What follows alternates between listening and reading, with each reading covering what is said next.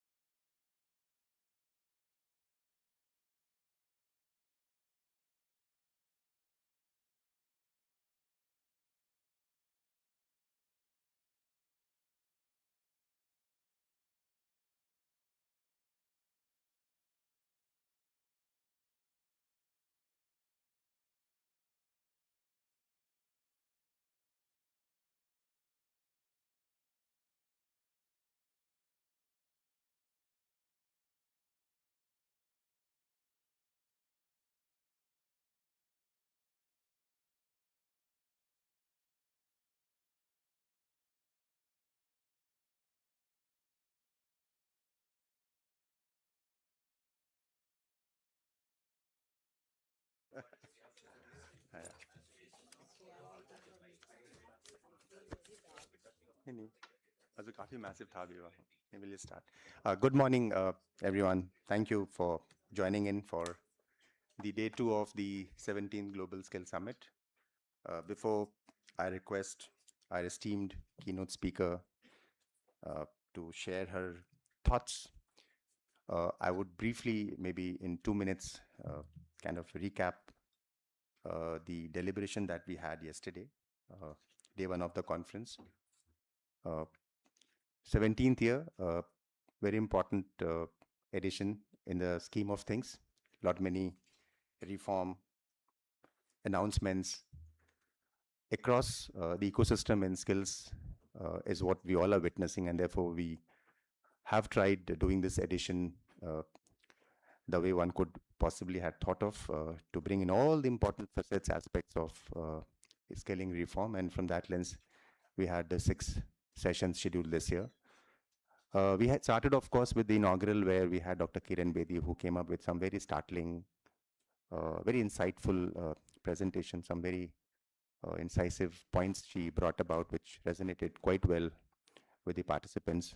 Post-presentation, we could figure out when we interacted. A lot of food for thought in terms of how we really make skilling end-to-end, not just leave it to training assessment.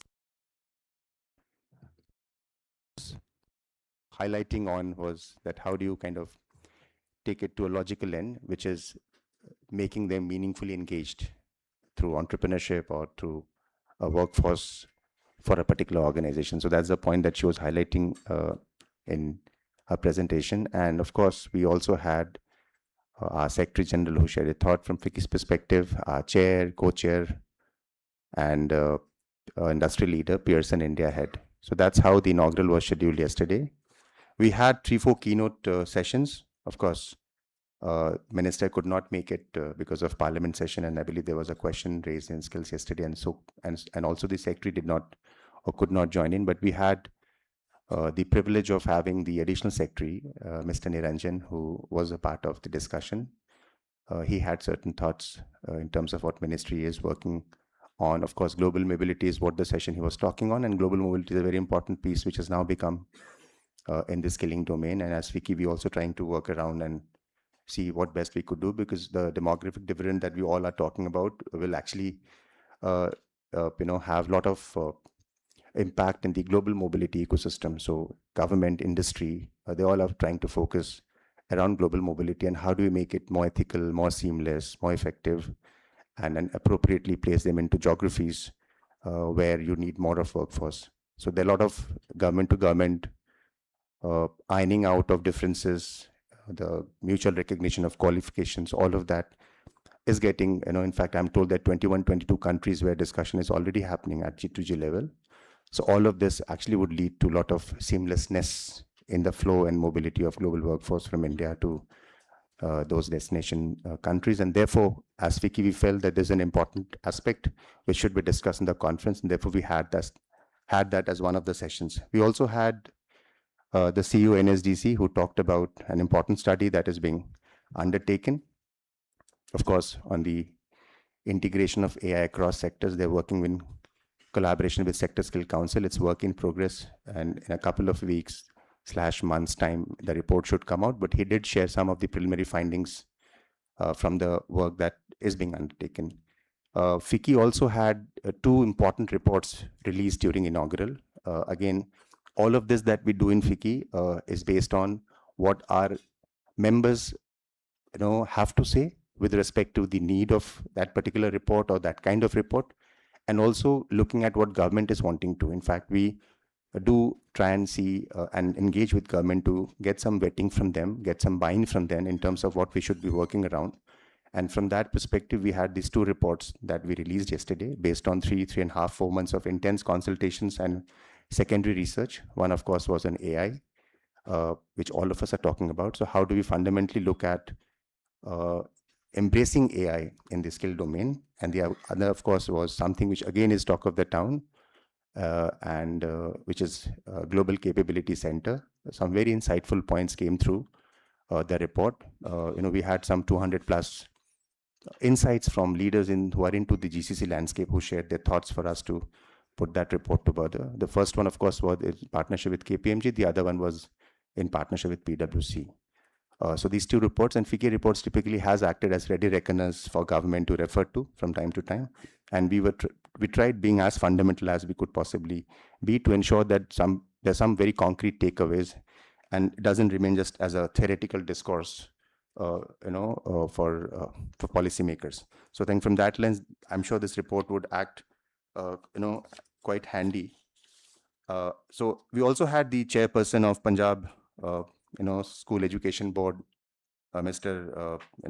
Amarpal, Dr. Amarpal Singh, who shared again very interesting thought around AI. Some very exciting facets he brought about as to how they look at AI as a Punjab government and how they're wanting to traverse that journey going forward. And of course, in terms of sessions, we had some very interesting discussions with all panelists who were there. Today, we start off with the keynote address. Of course, we have the DG of NISBAD, Dr. Poonam, who's graciously agreed to join us and share her thoughts to kickstart day 2 discussion. And of course, followed by the work-based learning session. All panelists are sitting right there in row 1. And green skills, again, a very important piece, which will have it, post the first panel discussion. We also, as a customary practice in FICCI, especially for skills sector that we have, we ensure that we have some focused discussions, some focused workshops, hand-holding exercise for students. So this year we have 2 such workshops. We would have some 300 students sitting upstairs in the hall. Again, some basic fundamentals of how do you actually pick the nuances of becoming an entrepreneur. So entrepreneurship is what EDII would share and discuss and have those intense discussion with them on. And of course, digital tool is the other one where L&T EduTech would convene that session. And we end it by 5:30 today evening. In between, we'll also spend 15 minutes each to give a sense of this Prime Minister internship scheme, which again is a conventional practice last 1.5 years, because that's something that Ministry of Corporate Affairs has been requesting us for the bigger events that you do. Please keep disseminating this information so that more and more students join in. So we'll have 15 minutes presentation of Prime Minister internship scheme, another 15 minutes on the initiative that My Bharat, Ministry of Youth Affairs and Sports has started with, where they're trying to attempt and converge all the schemes that the government is coming up with under one umbrella, which is Ministry of Youth Affairs and Sports, in the name of My Bharat, initiative. So we'll have a presentation on that also for 15 minutes. So this is how we have it for day 2. And I'll stop here and request Dr. Poonam to share her thoughts, please. Thank you, Rajesh ji. First of all, I would like to apologize for delay. There was huge traffic jam and I kept you waiting. I distinguished dignitaries, representatives from government and industry, colleagues from academia and the skilling ecosystem, ladies and gentlemen, and of course, young students. A very good morning to all of you. It gives me pleasure to be part of this 17th FICCI Global Skill Summit and to share some perspectives on work-based learning at scale, unlocking the potential of national scheme for skilling.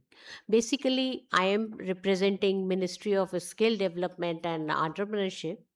And Ministry of Skill Development and Entrepreneurship has a flagship scheme, PMKVY, Pradhan Mantri Kaushal Vikas Yojana, is a short-term skilling scheme where one can get training and at the same time get placement as well. That is for the youth. The government is focusing on future skilling as well as traditional skilling.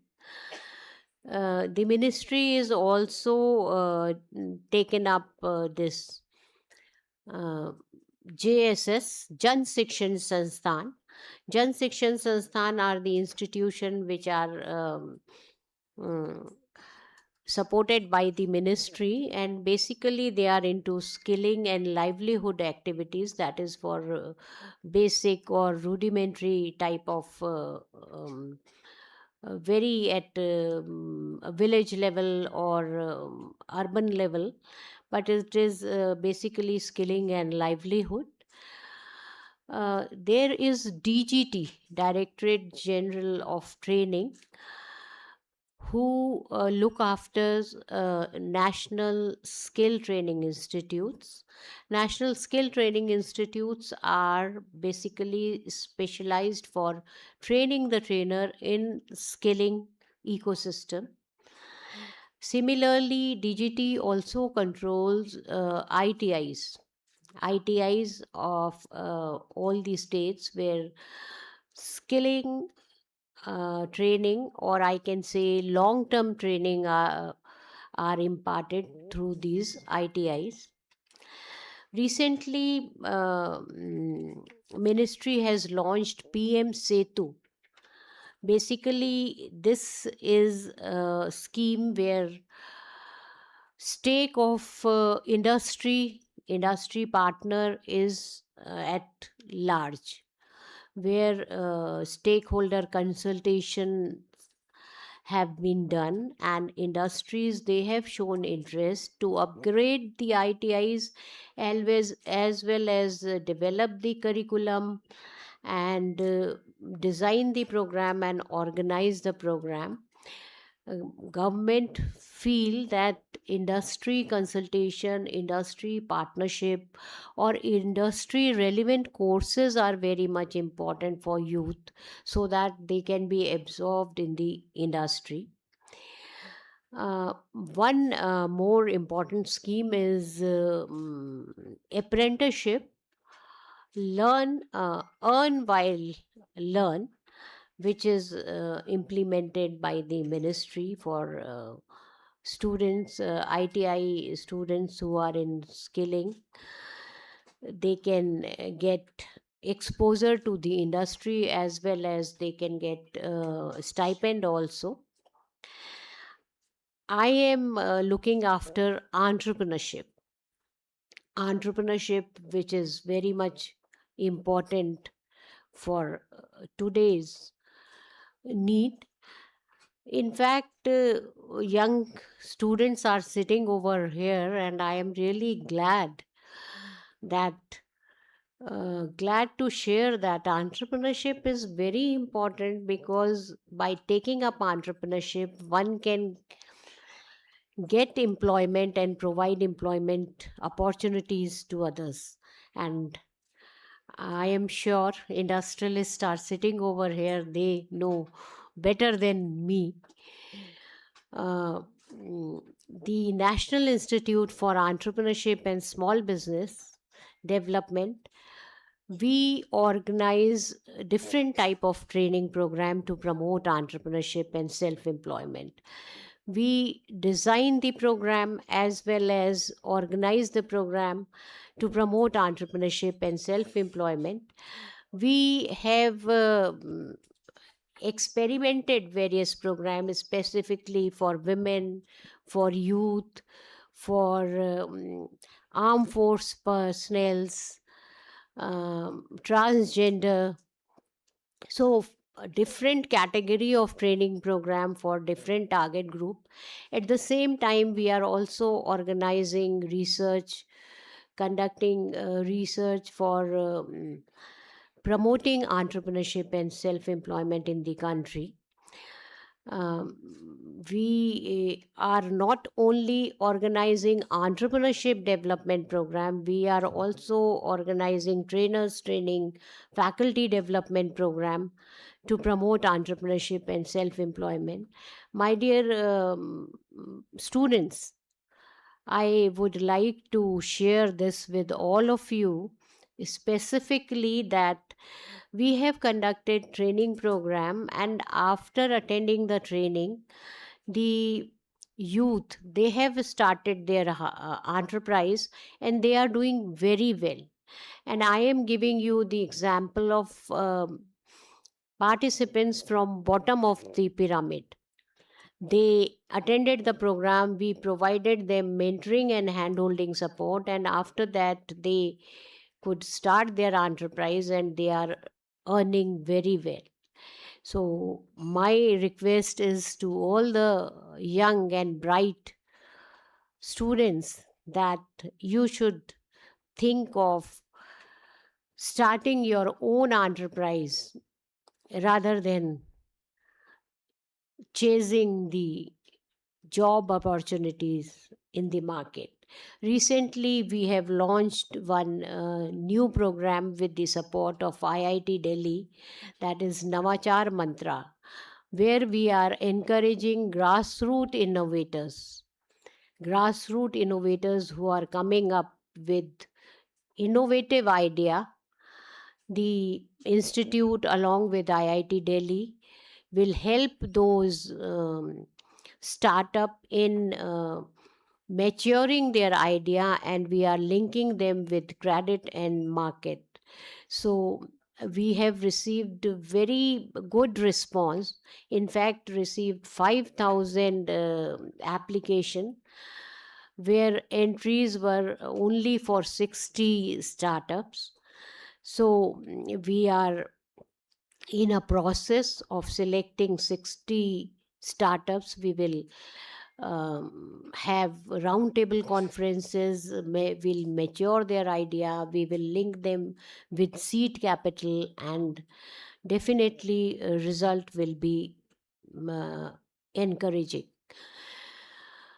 Um, for youth, we are regularly doing entrepreneurial awareness program as well as entrepreneurship development program. We organize this program in college and university. I want to share one more very good example with all of you, that with the support of institute of repute, IIT Delhi, IIT Roorkee, and IIT Kanpur, we did entrepreneurship and skill development program in future skills, and we have seen that after attending the program, majority of the participant, they have started their startups.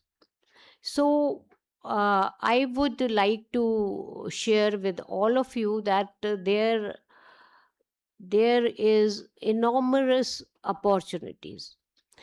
What one has to do is to keep his eyes and ears open to grab the opportunity and create his or her enterprise and provide employment opportunities to others. If you want to attend this program, Nisbat has its own website where you can get information about the programs. At the same time, you can contact us. We are sitting at Noida Sector 62. We design and organize, as I told you earlier, different kind of training program. You can participate in those program. Few programs are free of cost and few are fee based program. So it depends which program do you want to attend. And after attending the training program, we provide handholding and mentoring up to 6 months.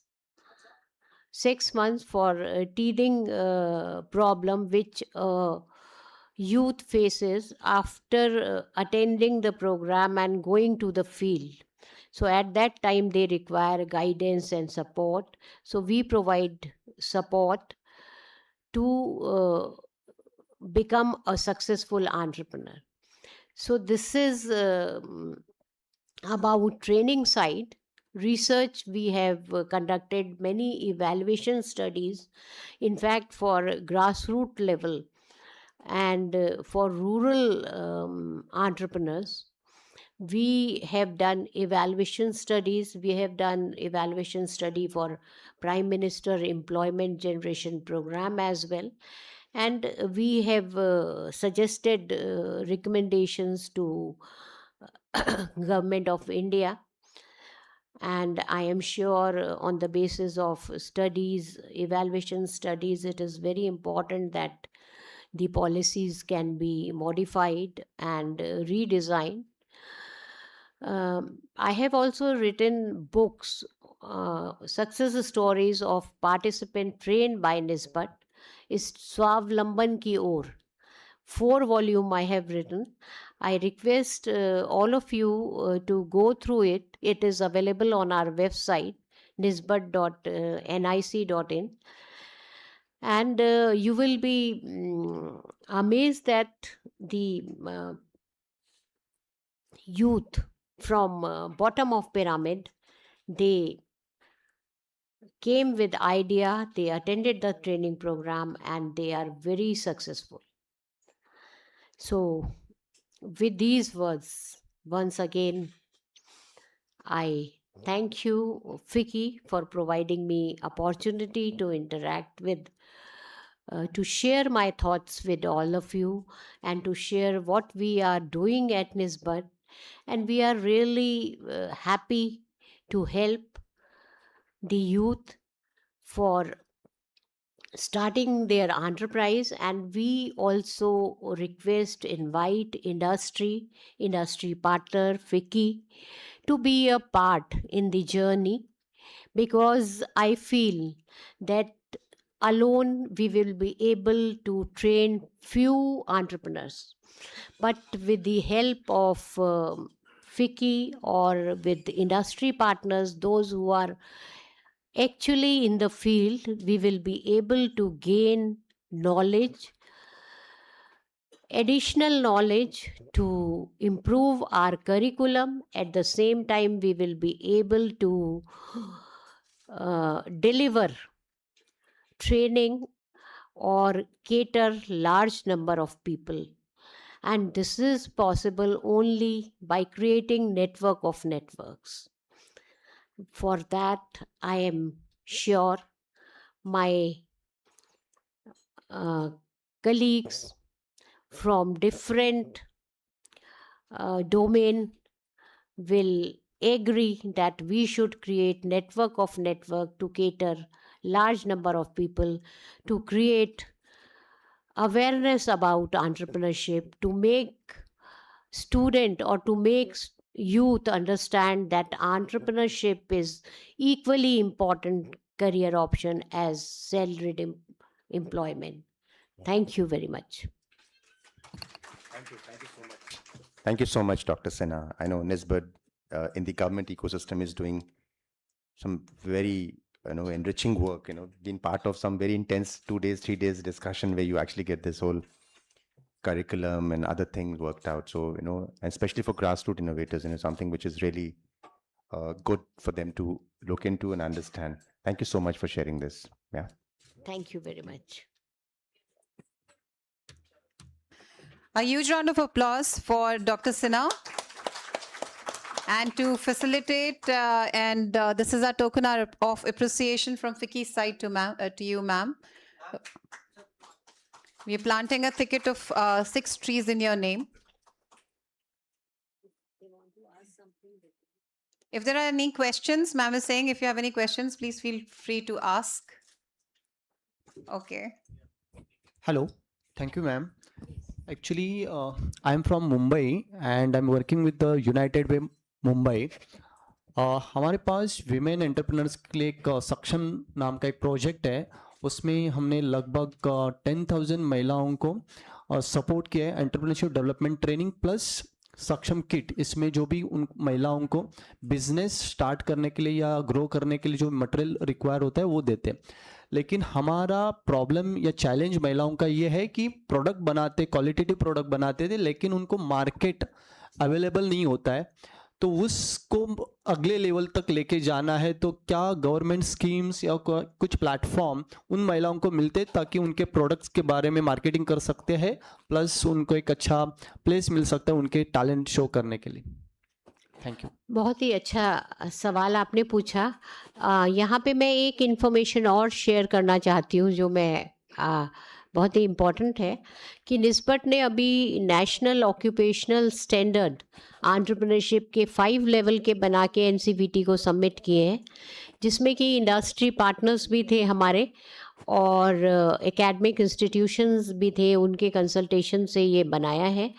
तो एक entrepreneurship के लिए सबसे पहली बात तो ये है कि बहुत सारे लोग कहते हैं हम एंटरप्रेन्योरशिप ट्रेनिंग करा रहे हैं, मगर हम पूछते हैं जब कि आप क्या करा रहे हैं, तो हमने उनको ऐसे ग्रूम किया, हमने ये किया, हमने वो किया। एक स्टैंडर्ड करिकुलम अभी तक एंटरप्रेन्योरशिप का कहीं दिखने में नहीं आता है, तो उसको ध्यान में रखते हुए हमने एक स्टैंडर्ड करिकुलम डिज़ाइन किया है। और हमारा कोशिश यही है कि पैन इंडिया लेवल पे कोई भी अगर एंटरप्रेन्योरशिप की ट्रेनिंग कराता है तो एटलीस्ट उसको फॉलो करे, जिससे कि जिससे कि एक क्वालिटी और स्टैंडर्ड उसमें बन सके। और इसको हम ओपन सोर्स रखेंगे, फ्री ऑफ कॉस्ट रखेंगे, जिससे कि सब लोग इसको यूटिलाइज कर सकें। आपने जो कहा कि हमने महिलाओं को सक्षम बना दिया, मगर वो उनके प्रोडक्ट को कैसे बेचें। देखिए, मैं एंटरप्रेन्योरशिप की मैं कहूँगी कि 30 to 31 ईयर्स मेरे को हो रहे हैं इस फील्ड में, और मैं ये मानती हूँ, यहाँ पे हमारे पास इंडस्ट्रियलिस्ट भी बैठे हुए हैं, मैं ये मानती हूँ कि एंटरप्रेन्योर वो होता है जो अपने लिए रिसोर्सेज को मोबिलाइज कर लेता है। हमको उसकी कैपेसिटी बिल्ड करनी है, हमें फैसिलिटेट करना है, हमें ये नहीं करना है कि उसको अपने ऊपर डिपेंडेंट बना देना। अगर उसमें विल और ज़ील होगी तो वो मार्केट को एक्सप्लोर कर लेगा और अपने प्रोडक्ट को वो सेल करेगा। ऐसे मेरे पास बहुत सारे एग्जाम्पल हैं। मैं आपको एक एग्जाम्पल देना चाहूँगी। मेरे पास एक व्यक्ति आया जो कि FSSAI का रजिस्ट्रेशन चाहता था। बहुत अच्छे वो अचार बनाता था। उसने कहा कि मैडम मुझे FSSAI का रजिस्ट्रेशन दिला दीजिए, क्योंकि मुझे दूसरों के स्टॉल पे अपना प्रोडक्ट बेचना पड़ता है और होता ये है कि मुझे जितने पैसे मिलने चाहिए उतना पैसा नहीं मिलता। उसका FSSAI का रजिस्ट्रेशन मात्र हमने एक वर्कशॉप की, जितने भी इंटरेस्टेड कैंडिडेट थे हमने उनका कराया, उसको रजिस्ट्रेशन मिला। उसके बाद वो अपने प्रोडक्ट बेचने लगा। और आप लोग बिलीव नहीं करेंगे, कोविड के समय मैंने ख़ास तौर से उससे पूछा कि आपकी क्या स्थिति है। उसने कहा मैडम मेरे तो घर पे मैंने तो क्लाइंट ऐसे पकड़े, वो कॉलेज में गया, वहाँ कॉलेज के टीचर्स को पकड़ लिया, हॉस्पिटल में उसकी वाइफ एडमिट हुई, उसने हॉस्पिटल वालों को पकड़ लिया। इस तरह से आप बिलीव नहीं करेंगे, जिसने 6,000 रुपये से शुरू किया था अपना एंटरप्राइज, आज उसका 60 लाख का टर्नओवर है। उसके पास एक दुकान उसने खरीद ली, दूसरी दुकान वो खरीदने जा रहा है, एक वैन खरीदने जा रहा है, और उसने सिर्फ फूड प्रोसेसिंग अपने पिकल्स पे ही नहीं कंसंट्रेट किया, उसने बाकी भी, जैसे दिवाली का सीज़न है तो बाकी जो दिवाली में गुजिया और मठरी वठरी और चीज़ें बनती हैं, पापड़, होली का सीज़न है तो उस तरह से उसने अपने को डाइवर्सिफाई कर लिया। तो मेरा ये कहना है कि हम अगर उनकी कैपेबिलिटी डेवलप कर देंगे तो डेफिनेटली वो अपना प्रोडक्ट बेच लेंगे। पर आप जो मार्केटिंग की बात कर रहे हैं, उसमें हमने मेटा के साथ MOU किया हुआ है। मेटा के प्लेटफॉर्म से ऑनलाइन हम प्रोडक्ट को, एंटरप्रेन्योर्स के प्रोडक्ट को मार्केट करने में हेल्प करते हैं। उसके अलावा ट्रेड फेयर्स में हम पार्टिसिपेट कराते हैं, जैसे सूरजकुंड मेला हो या IITF हो या और भी स्टेट या सेंटर लेवल पे मेले हो। ONDC के प्लेटफॉर्म पे इन लोगों को एनरोल कराया है, जेम के प्लेटफॉर्म पे एनरोल कराया है, जिससे कि ये लोग अपने प्रोडक्ट को बेच सकें। और आप सभी लोग जानते हैं कि MSME को प्रेफरेंस भी दिया जाता है, तो जेम में अगर ये एनरोल होंगे तो इनको काफ़ी फ़ायदा होगा, तो वो भी हमने कराया है। इसके अलावा हमारा मुंबई में भी ऑफिस है, निस्बत का 23 स्टेट्स में ऑफिस है। आपको अगर किसी तरह की सहायता होगी तो आप NSTIs में हमारे ऑफिसेज हैं हर स्टेट में, तो आप संपर्क कर सकते हैं, और निस्बत नोएडा से भी संपर्क कर सकते हैं। कोई और सवाल किसी का अगर? जी। थैंक यू मैम, आपने बहुत सारी जानकारी साझा की, बहुत अच्छा लगा, हम इतना सारा काम कर रहे हैं। मैम मेरे दो स्पेसिफिक क्वेश्चंस हैं। एक तो आपने क्यूपी के बारे में बताया कि एक स्टैंडर्ड करिकुलम हम डेवलप कर रहे हैं, वो बहुत अच्छी बात है। मैम जैसे आपने नेटवर्क्स ऑफ नेटवर्क की चर्चा की, तो पूरे देश में प्रधानमंत्री कौशल केंद्र हैं, स्किल्स यूनिवर्सिटी हैं, इंक्यूबेशन सेंटर्स हैं, तो इनको प्रोडक्शन सेंटर के रूप में कैसे डेवलप किया जाए कि जहाँ पे कोई इंटरप्रेन्योर आए और वो समझ सके प्रोडक्शन के बाद पूरी प्रोसेस कैसे हो। एंड सेकंड, स्कूल्स में हम इंटरप्रेन्योर को कैसे प्रमोट करना चाह रहे हैं, या कुछ उसके लिए आपने आपके जो विचार हैं उसको जरूर साझा करें मैम। आपने पहला क्वेश्चन क्या बोला? नेटवर्क ऑफ नेटवर्क्स, जिसमें और पीएम के स्किल्स यूनिवर्सिटी को कैसे प्रोडक्शन सेंटर के रूप में बिल्कुल डेवलप किया जाए। बिल्कुल, आपकी बात जो है नेटवर्क ऑफ नेटवर्क, मैं ये मानती हूँ कि अकेले अगर मैं चाहूँ निस्बत और निस्बत के 23 सेंटर्स हमारी जो देश की जनसंख्या है उसको केटर नहीं कर पाएंगे। और हमको अक्सर पार्लियामेंट में ये मिलता भी है कि आप तो इतने कम लोगों को ट्रेन कर रहे हैं। तो इसलिए यूनिवर्सिटीज़ और इंस्टीट्यूट ऑफ हायर लर्निंग जैसे आईआईटीज़ हैं, इनके साथ हमारे एमओयूज़ हैं। बनारस हिंदू यूनिवर्सिटी है, हमारे एमओयूज़ हैं। अभी रिसेंटली मैंने कल परसों ही स्टेट के जो ईडीआईज़ हैं, एंटरप्रेन्योरशिप डेवलपमेंट इंस्टीट्यूट हैं, आपने नाम सुना होगा कि नहीं सुना होगा, कुछ हैं जो बहुत अच्छा कर रहे हैं, कुछ ऐसे हैं जो कि बहुत अच्छा नहीं कर रहे हैं।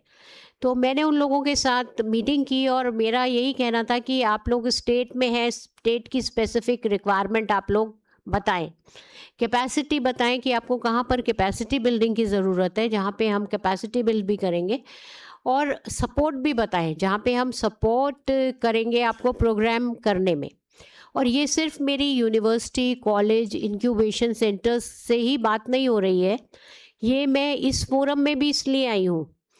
मैं राजेश जी से भी मैं ये निवेदन करना चाहूँगी और आप लोगों से भी करना चाहूँगी कि इंडस्ट्री चैम्बर ऑफ कॉमर्स, आप लोगों को भी हम अपने नेटवर्क में शामिल करना चाहेंगे कि एंटरप्रेन्योरशिप में हमें बहुत बड़ा टारगेट मिलता है और हम चाहेंगे कि उसको पैन इंडिया लेवल पे अगर हमें इम्प्लीमेंट करना है तो हब एंड स्पोक मॉडल, मैंने सेक्रेटरी मैडम के सामने भी ये प्रेजेंटेशन रखा था जो उन्हें बहुत पसंद आया, और ईडीआईआईस के साथ भी मैंने ये बात करी कि हब एंड स्पोक मॉडल में निस्बत as a hub and spoke जो होंगे, उनके जितने भी पार्टनर्स होंगे, गवर्नमेंट हो चाहे प्राइवेट हो, उनकी कैपेसिटी बिल्ड करके एंटरप्रेन्योरशिप की फील्ड में हम क्या चाहते हैं। जैसे इन्होंने एक मार्केटिंग का एक एरिया रखा, हम लोग मार्केटिंग के लिए मार्केटिंग को ही नहीं मानते। मैं तो देखिए साइकोलॉजी की स्टूडेंट हूँ, आज भी अपने को स्टूडेंट ही मानती हूँ। मैंने बनारस हिंदू यूनिवर्सिटी से पीएचडी किया है। तो मैं तो ये मानती हूँ कि person behind the project is very important. तो अगर हम किसी व्यक्ति की कैपेबिलिटी डेवलप कर देते हैं, जो सबसे ज़रूरी है पहले लेवल पे, बिहेवियरल एक्सरसाइजेस के थ्रू, तो बाकी काम तो वो खुद कर लेता है। और ऐसे बहुत से एग्जाम्पल हैं। और ये जो मैं नेशनल ऑक्यूपेशनल स्टैंडर्ड की बात कर रही हूँ, ये ऑलरेडी हमने डेवलप करके एनसीवीटी में सबमिट कर दिए। जल्दी ही ये नोटिफिकेशन आ जाएगा और उसका लाभ सभी लोग उठा सकेंगे। दूसरा सवाल आपने जो स्कूल के लिए कहा, स्कूल 9, 10, 11, 12 में एनसीईआरटी के लिए मैंने किताब लिखी है एंटरप्रेन्योरशिप की, जो आजकल करिकुलम में भी लग रही है। स्कूल लेवल से हमें माइंडसेट चेंज करने की बहुत ज़रूरत है, और मुझे ये लगता है कि उसमें हमें एंटरप्रेन्योरशिप एक एडिशनल सब्जेक्ट करके नहीं, हम जो पढ़ा रहे हैं उसी को हम थोड़ा एंटरप्रेन्योरशिप के चश्मे से देखें। आप यूएस जाइए, आपको दिखेगा कि एंटरप्रेन्योर्स की फ़ोटो बहुत सारी लगी हुई है स्कूल में। हमारे यहाँ जाइए आप, एंटरप्रेन्योर की फ़ोटो आपको स्कूल में दिखाई नहीं देगी। तो बच्चे का जो माइंडसेट है, हमारे इतने सारे बच्चे यहाँ भी बैठे हैं, माइंडसेट क्या है, हम लोगों ने ये माइंडसेट बनाया, हमारी सोसाइटी ने बनाया कि पढ़ो लिखो, अच्छे नंबर लेके आओ, पास हो, इंजीनियर डॉक्टर बनो, आईएएस ऑफिसर बनो, नौकरी करो। अगर आईएएस ऑफिसर नहीं बनते, इंजीनियर डॉक्टर नहीं बनते, तो क्लर्क बनो पर नौकरी करो। क्लर्क नहीं बनते तो पियोन बनो पर नौकरी करो, और वो भी सरकारी नौकरी करो। तो ये जो माइंडसेट है, इस माइंडसेट को ब्रेक करना बहुत ज़रूरी है। और मैं, आप सभी इस बात को मेरी एग्री करेंगे कि हमारे आदरणीय प्रधानमंत्री जी के आत्मनिर्भर भारत कहने के बाद और स्टार्टअप को इतना बूस्ट मिलने के बाद हमारे यूथ के माइंडसेट में भी चेंज आ रहा है। तो मेरा ये कहना है कि एंटरप्रेन्योरशिप को हमें स्कूल लेवल से ही इम्प्लीमेंट करना होगा। हमें टीचर्स को ऐसे ट्रेन करना होगा कि वो हम महात्मा गांधी जी की बात करते हैं, हम आंदोलन उनके नेशनल मूवमेंट की बात करते हैं, पर उनके एंटरप्रेन्योरल एस्पेक्ट की बात हम नहीं करते। उन्होंने कपड़ा बनाना सिखा दिया, उन्होंने नमक निकालना सिखा दिया। तो हम अपनी जो हमारे कोर्सेज हैं, हमारा जो करिकुलम है, उसमें से ही एंटरप्रेन्योरशिप निकाल सकते हैं। और बचपन से अगर बच्चे को सिखाएंगे कि entrepreneurship is equally important career option, तो डेफिनेटली रिजल्ट जो होगा वो कुछ अलग होगा। कोई और कुछ कहना चाहता हो, पूछना चाहता हो? या प्लीज।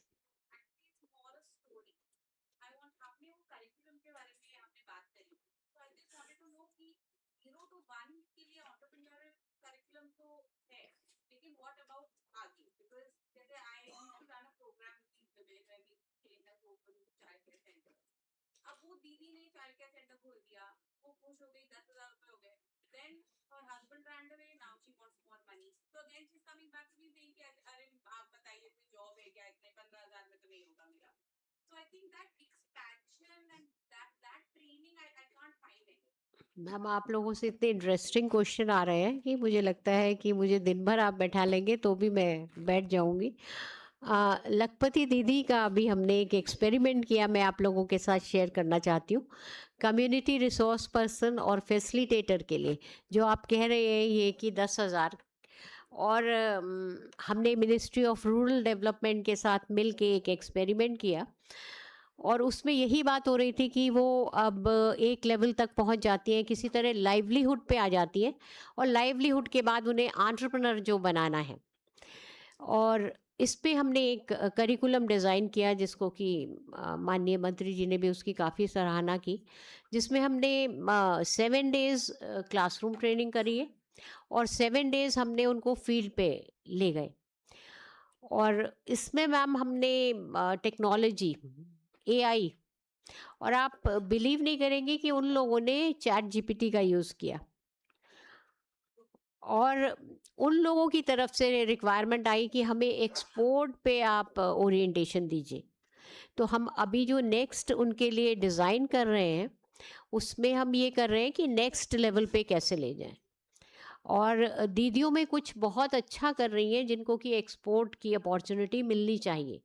तो ऐसा एक कोहर्ट हम बनाएंगे जिसमें एक्सपोर्ट पे करेंगे, और जो हमने बेसिक ट्रेनिंग दी उनको भी नेक्स्ट लेवल पे ले जाने के लिए सेक्टर स्पेसिफिक ये एआई का इंटरवेंशन, लीगल कंप्लायंसेस, इस सब के लिए भी जानकारी दे रहे हैं। आपको मैं शेयर करना चाहूँगी कि उन्होंने कहा मैडम हमने तो बिजनेस प्लान जो है वो चैट जीपीटी से बना लिया। हमने कहा आप बिजनेस प्लान चैट जीपीटी से मत बनाइए, आप खुद बनाइए और उसके बाद उसमें लोड करिए और फिर कमांड उसमें दीजिए कि मैंने क्या गलती की है। ऐसा भी ना करिए कि टेक्नोलॉजी का आप ऐसा यूज़ करें जहाँ पे आपको खुद ना समझ आ सके कि कल बैंकर आपसे पूछे और आप जवाब ना दे पाएँ। तो इस ढंग से हम कोशिश कर रहे हैं कि उनको आगे बढ़ाएं, उनको क्रेडिट लिंकेजेस जहाँ पे ज़रूरत है, या market linkages. Ministry of rural development कई एक फेयर भी लगाती है जिसपे वो लोग पार्टिसिपेट करते हैं। तो इस तरह से ये कोशिश कर रहे हैं कि दिक्कतें किस एरिया में है उस एरिया में ही फोकस करके वो इंटरवेंशन दी जाए जिससे कि वो लोग आगे बढ़ सके।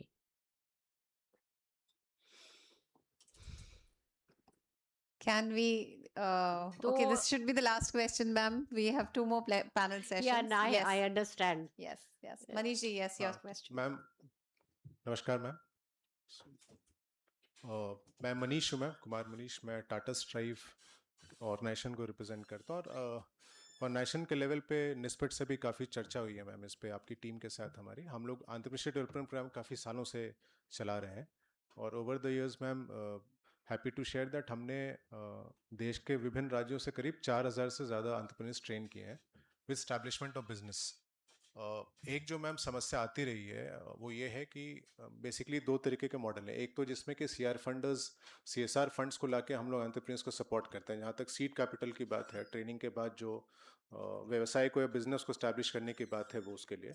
और दूसरा जो है गवर्नमेंट प्रोग्राम्स हम लोग करते हैं, जहाँ पे जनरली ये बोला जाता है कि फाइनेंशियल लिंकेजेस कराने की आवश्यकता है, जिसमें जो मेजर तौर पे लीडिंग प्लेयर्स होते हैं वो होता है बैंक्स के साथ, या तो मुद्रा स्कीम में हम लोग उनको लिंक कराते हैं, या फिर ये प्रेरित करते हैं कि भी PMEGP के साथ आप काम करें, या जो भी NBFCs के साथ फंडिंग स्कीम्स हो सकती है। तो मैम क्या निस्बत जो एक मेजर समस्या ma'am over the years emerge होकर आई है वो ये कि बहुत जगहों पे बैंक इनको NPAs की तरह भी देखती है, क्योंकि जब छोटे व्यवसायी बिजनेस लोन के लिए जाते हैं, इवन दो उनके पास सर्टिफिकेट्स होती हैं ट्रेनिंग के लिए, तो क्या हम राष्ट्रीय स्तर पे भी ऐसा कोई अभियान चलाया जा रहा है जहाँ पे बैंकिंग सेक्टर को या फाइनेंशियल सेक्टर को भी प्रेरित किया जाए कि जब आपके पास ये छोटे लोग आते हैं MSMEs की तरह से या कोई लोन लेने के लिए, तो एक तरीके से राष्ट्रीय अभियान चलाने की ज़रूरत है जहाँ पे उनको भी बोला जाए कि आप थोड़ा प्रोसेस को इजी बनाएं और उनको ये लोन देने की आवश्यकता है। क्योंकि ट्रेनिंग दिलाने से मैम काम तो खत्म होता नहीं, हम लोग उनको 1 साल मेंटरशिप भी देते हैं, जहाँ पे जो इंडस्ट्री के लीडर्स हैं या जो बिजनेसमैन हैं वो उनको हैंड होल्डिंग भी करते हैं। तो ये मैम हमारा अनुभव रहा है ओवर द इयर्स कि उनको काफ़ी समस्या का समाधान निकालने की आवश्यकता है। तो राष्ट्रीय स्तर पे निस्बत क्योंकि प्लेस्ड है, एडिक्वेटली प्लेस्ड है ये अभियान चलाने के लिए, तो क्या इस पे भी आप अगर कुछ साझा करें तो अच्छा रहेगा। धन्यवाद। जी, मैं निस्बत तो रिप्रेजेंट कर ही रही हूँ क्योंकि मैं तो मंत्रालय की भी एम्प्लॉई हूँ। तो मंत्रालय लेवल पे भी काफ़ी चर्चा होती है मिनिस्ट्री ऑफ फाइनेंस के साथ, DFS के साथ हमारी खास तौर से मीटिंग होती है कि ईज़ ऑफ डूइंग बिजनेस पे लोगों को लोन दिया जा सके। एक बात मैं आपके साथ भी शेयर करना चाहूँगी, आप सभी लोगों के साथ, कि लोन मिलना इतना मुश्किल भी नहीं है। हम अपने ट्रेनीज़ को एनकरेज करते हैं कि वो ऑनलाइन एप्लीकेशन सबमिट करें, क्योंकि बैंकर अगर रिजेक्ट करेगा तो उसे ऑनलाइन रीज़न देना पड़ेगा, और ऑनलाइन उसको ज़्यादा दिन एप्लीकेशन रखेगा तो वो ऑनलाइन उसको जवाब भी देना पड़ेगा। तो आप अपने पार्टिसिपेंट को एक तो ये करिए कि ऑनलाइन एप्लीकेशन भरवाइए। दूसरी चीज़ PMEGP स्कीम जिसके तहत काफ़ी लोन होते हैं, उन लोगों के साथ CEO KVIC के साथ भी हमारी बात चल रही है। उत्तराखंड और नोएडा, यहाँ के लिए हमारे जो सर्टिफिकेट हैं वो PMEGP ट्रेनिंग के लिए एग्जाम्प्ट है। पैन इंडिया लेवल पे भी हम उनसे कह रहे हैं कि ये कराया जाए। और आप जैसे कह रहे हैं कि मैं एंटरप्रेन्योरशिप की फील्ड में काम कर रहा हूँ, आप कह रहे हैं मैं एंटरप्रेन्योरशिप की फील्ड में काम कर रहा हूँ, तो मैं आप लोगों से यही निवेदन करना चाहूँगी कि आप लोग हमारे साथ जुड़ें और स्टेट लेवल पे हम जो थोड़ा काम कर रहे हैं उसको और वॉल्यूम बढ़ा सके।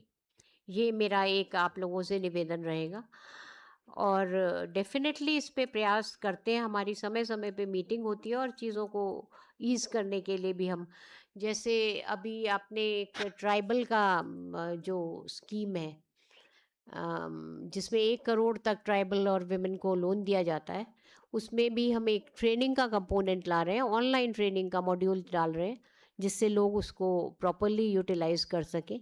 ये मिनिस्ट्री ऑफ फाइनेंस का ही इंटरवेंशन है। तो कोशिश ये हम हमेशा करते रहते हैं कि ईज़ हो जाए, और ऑनलाइन जो प्रोसेस है ये चीज़ों को काफ़ी स्मूथ करता है। Thank you. बाकी लोगों से मेरी रिक्वेस्ट है कि आप लोगों के जो भी सवाल हैं आप FICCI को फॉरवर्ड कर दें, और मैं ज़रूर आप लोगों के सवालों पे रिस्पॉन्स करूँगी, और हम FICCI को इसका रिप्लाई ज़रूर देंगे। Thank you very much. Thank you so much, ma'am.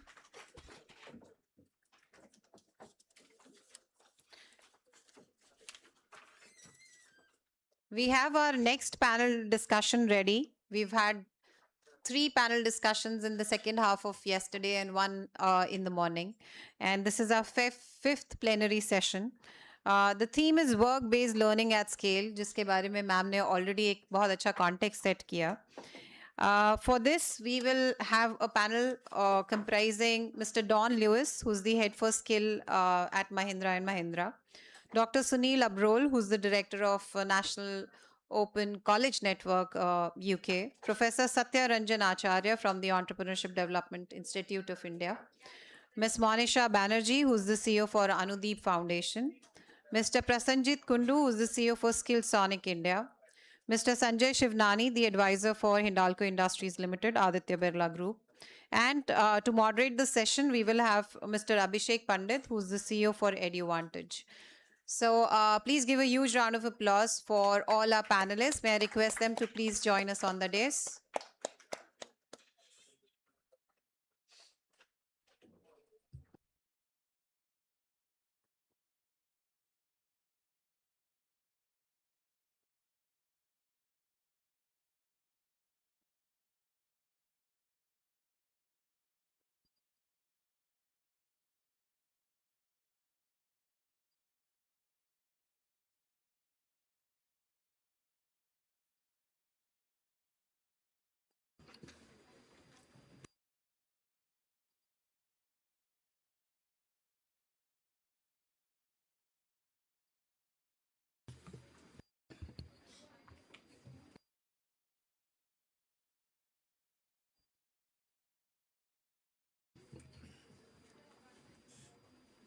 Morning, everyone. Thank you for coming in for the 17th FICCI Global Skills Summit 2026. The topic for today is work-based learning at scale, right? So the word scale is also important here.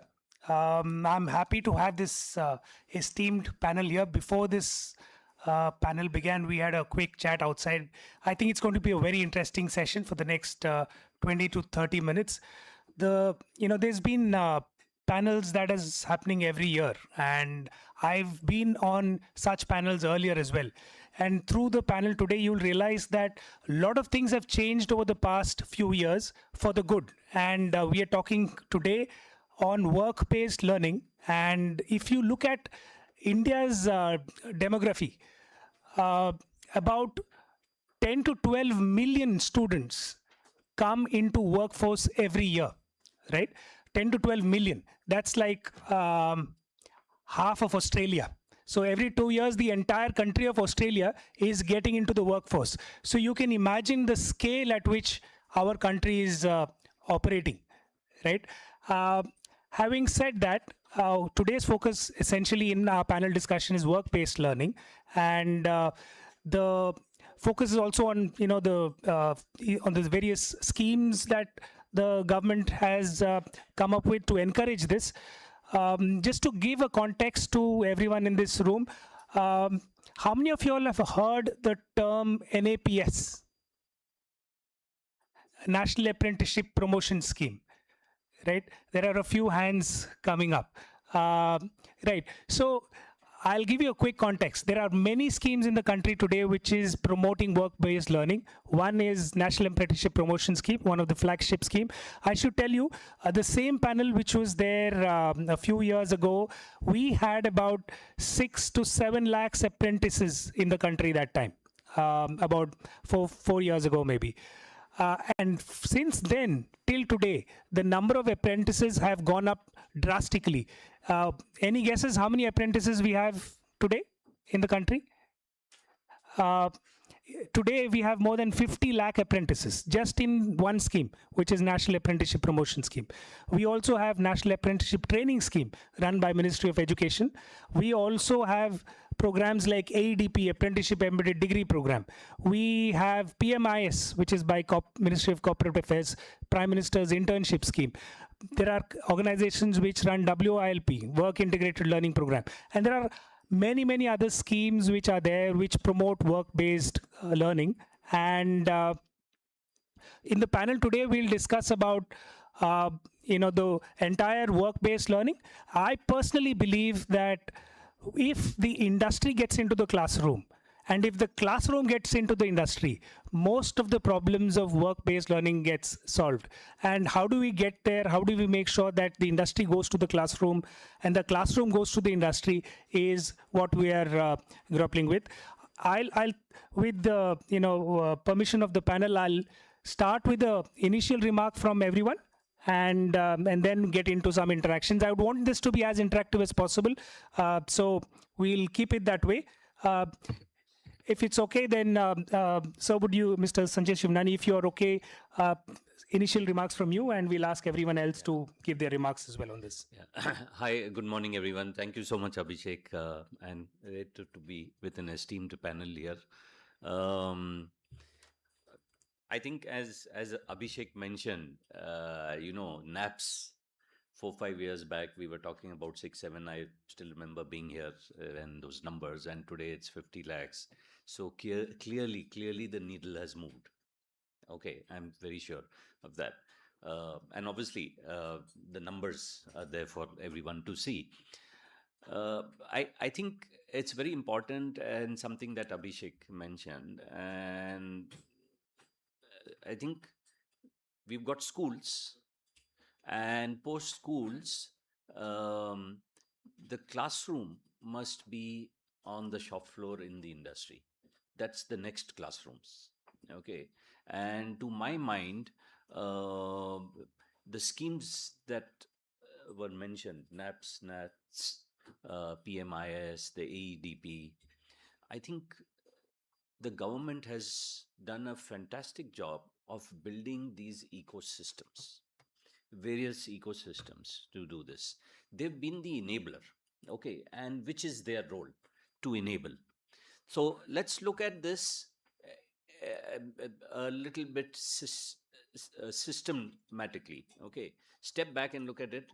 You've actually got three buckets or three stakeholders. You have the youth or learner, you have the industry, okay, and right in the middle is the government or the ecosystem or the institutions. I think that bit has been sorted.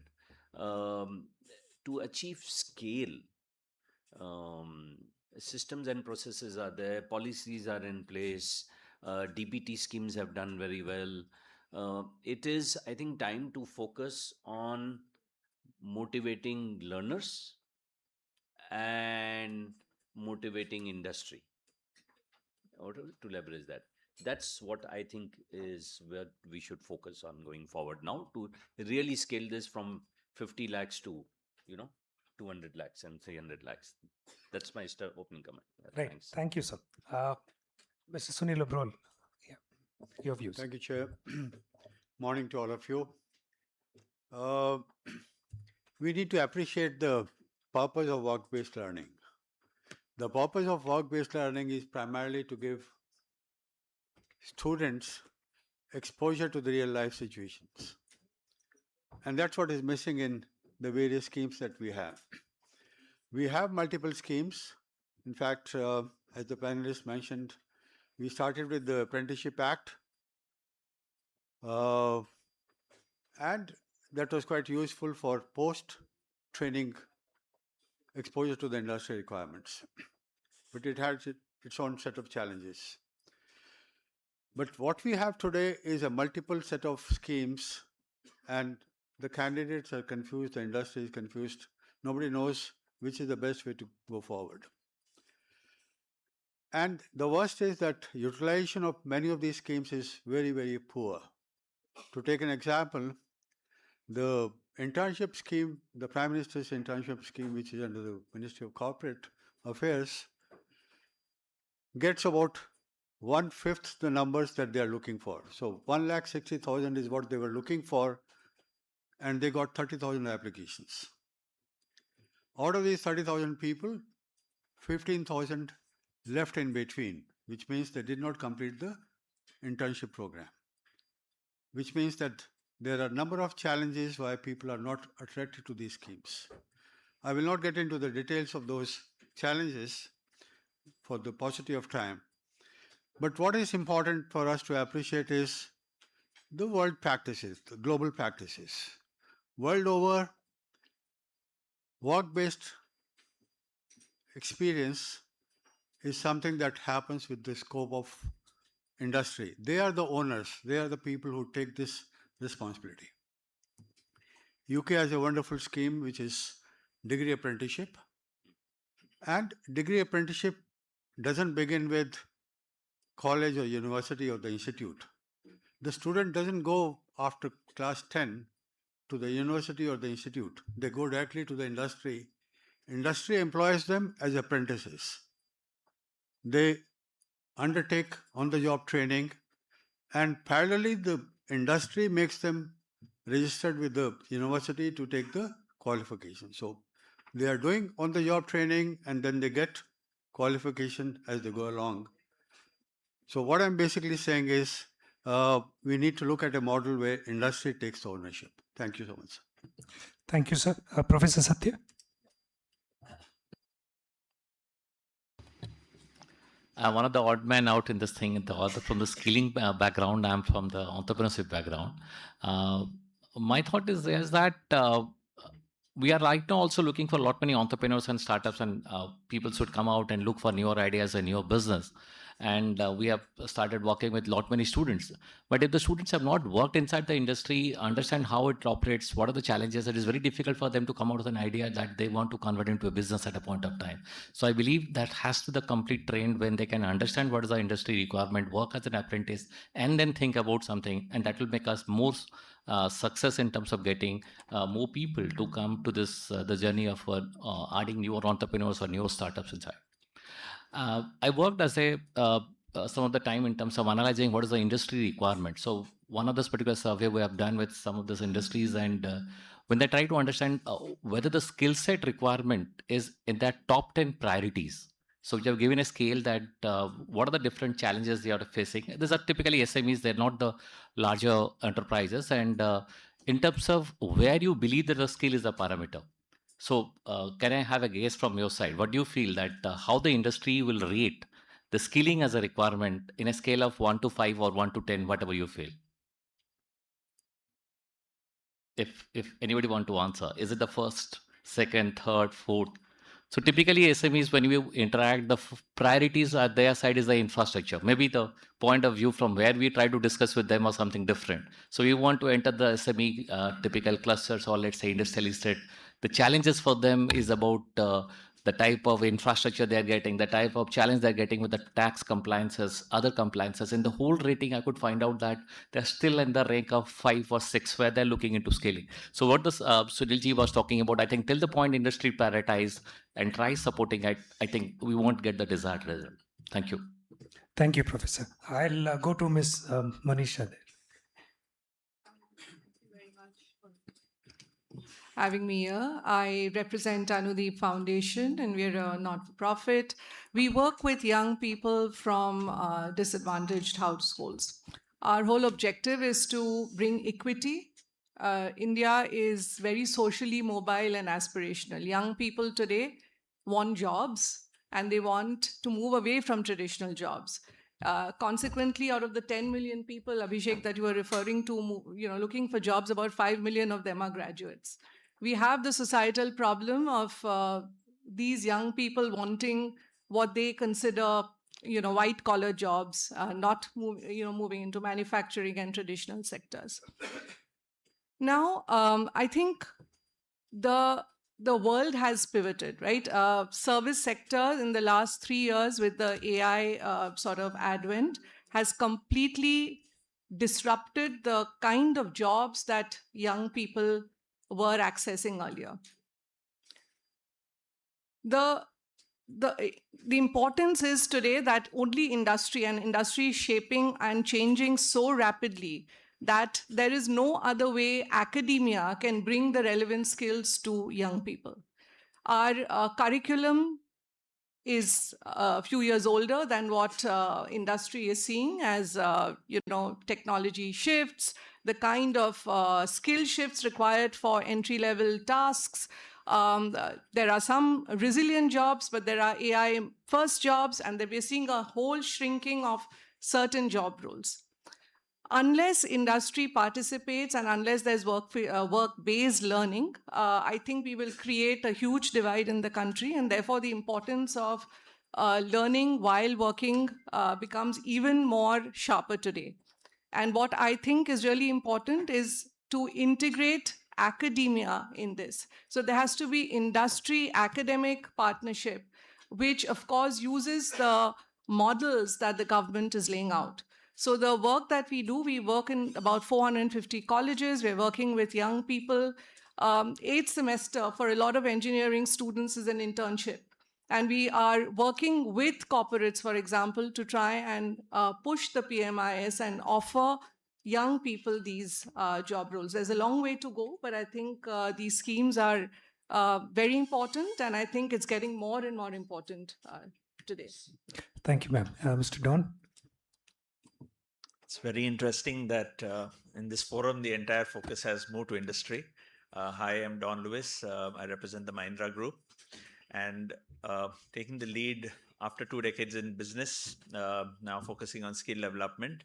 And our experience in solving this challenge of skill development at scale talks about the power of short-term skilling. I think government has introduced a number of programs in this area.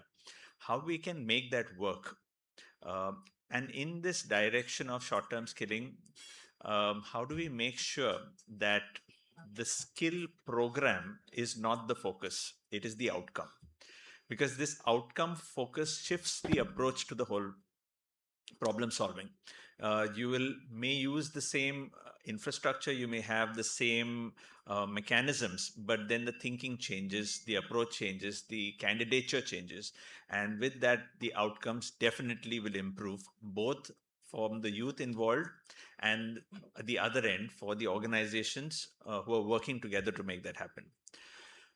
We also have a very powerful new program called the Prime Minister's Internship Scheme.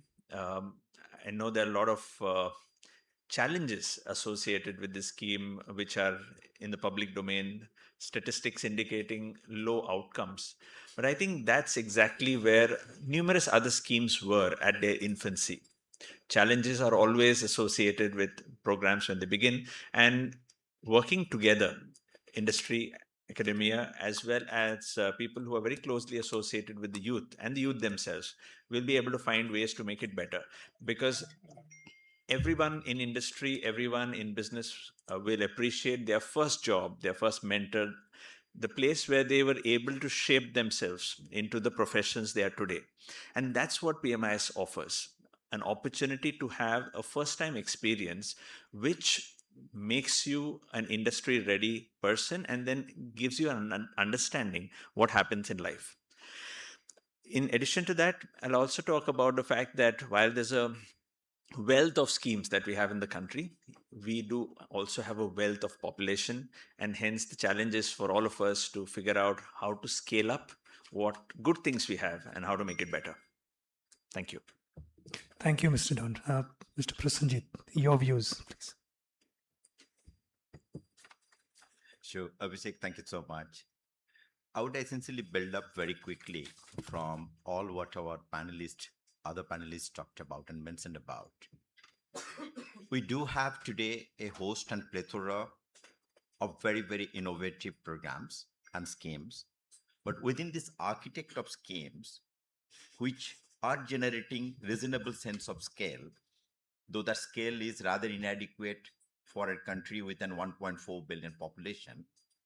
So the primary challenges which we observe, we work at a ground level, we as Skillsonics and our not-for-profit foundation, Pramit Foundation together, we work across both B2B workforce scaling, as well as we work at scale into the CSR large-scale implementations. What we observe very clearly is this very significant coherent need and the demand of integrating the job skills into their specific learning. Now, these are something which we are going to deliver it far more. I'm rather going to talk about 2 or 3 simple aspects which I like to deliver it when you go. We just don't need more certified candidates. I think we need more demonstrably competent resources, competent candidates who the industry would be eager to embrace them. So to that extent, in fact, this whole apprenticeship program, this should no longer become a compliance burden, particularly when it comes to the MSME, who are rather ill-equipped. To them, it's an overhead.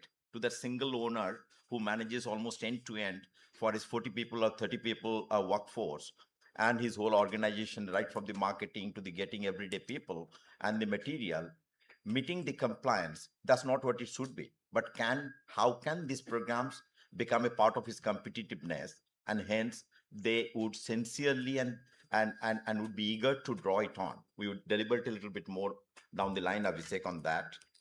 And third and critical dimension, what you also observe is, as India wants to move into this journey of becoming an world manufacturing hub, it's easier said than done. You come to Chakan, Pune. In fact, two of my co-panelists and their industry members are sitting over there, and we tend to work with both of them. What you observe over there, industry after industry, they do not have welders who are sophisticated to handle TIG, MIG, MAG welding. So they are substituting the welder requirement to an robotics and automated welding setup. So if we are talking about creating the future workforce will help India to move up the journey, please, we need to reward and create a reward ecosystem. Today, into our common norms, we have, for example, a 3-tier reimbursement structure. But when it's reimbursed for an welding, why would somebody who would teach TIG, MIG, and MAG invest into that capacity versus if he gets the same money for just teaching them and gas and arc welding? So you need to create the differentiation very, very significantly. Why would somebody teach CNC and VMC and precision manufacturing if he gets the same amount of reimbursement versus a guy who teaches onto a conventional lathe? So I think we need to create that very significant differentiation. So to wrap it up in an opening one, my submission is we need to bring up the certain bit of structural changes. The schema and the plethora of them has been set up. They may require very fine tuning here and there, but let's very clearly bring up the industry from the beginning of the journey. Let's make it attractive to the MSMEs so that they find it embracing, they find it exciting, and finally create a little differentiated reward system. Thank you. Thank you, Mr. Prasenjit. Now, since we're talking about work-based learning, I think industry is a key component of work-based learning, and we have industry members on the panel today. I'll first ask Mr. Sanjay, in terms of, from an industry's perspective, what do you think is industry's view on all the schemes that are there? How do you make sure that the industry sustains the activities beyond the schemes as well? How would industry take this in the long run? Okay, thanks, Abhishek. So I'll answer that question by wearing two hats. Okay, hat number one is as Hindalco, which is, as everyone would know, is a very public-spirited company. So are all the Aditya Birla Group companies. So, of course, we've adopted all the schemes. We've been utilizing, leveraging all the schemes, all these 5 schemes that you mentioned to start with. Like I said, I think great in terms of affirmative action by the government. I think that's been really there. I'm sure there are operational issues that Prasenjit you mentioned, those small little niggling things. And for example, I still recall the PMI scheme which was launched last year. The first 2 months was very messy with the portal, but they had several interactions with industry. That was part of that, and they quickly addressed and fixed all of that. Okay, so I think we've done well over there. The real elephant in the room here, okay, to my mind, is really the sustainability and consistency. And to my mind, I think it's not just the industry itself. Like I said, if you look at 3 large stakeholders, I think there is, and I would say there are 3 pillars that need to be focused on. Clarity, commitment, and convenience. And this is important for all the 3 stakeholders. So like you said, many schemes, sometimes there is an issue of clarity on both sides. And when I talk about both sides now, assuming government is the enabler right in the center, on the learner side, on the industry side. Okay. So just to give you a case, last year we put out about 200 vacancies on the PMIS scheme. Okay. We got 50, we got finally 50 young people joined us. They just finished their 1 year scheme. They've got their certificates and so on and so forth as per the entire portal. Everything's done on the portal. I don't know what's next for them, but like I said, as industry, our job was to participate in the scheme, contribute to nation building and contribute to the scheme and so on and so forth, which any right-minded, public-spirited organization would do. We have done that. I don't know what next. And as Don mentioned, what's the outcome after that? Where are they going from here?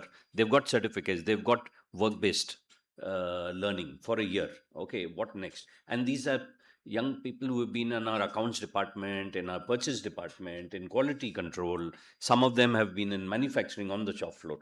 So I don't know what's next for them.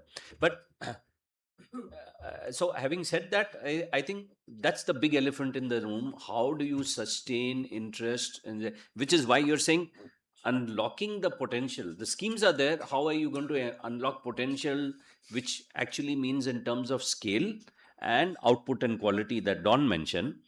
But let me also put the other hat on now. From an industry, larger industry perspective, I'm moving beyond my company in Dalco to a larger industry perspective.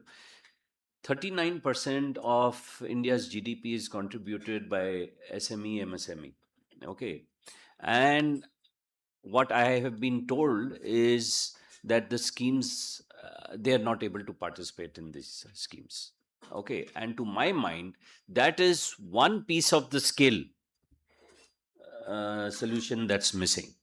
I mean, look at the NAPS or the PMIS. It starts with saying minimum 1,000 crores revenue, 500 crores.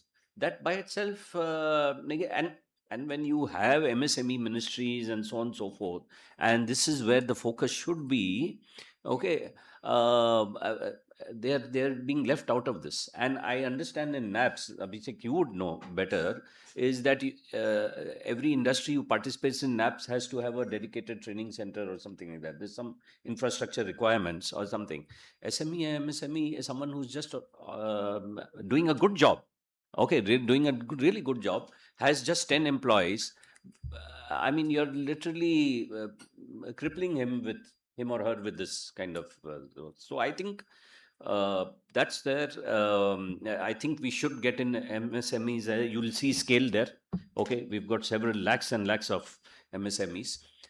Third thing I think is after the PMIS, after the apprenticeship, we should clearly also encourage entrepreneurship.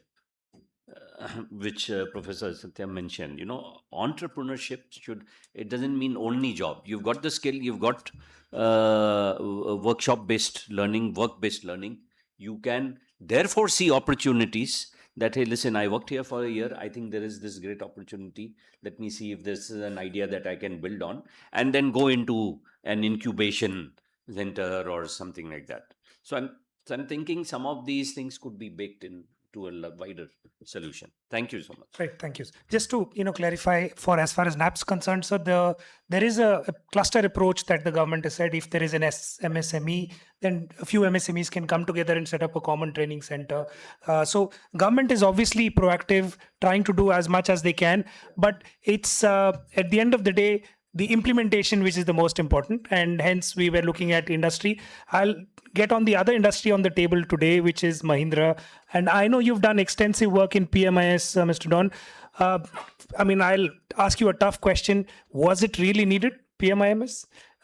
And how do you think, like Mr. Sanjay said, it was a slow taker, right? It's still crawling. How do you think, did we need it? And how do you think we can do better? And Mr. Sanjay mentioned that, you're doing it for nation building, but industry can't keep doing this for nation building. At the end of the day, it should benefit the industry. If it doesn't benefit, it's going to stop one day. So your views, please. So PMIS was an interesting journey. We started with around 100 interns in round one, 200 in round two, and which shows the improvements, fantastic collaboration from a ministry level to hear from both candidates at one end and the companies at the other.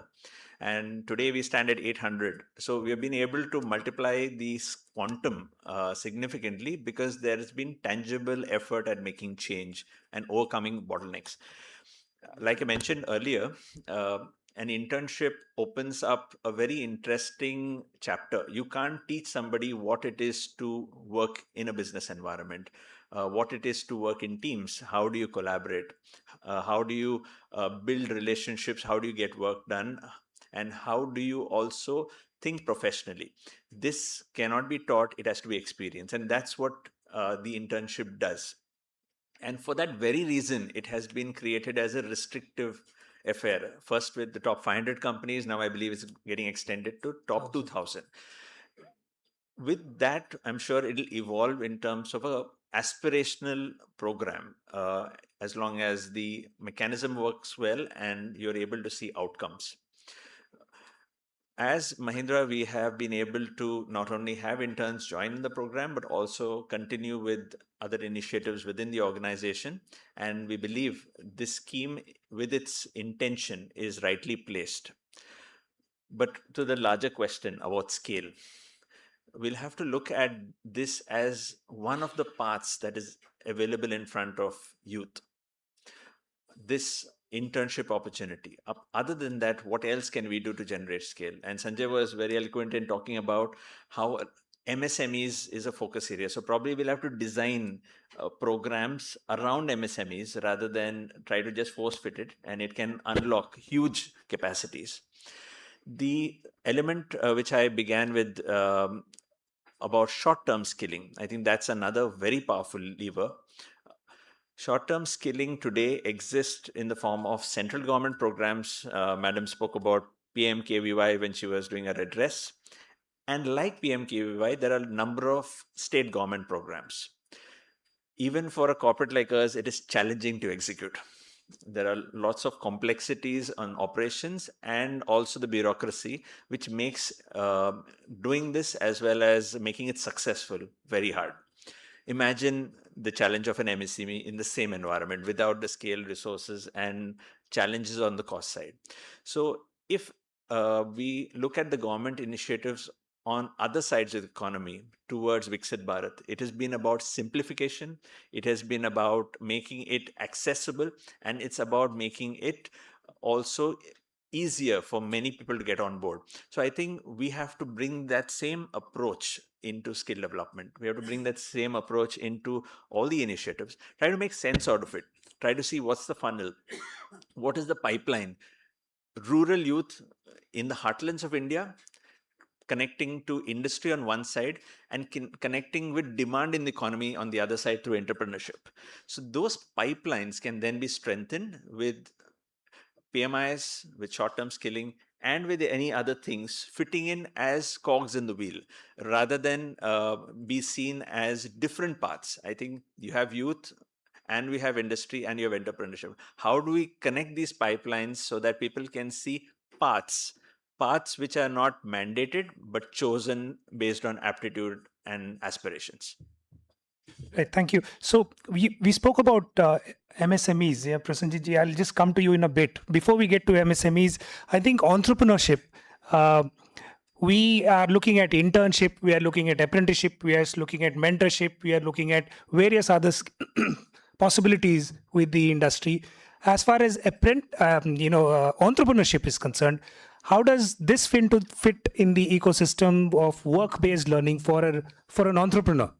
Yeah, I think it's very essential. As a student, when we are right now across all campuses, AICT and other is establishing various innovation councils, expected that the students will come up with some idea and work out something. But without having understanding how it actually operates in an industry level or understanding what are the challenges that they can solve, it is very difficult. So it's something like a theoretically, I feel that this is a problem and this is a solution and try to work on, and we try to design hackathons and all those things, visualizing this may be a problem or this may be a solution. But if I'm already working inside the industry and got an idea how it operates, I think that that's the way the rate of success at which my idea can be converted into a business can improve. If you try to analyze the most of the startups who are successful in India, chunk of them are after working in an industry and then they started working in an idea at a point of time. I think that's a way we can justify that if the person is already there, understand this whole thing, and then try to come up with a solution, he can give a better solution. So I believe this is the path. If some of them are interested in terms of pursuing, or we can motivate some of this trained individual to pursue the path of entrepreneurship, then having an industry background, industry internship is certainly going to help them better.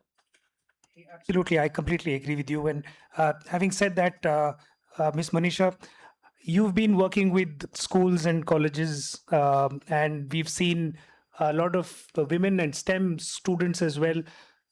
When we work with industry, typically industry says, give me a graduate or a diploma holder or an ITI. It's never an industry which says, I want an NSQF level 5 person. Right? I've never seen any industry talk about it. So what's been your experience in placements as far as these college kids are concerned? You mentioned 5 million, right? It's a large number. It is. And I think the only way to do it is work with industry. We have focused on what market needs. And we've shifted as quickly as possible to meet market demands. Whatever courses we ran, I think in the last 2 years, we've completely pivoted. I think across sectors today, the AI component is becoming important. Building the right modules into a program, whether it is catering to hospitality, retail, the IT sector, or the banking sector is really important. So I think, that is a pivot that we have made.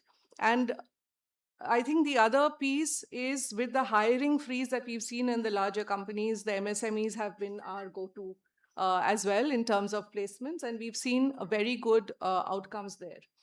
I think the key to this is having industry be a part of the skin in the game. They have to be part of the skilling initiatives. You cannot have isolated skilling programs by skill providers because it's just the requirements are very swift in terms of the changes. So it is about every cohort being prescribed in terms of what are the changes that are now imminent and what needs to be incorporated. Apart from that, of course, I think what we've been given to understand today, it's the foundational level skilling that's the miss. Our education system needs to be able to build the 21st century skills that we keep talking about, which means the ability to be an active learner first, ask questions, be able to seek information. I think we've been hearing from Dr. Sinha in the morning. Be able to get your own resources. In today's world, you need to be able to seek out, procure for yourself, ask the relevant questions, and problem solve.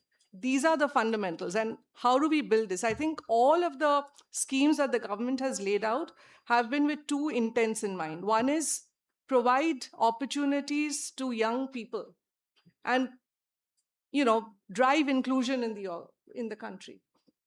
That is one. That itself needs a whole, I think, revision in terms of how we are looking at schemes. And the second part, of course, was meeting industry demands. Now, industry is not going to be patient. But if you look at the amount of money that's coming from industry into philanthropic capital, that's 45,000 crores, we're not really using it well because the kind of government mandates that are there sort of dissociate the capital or the philanthropic initiative from what could be a business purpose. Now, if you can marry both of them, that means organizations invest their CSR money with the objective of hiring. I think all skilling programs, I think all schemes would take a very different shape and form.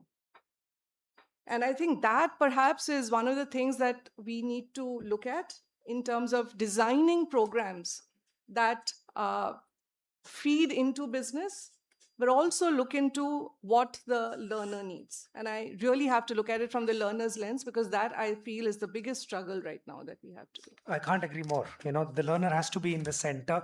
And having said that, from your UK experience, from your international experience, so what would you say that we need to do in India, which could be, which could take us to another level as far as work-based learning is concerned, from your international experiences? Right.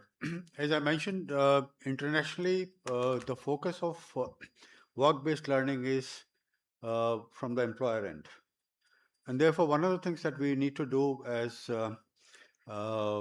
mentioned by some other panelists also, that we need to shift the ownership to employers for work-based learning rather than to the government or to the training providers, which basically would mean that there has to be a model, either, as ma'am suggested, to use the CSR money, the 2% money that you have for skilling and internships, or implement, as mentioned by the chief guest yesterday, which is also the practice in other countries, have a levy. UK has a levy where every employer has to put in some money. That money has to be used only for the purpose of skilling and work-based training. Second, I think, which is also mentioned by Sanjay, is an important aspect, that we need to broaden this whole model. Take it to the grassroots level. Take it to the level where any enterprise can become part of this process. You see, one of the limitations today of internship scheme, the Prime Minister's internship scheme, is that if I am in, say, in some part of UP, and I get a call from Mahindra's to come and do internship there, the cost of living doesn't take care of my stipend. My stipend is not good enough to take care of my costs, right? So no attraction for me to go to Mahindra's and undertake that process for 12 months. So if I am able to go to a place which is close to my residence, it's quite attractive to me. So you need to broad base in a manner where one can take internship or apprenticeship anywhere close to your place. So MSME could be one option, and even the small enterprises. For example, look at 10 plus 2 students. They'll be happy to go to a mall and work as salespeople and get trained there. Why not? So if you look at international best practices, number one, it has to go to the employers.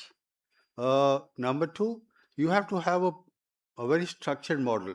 We have implemented in India a degree apprenticeship program, right?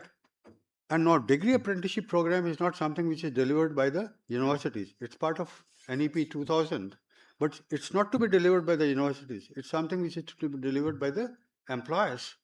And there you need to train the industry managers in terms of how to train people and how to assess people and how to certify people at the end of the day. We did that for Haryana Skills University in 2002, and it was a fantastic experience. There was an employer who came on board to provide 6 months of on-the-job training to the students. And out of 30 students, this was for BWOC in financial services, out of 30 students, 23 were absorbed by the same employer. So you need to look at a model where employers are willing to take people and engage them. I absolutely agree. So, in fact, one of the larger problems in the country is the unorganized sector, right? All these schemes take the unorganized sector out of the picture because it is only meant for the organized sector. That's a larger picture for the government to look at how can we get the unorganized sector in place. And of course, the biggest chunk of industry in India is MSME. So, Prasenjit ji, how do we get the MSMEs involved and interested in getting students on board, and how do you see them getting involved? Because right now, about 1.9 lakh industries are registered under the apprenticeship, all these schemes put together, but the number of MSMEs are far greater. Most of them are currently out of the ecosystem. So what's your view from all the experience that you've had with the MSME? Thank you, Abhishek. I think in my mind, this is the biggest element of the block which we should focus on as a country. The significant efforts, for example, the internship, if you are tapping into the large organizations, which are in any case limited primarily in tier 1, tier 2 cities. We currently are exercising and delivering a program across 973 ITI in Karnataka and Tamil Nadu, working with Bajaj Auto Foundation. So we did a poll. How many of them are aware of these ITI students, some of the diploma students, how many of them are aware of the internship program? And it was rather very discerning and very, very discouraging to talk about. So on the other hand, again, which all of us, you mentioned again, rightfully, a 40% plus GDP is coming from the MSME. So let us shift the whole focus a little towards these blue collarist job roles, which would help India to move up the journey into the manufacturing excellence to become the manufacturing hub of the world.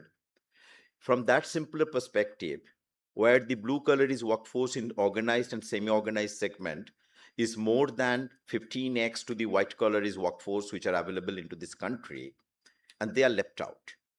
So for them, the applicable programs are NAPS, apprenticeship. An organization having more than, I think, 25 or 30 people are mandatory today to have an apprentice. But is this person equipped? Sadly, no. There are two challenges to it. One is, as we said, the systemic compliance becomes a burden to him or her, to the small enterprises, and even for a medium enterprise. For a large enterprise, let's understand, the NAPS has become a part of their talent strategy.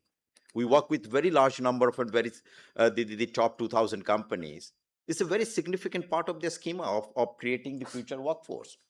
Very rightfully, the interns and the apprentices are the source for where from they're taking the next full bunch of the people, because they have tested them, they have found them validated. But when it comes to the ground level, to these smaller enterprises, that's not the issue. They are ready to take 1, 2. So it's not their intent which is lacking, it's their capacity which is lacking. And their capacity, what you find and observe as you go around the country into nook and corners, are at 2 levels. First and foremost level is that, let's talk about a mentorship. If you bring in a particular apprentice into your workforce, and if you did not have a trained mentor to take, the place then becomes only a workplace, does not become a learning space. If it's not a learning space, at the end of the journey, both the trainee as well as the organization, both of them are completely disheartened, and the person leaves. So if you have to talk about this class focus, what we have been observing and seeing some level of success are a cluster based, which you talked about. But the cluster based is happening in a slightly different level. Let's take up government tool rooms. Let's talk about multiple now corporates and their philanthropic capital, as Manisha used the term, is being deployed for creating long-term sustainable center of excellences. Aditya Birla Group, if I may mention that, has been one of the very, very forefront leaders around this similar activity. We have in fact set up about 5 or 6 centers with them, each one of them at a capex of between 4 to 7 crores. And they are typically hosted into places which are not tier 1 city. So if you look into this PM Setu also, which is forthcoming now and rolling out, and the hub ITI. So this hub ITI, the good engineering colleges, good polytechnics, the government tool rooms, and these corporate CSR funded center of excellences, if this becomes the center place where that structured intervention mentorship happens for this cluster of the MSMEs who are typically oriented and centered around. So this is the model which we are finding, testing out in certain instances. For MSME, take the burden of mentoring and structured learning and the burden of creating infrastructure to somewhere else. Let that happen for that 1 or 2 days in a week where the trainee spends time under a very, very different environment, different process. then believe us, in a limited way which have experimented, we are finding phenomenal success. The MSMEs are eager. The boys are being retained. I think retention is another very, very flag mark. Where do the boys go, the girls go after the end of 6 months or 1 year or 2 years of their apprenticeship program? They don't. They're again back to the churn and then again get into the journey begins. Because for them, whatever name we give it, for them, there's only one question. Where do I get a good aspirational, sustainable career job at the end of my journey? So how do we address and plug it in? So if I have to sum it up, 3 level. One is, let's bring focus of, particularly for MSME, where the number is far larger, far humongous. Talk about a cluster-based approach of a 20, 30 of them, sort of a selective pathways, selective sort of a trade and related, which are chosen there. Those are delivered because the government tool rooms and every engineering college has a sophisticated machinery, whether it's a mechatronics, electronics, electrical lab, a good power distribution lab, or whether you talk about a CNC, VMC. So use that facility, use the mentorship. The only suggestion from our perspective, we haven't yet found a structural way of passing the government revenue to that particular layer who is going to offer this cluster-based support. But that's something, again, as we said, is a work in progress. We have seen it happening into some level.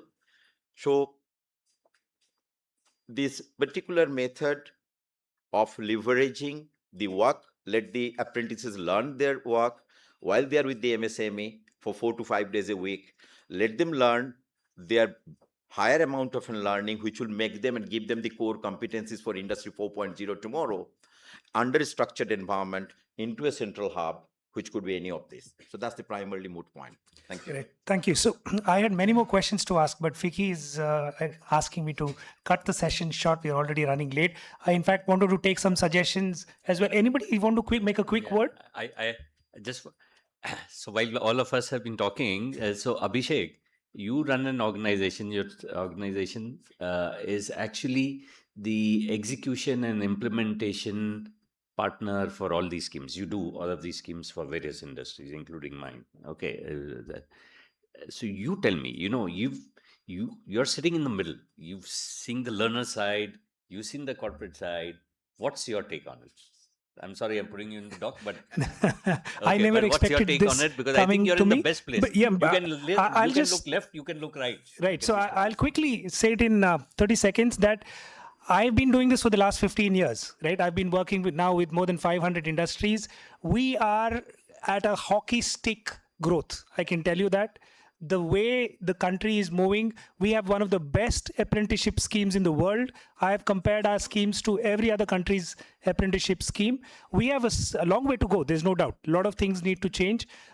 Informal sector is completely taken off. Many industries need to come in, but I would summarize and say that we've done extremely well over the last 4 to 5 years. And the way we are going, I see this as a bright future for our kids, where they can work directly in the industry and learn. So what's the big elephant in the room then? It is, you're saying unlocking the potential for skilling at scale. So what's the big elephant? There are many elephants. One, informal sector, definitely completely missed. 2, MSMEs, completely out of the picture. 3, education, telling the kids at the school level that there are apprenticeship, internship, mentorship opportunities. There are many such elephants which we need to bring together, which will unlock the value. Right. So we just have a couple of minutes left. We've had a great session where we've looked at industry, we've looked at education, we've looked at MSME, we've looked at international space, we've also looked at entrepreneurship. So it essentially covers the entire gamut of the workspace ecosystem. Before we close, I thought I'll ask if anyone has any questions to ask. Yes, please. Please introduce yourself and whom to as well. Hello. Quickly, because we don't have too much time. Just keep the question specific. Good morning, everyone. I am Dipender Singh representing ISECT India. So I have 2 quick questions to the entire panel.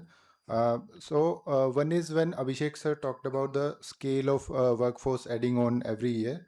So most of this new workforce comes from tier 2, tier 3 or rural areas. So how do we ensure that the work-based learning opportunities reach these people in those areas and are not centered around tier 1 cities only. The second one is, while we are implementing these schemes or work-based learning programs, so how do we ensure that these are not merely creating the cheap labor or workforce for the industry, as they might take it as just a compliance, and how do we ensure that these are really creating learning opportunities, learnings for the students? Who takes the responsibility or the accountability? Thank you. I'll cover the first question on going to the rural India, the heartlands. I think that's where the short-term skilling programs, PMKVY, and there are multiple state schemes available, which, when used well, can enable industry and private partners to establish setups in the rural pockets which are otherwise not tapped.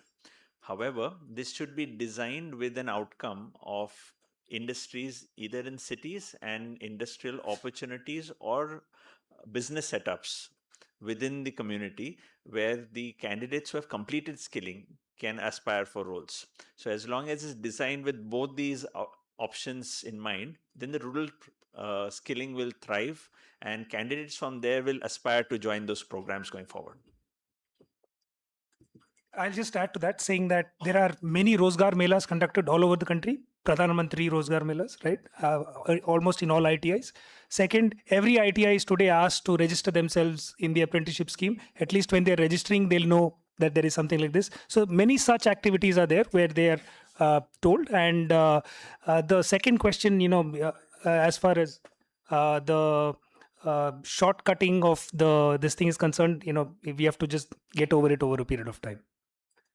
But just want to add that while this scheme exists, while these processes exist, it is bureaucratic, it's complex and difficult to navigate. So the simplification and making it easy so that any company or any institution who wants to take this forward can implement it, and benefits will result from this process. So simplification is of the key. Yeah. With your permission, I would just add further to both what Abhishek and Don talked about. I think we also need to embrace and look into the global models. We all talk very highly about Swiss German models. There, in fact, more than 70% of the students post their typical secondary level of study, they pursue this 2 to 3 years apprenticeship model. And majority, we have many of the organizations whom we work closely, many of the CEOs have come out and has reached from that particular layer. Now, we haven't yet reached that maturity. I think let's face that, though we are progressing slow but steady towards degree of it. Second, we have a critical gap today of the apprenticeship model, NSQF certification, SSC certification. The credibility assigned to it today is still significantly lacking. How many of the industry, and this is a challenge, biggest challenge we face, well, you got a certificate, so what? That does not mean. So I think there are certain gaps which we have to put and face onto the table. Having stated it, what we also observe happening around the ground is a structured 1 year, 2 years intervention in a good setup, good manufacturing or good service-centric organization makes them far better equipped than anything else, including their 2 years of study had prepared them to be. So they're far more amenable and far more easier to get into a laptop by another organization into their job. Thank you. Right. Thank you, everyone. It's been glaring on our face saying the time's up. Unless there's a burning question that somebody wants to ask, we can always discuss post the session. Can we take one last question, Deepti? Yeah, okay, but the last one. Good morning, everyone. Myself, Naman Bhatia. मैं पिछले 35 साल से ITI ecosystem में रहा हूँ. मैंने class पढ़ाई है मैन्युफैक्चरिंग में, and I have seen so many schemes coming and going down, coming and going down, coming and going down. As you people have been saying, we would take care of it. It had to be. We will be doing that. We will do that. मतलब इस सारे system के अंदर क्या कभी किसी ने सोचा कि बच्चों का फीडबैक लिया जाए? In my sorry to say, in my perception, apprentice system is a failure in India, because Hardly 16% of industries are taking participating in skill development in India. Moreover, जो बच्चे हमने पढ़ाए हैं, मैंने पढ़ाए हैं अपनी क्लास के अंदर, उन बच्चों से जब भी मैंने फीडबैक लिया है, they always say, sir, we are being served as cheap labor in industries. एक साल के बाद हमको निकाल दिया जाता है, नौकरी की कोई गारंटी नहीं होती है, और moreover, the stipend which we are given वो इतना कम होता है कि सॉरी टू से आज मेरे घर में जो मेड काम करती है वो 1000 रुपया रोज का लेती है, and we are giving ITA grade फट, we are giving apprentice as apprentice 10,500 रुपये, 11,500 रुपये. वट इंडस्ट्री यूज टू से कि ये गवर्नमेंट ने मिनिमम वेजेस फिक्स किया, हम कुछ नहीं कर सकते. तो अगर ऐसे ही रहेगा तो हम चाइना की बात करते हैं जहाँ पे 80% इंडस्ट्रीज पार्टिसिपेट कर रही हैं स्किल डेवलपमेंट के अंदर, इंडिया में हार्डली 16%. आप डाटा चेक कर सकते हैं. तो इसकी क्रेडिबिलिटी या इसकी रिस्पॉन्सिबिलिटी हम किसको देंगे? आप पॉलिसी मेकर्स हैं, इंडस्ट्री वाले सारे यहाँ पर हैं. हम इस क्लोज लूप सिस्टम में अगर आने की बात करें, ओपन लूप सिस्टम में हम लोग कहते हैं ये स्कीम्स आ गई, सब कुछ हुआ. क्लोज लूप सिस्टम के अंदर अगर ट्रेनिंग्स की फीडबैक ली जाती है तो ये रिजल्ट सामने आता है. उसके लिए हम कैसे आगे बढ़ेंगे? It's a very burning question. I'll take this question. आपकी बात बिल्कुल सही है और ये ऐसी बात होना चाहिए, स्टूडेंट्स की फीडबैक लेना चाहिए. एंड ये ज़रूर है कि I can assure you that student की फीडबैक लिया जा रहा है. ये ज़रूर है कि हर एक स्टूडेंट का फीडबैक शायद नहीं ले रहे हैं. एंड ये भी सही बात है कि बहुत सारे इंडस्ट्रीज़ इसको चीप लेबर की तरह ले रहे हैं, बिकॉज ये लेबर लॉ फॉलो नहीं करती है, अप्रेंटिसशिप एक्ट, है ना. तो but I can also tell you that अगर आप 4 साल 5 साल पहले की डेटा देखोगे और आज का डेटा देखोगे, ज़मीन आसमान का फ़र्क है कि जिस तरफ हम जा रहे हैं. एंड जो बड़े बड़े कंपनीज है जैसे महिंद्रा आपने देखा, आदित्य बिरला ग्रुप, हिंडाल को देखा, तो ये ऐसे 10,000 12,000 11,000 सैलरी स्टाइपेंड नहीं देते, ये ठीक ठाक देते हैं. कुछ इंडस्ट्रीज वैसे देते हैं. आपको चूज करना है कि आपके बच्चों को आपको कहाँ भेजना है. And sir, only 16% of the total industries in India, 16%, 16% industries में आते हैं लोग सारे के सारे. MSME इसमें थोड़ा सा, इसीलिए हमने MSME पे फोकस किया. MSME को इसमें लेके आना है हमें, है ना. MSME का अलग प्रॉब्लम है, हमें पता है उनका प्रॉब्लम क्या है. अगर हम MSME को इस इकोसिस्टम में लेके आते हैं इफेक्टिवली, जो हमने अभी क्रैक नहीं किया है. अगर FICCI ने एक पेपर भी दिया है, हमने बहुत सारे सजेशन एज FICCI गवर्नमेंट को दिया है. So hopefully some of these will be acted upon soon. But ऐसे डिस्कशन होना ज़रूरी है ना. when you ask hard questions and get hard answers, that is when we will grow as a nation, right? Thank you. That's why we are using FICCI platform. Thank you very much. Just to what is the अगर वो free labour भी है, अगर उस पर learning कर रहा है, उस पर गलती क्या है? सर, गलती नहीं है.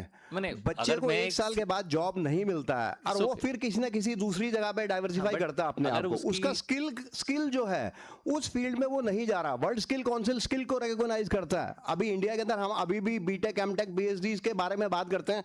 सॉरी टू से ITI का T जो है IIT के जस्ट सेंटर में है, बट स्किल डेवलपमेंट जो हमारी ITS के अंदर है, जो स्किल हमारे बच्चे लेके आते हैं उस हिसाब से उनको सैलरीज नहीं मिलती हैं. And this is the reason कि वो लोग शिफ्ट कर जाते हैं इंडस्ट्री के, छोड़ के चले आते हैं. Thank you very much. A huge round of applause, please. I'll request all the speakers to pose for a group picture.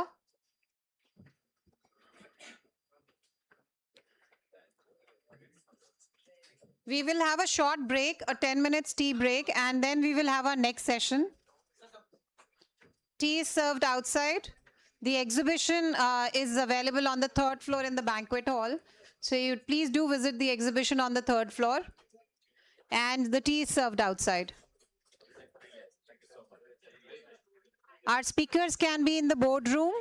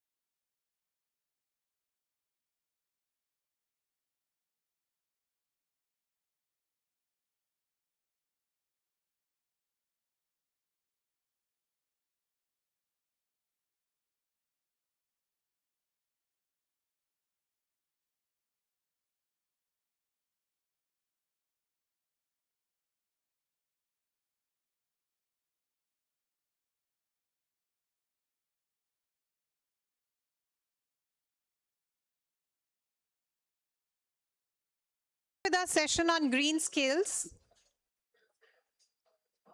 preparing talent for the energy transition and climate resilient growth.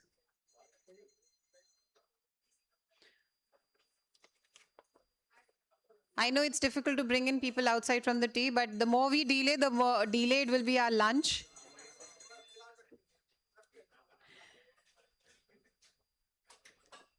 Oh, ruko.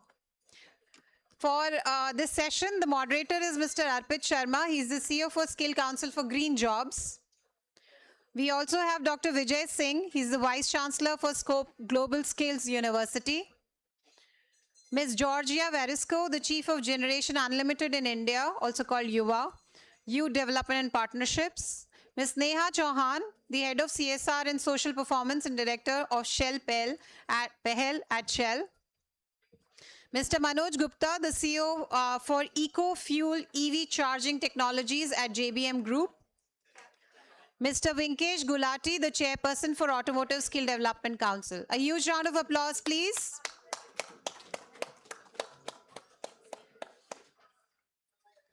So this is a very, very future-oriented session. We're talking about green skills. We are going to talk about talent. We are also going to talk about climate resilience. So look forward to a power-packed discussion. And over to the moderator now. Thank you.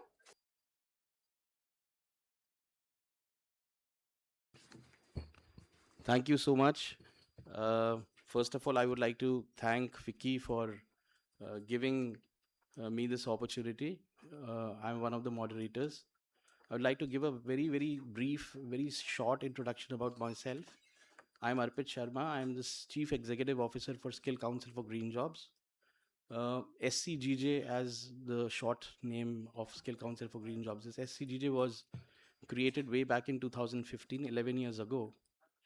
And our main ministry is the Ministry of Skill Development and Entrepreneurship, and the line ministry is the Ministry of New and Renewable Energy. We work in the areas of renewable energy, environment, forest and climate change, and sustainable development. Our main job is to create the standards for the industry, do a skill gap study, make national standards, create curriculums, affiliate suitable training partners who can impart the trainings in these particular domains, and then finally do the assessment and certification of the candidates.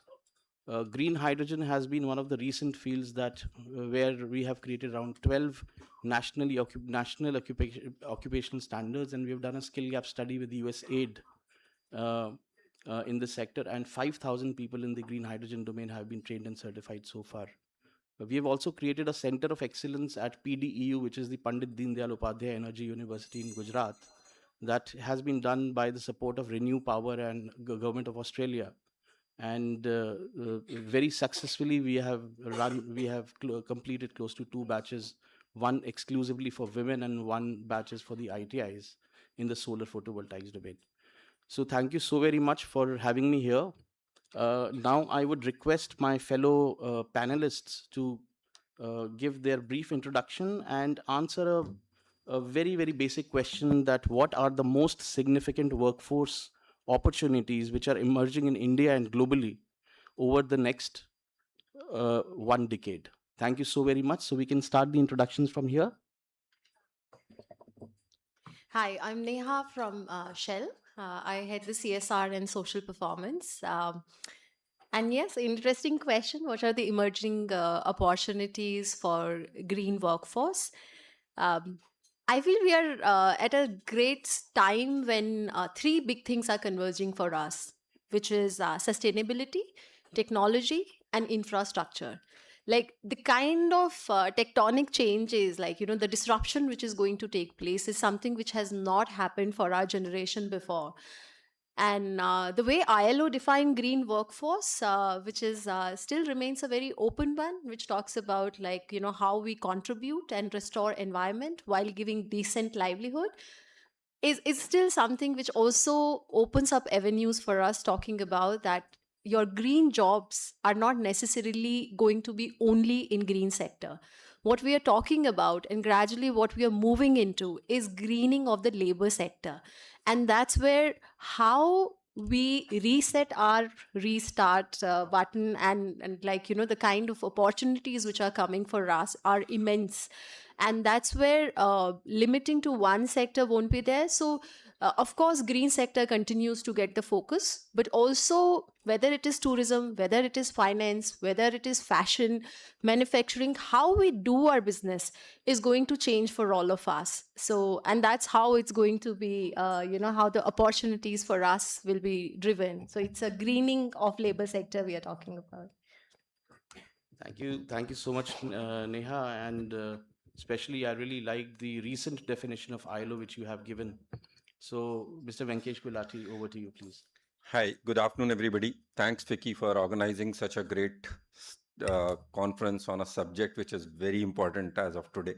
I am representing Automotive Skill Development Council, and frankly, like we were talking before, uh, there's nothing called within us as a green job.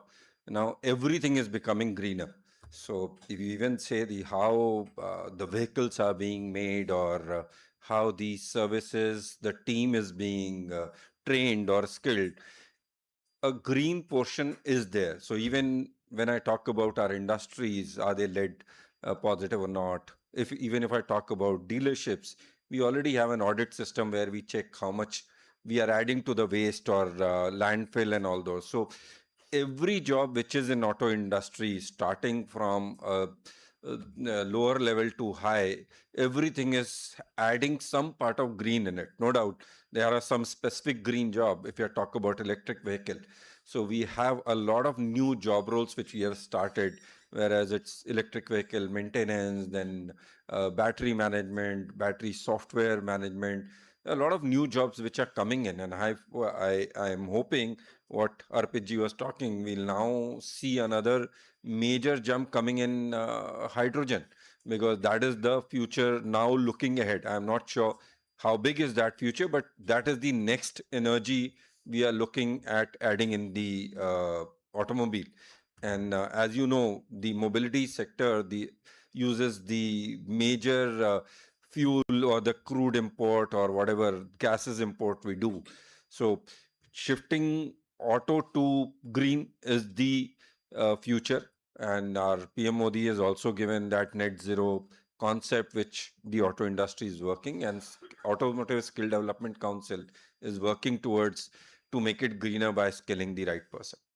Yeah, thanks. Thank you so much, Vinkeshji. In fact, SCGJ has also developed a qualification on solar EV charging station.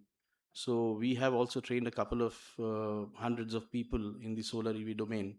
So, of course, you are the chairperson of the Automotive Sector Skill Council as well. There's a complete dedicated SSC that has been created by the Ministry for the Auto, but we have also transitioned into the. And when it comes to the automobile industry, we are also recently working on the used oil recycling. So we have done a skill gap study on how the used oil can be recycled and again be reused. And automobile industry is one of the major producers of the waste oil. So thank you so very much for bringing in your perspective, Mr. Vijay Singh. Over to you now. Thank you, FICCI, for inviting us in this important meeting. So, I am coming from a skills university that is called Scope Global Skills University. I am vice chancellor there, and we are focusing on bringing this green education in our curriculum, because everywhere a lot of courses are being run by the universities, whether it's skills universities, ITI schools, higher education ecosystem. So everyone is running a lot of courses, but they're not focusing as it is to be focused right now, because there's the need of an hour where we have to focus on green education. So we are planning, and we are trying to bring industries in the campus or in the system where they can give us inputs how we can integrate green education in our curriculum. We are running a lot of courses, a lot of industry partners are there in the system, but again the green quotient is still missing somewhere.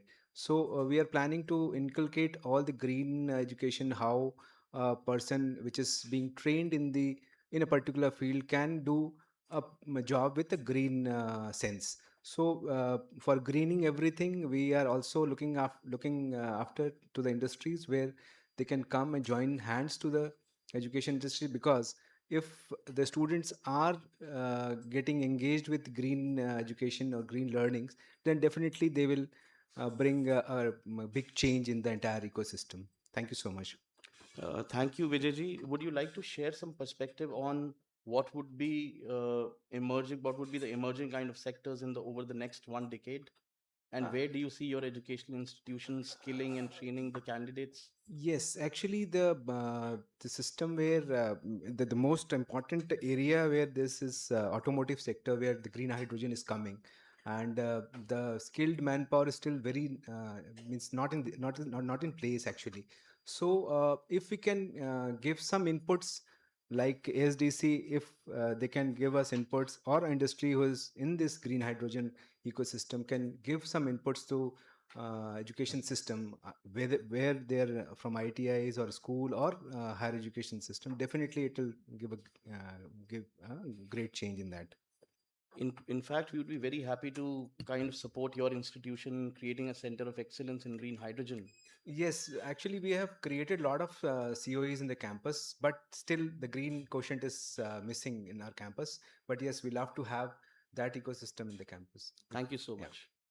Manojji, over to you. Of course, we have shared the panels, the forums a lot many times before, and it is indeed a pleasure to meet you once again. So over to you, Manojji. Thank you, Sharmaji, and thank you, FICCI, for having such a wonderful session. And I believe the topic itself, before even I give my introduction, is close to my heart. I'm son of a teacher, so but the topic which we're discussing is look like an opportunity for me as a practitioner.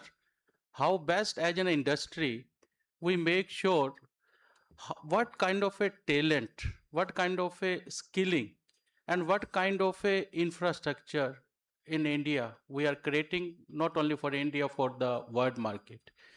So my name is Manoj Gupta. I'm the CEO with JBM Group, driving eco-fuel EV charging.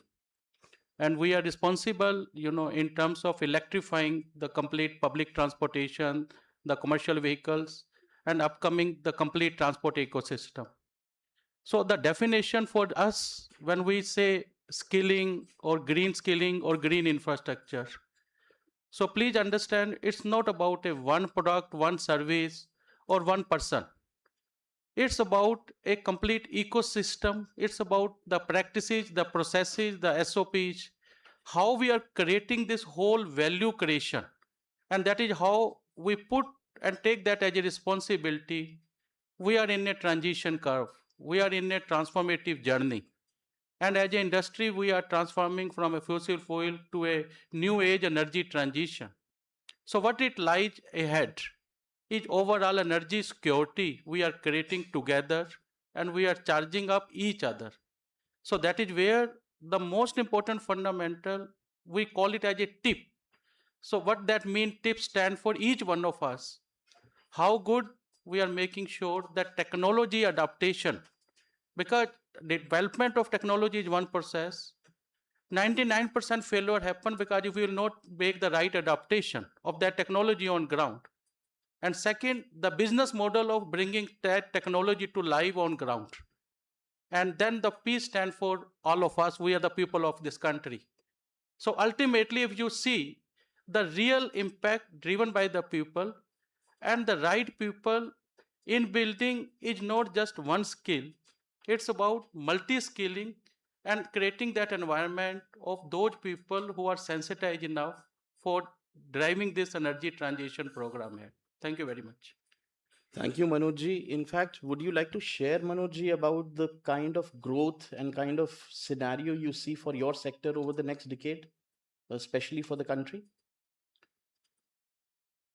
So not only for the next decade, it's for the century ahead.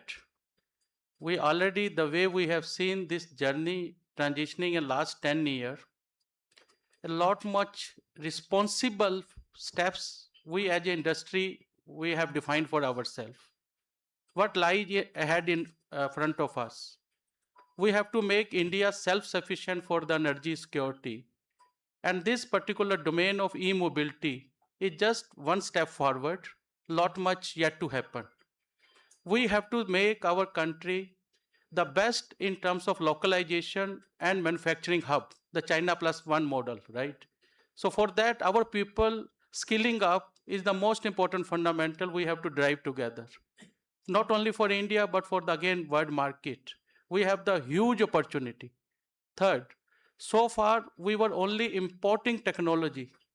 It's our time to build technology in India, creating the innovation system. For me, innovation does not mean success.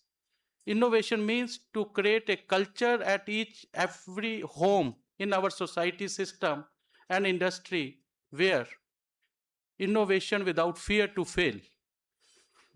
Up till and unless we adopt this line, freedom to fail, on this Independence Day, I believe we all need to take that call for action. Freedom to fail for each of our children. And otherwise, as a parents or as a organizations, if we only look for success for everything what we want to do, then it's called jugaad, what we are doing up till now. But for innovation, we need to learn from country like even Israel, Singapore, and so many other countries where the true innovation means you have to follow the real impact, real study, real learning. Outcome does not mean only what so called employability. We can create millions of entrepreneurs from that innovation journey if we will stop judging the outcome as a success matter only. Thank you.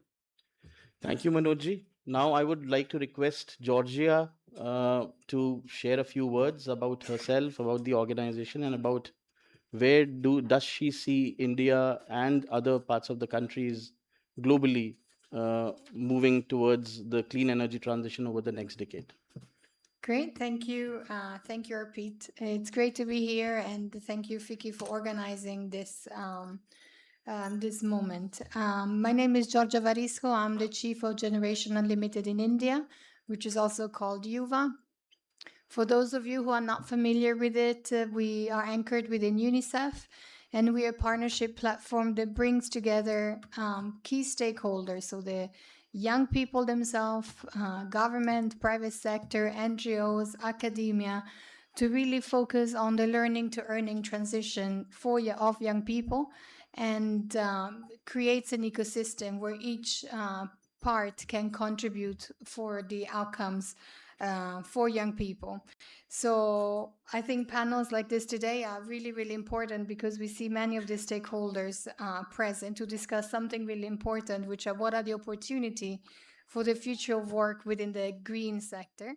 So, and it's great, I think, to share this this platform today with the private sector, because I think they have a huge responsibility in terms of helping define what are the sectors, where are the opportunities for young people, because the private sector ultimately is the one creating this. And it's great to hear different perspectives from looking at sector themselves that continue to grow and provide new and growing opportunity, as well as, of course, the lens of the labor market itself. It's becoming green, so the opportunity are also horizontal.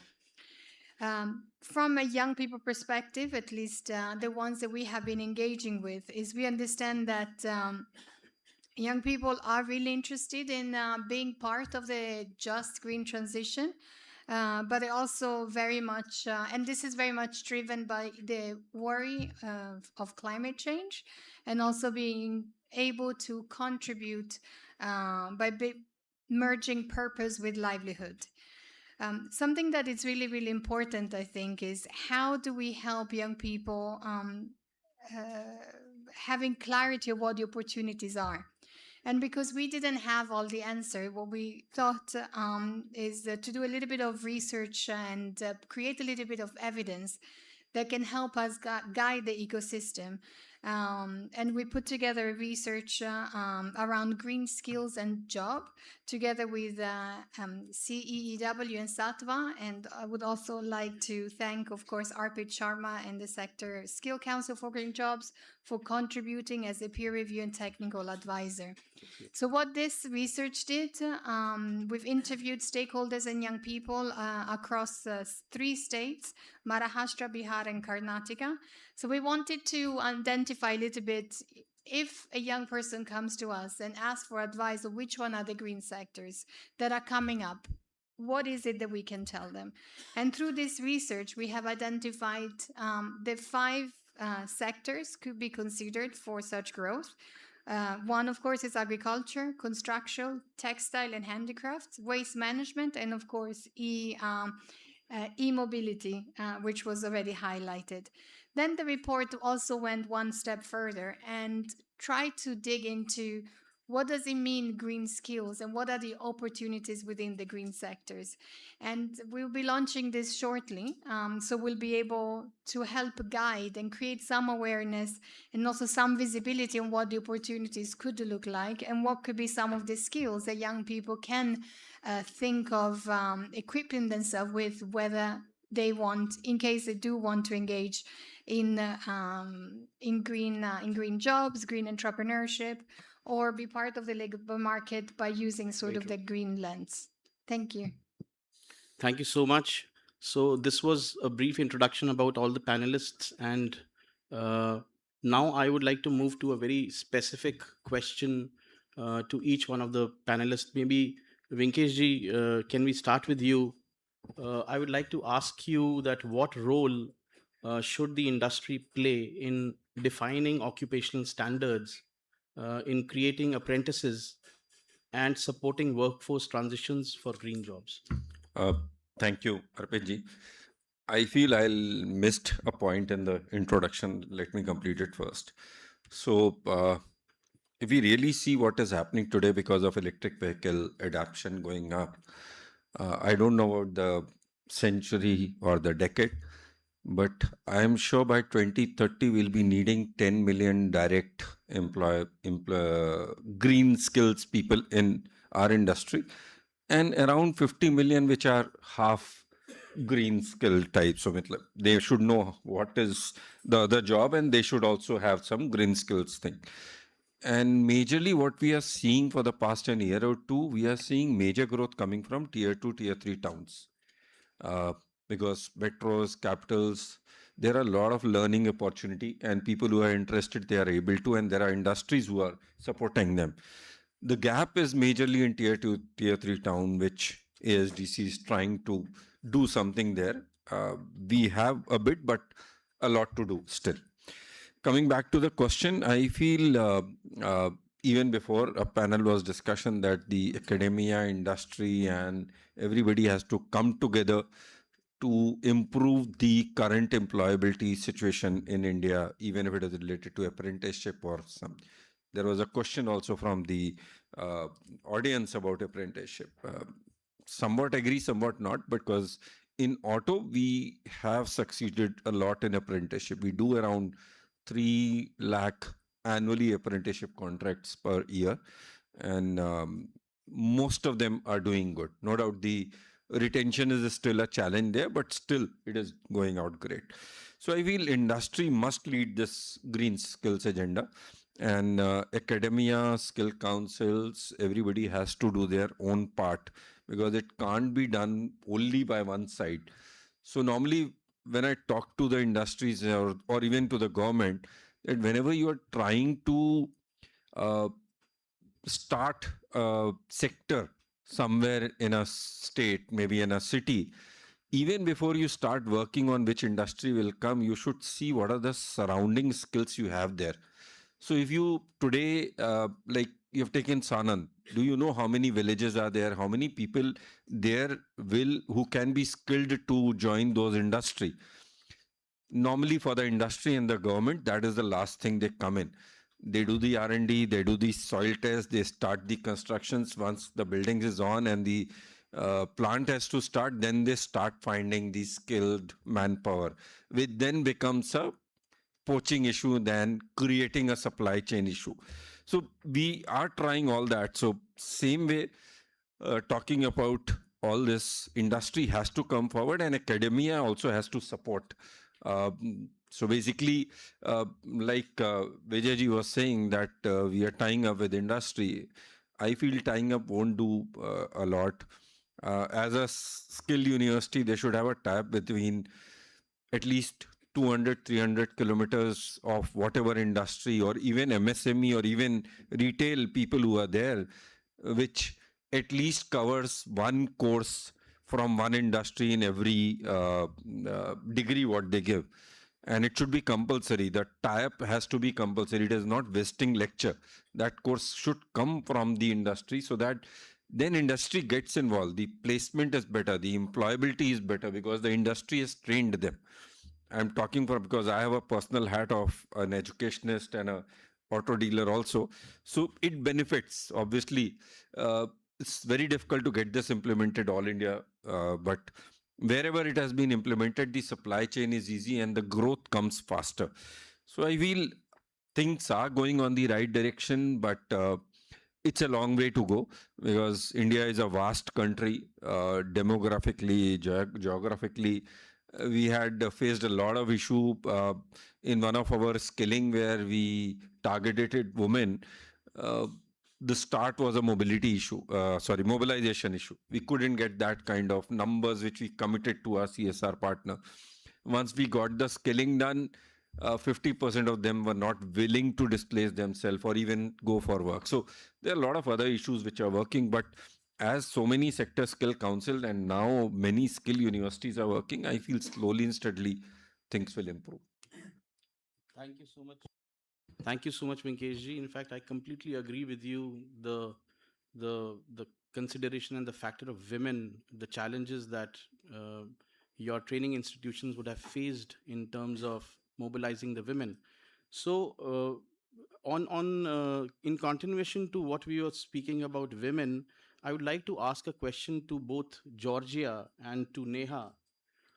Is that how can India build an inclusive green workforce that ensures opportunities for youth, women, rural communities, and workers transitioning from traditional industries? So maybe we can start with you, Georgia. Great, no, thank you.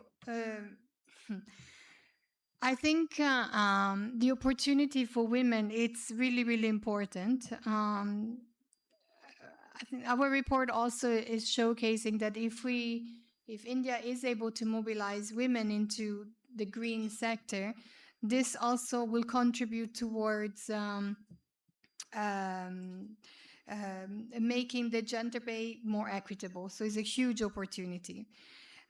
Training alone is not going to unlock this opportunity, and I think we all agree with this. The research that we've done really shows that to unlock the opportunity for young women in particular, there are certain elements that need to be looked at. Mobility restriction, lack of agency, social norms. And this needs to come together with or prior to the more technical training. So there needs to be some very important recognition as to how we combine the training with mentorship, with financial support, with what safe transport could look like. And of course, childcare, it's hugely important. So yeah, so I think this is really, really important to make sure that women are able to participate. But beyond that, they're able to enter in higher skilled, better paid, and decision-making roles with this emerging green sector. So it's a huge opportunity. And I was speaking to somebody regarding education, so something very different to a certain extent. And this was a very high-level expert within the sector, and he was saying quite often we focus on education, but if we solve problems outside the education system, this might have a greater impact within the education sector, solving some of the issues within it. So similarly here, I think it's really important to look at the comprehensiveness of the barriers that young women face, particularly as the initiative are starting in more aspirational district, and addressing that is just as important as the skilling, because otherwise it's not going to translate into actual outcomes for women. And similarly, in relation to young people, I think the way that I would see it, having had a number of conversations, also building on the evidence we have, one is provide a bit of clarity as to what are the skills. But again, that training alone cannot be the solution in itself. So there is a big responsibility to ensure that young people are in a way supported with opportunities as well. And of course, that mean apprenticeships, as mentioned earlier, mentorship. Anyway, the young people should not be seen, and I think private sector should not see themselves, and I don't think they do, as just being sort of at the end of the pipeline, but how they can contribute in shaping that pipeline, in the sense how they can better co-design training that do really give the right skills for young people to be able to access the opportunities that are coming up. So this forecasting and co-designing is really important. And how do we accompany young people in beyond the training themselves? So these are two initial suggestions that I would like to contribute to this discussion. Thank you so much, Georgie. In fact, I would like to tell everyone that SCGJ is one of the World Bank's We Power partners, and we work exclusively for women, in certain programs. In a ADB funded project, we have trained, of course, there's always a batch of 30 people. That's the restriction that Government of India has given. And out of the entire batch, in multiple batches, more than 65% of women participation is something that we have seen. And also, I was talking to Ms. Neha today about Self-Employed Women's Association, SEVA, the salt pan workers in Gujarat. So we have been very instrumental in setting up training centers in Gujarat and doing exclusive trainings for women. And we were very happy to see, Ms. Georgia, that out of the entire 1,000 women that were trained in solar energy, more than 40% of them got jobs. So definitely the global percentage is around 15% of inclusion of women in the power sector. But yes, in India, this percentage is definitely increasing. Certainly, as you rightly mentioned, certain incentives needs to be given in order to encourage more and more women participation, and also give incentives to the employers to hire more and more women. But yes, I definitely respect what you said. So the same question, Neha, if I would like to ask to you, if you can give your perspective. Sure, thanks, Arpit. And Georgia, you covered few points. Two things which stood out for me yesterday and today was, yesterday there was a gentleman from ITI. He's a principal in one of the ITIs, and today another gentleman from ITIs. People who are closest to the ground, and they reminded us who are the faces, who are the people we are talking about. Simple statement. The people you are talking about is these young people who want to get into the workspace because they want job. It doesn't matter it is a green job, it is for a cause, or what it is. It is like, how soon can I become employable, and once I become employable, will I stay there? First question. And I think that's very important to keep that in mind. Who is that person you're talking about? Well, a lot of good theories and everything is about, to keep things simple is very important. Second is, I want to take all of you back in the 90s. That was a time when government and many other institutes, sorry, I have a very muffled voice, I'm having a bad cold. When government and other institutes used to have a role called computer or computer operator, individuals were called computer. Cut to, you are in 2000s, and we came in, everybody, like I think most of us who started jobs or joining new places, a laptop or something used to be given along with it, because it was assumed now that the transition of the digital has happened. So the digital revolution which took place in just 10-15 years happened because there was a 360-degree things happening. Like something which started as a standalone digital suddenly became available for everybody. And that's the future of a green economy. It will not be something which is sector specific driven. It will be something which will be driven by each one of us in everything we do. Whether your finance person needs learn or know how to do green bonds, your legal person know what are the compliances around ESGs, and how the supply chain of all the sectors will run will define what it is. And that's where the question about inclusivity comes. Georgia has already spoken from a women lens, so I'll talk less about it. But there are some other trends which we have to really keep in mind.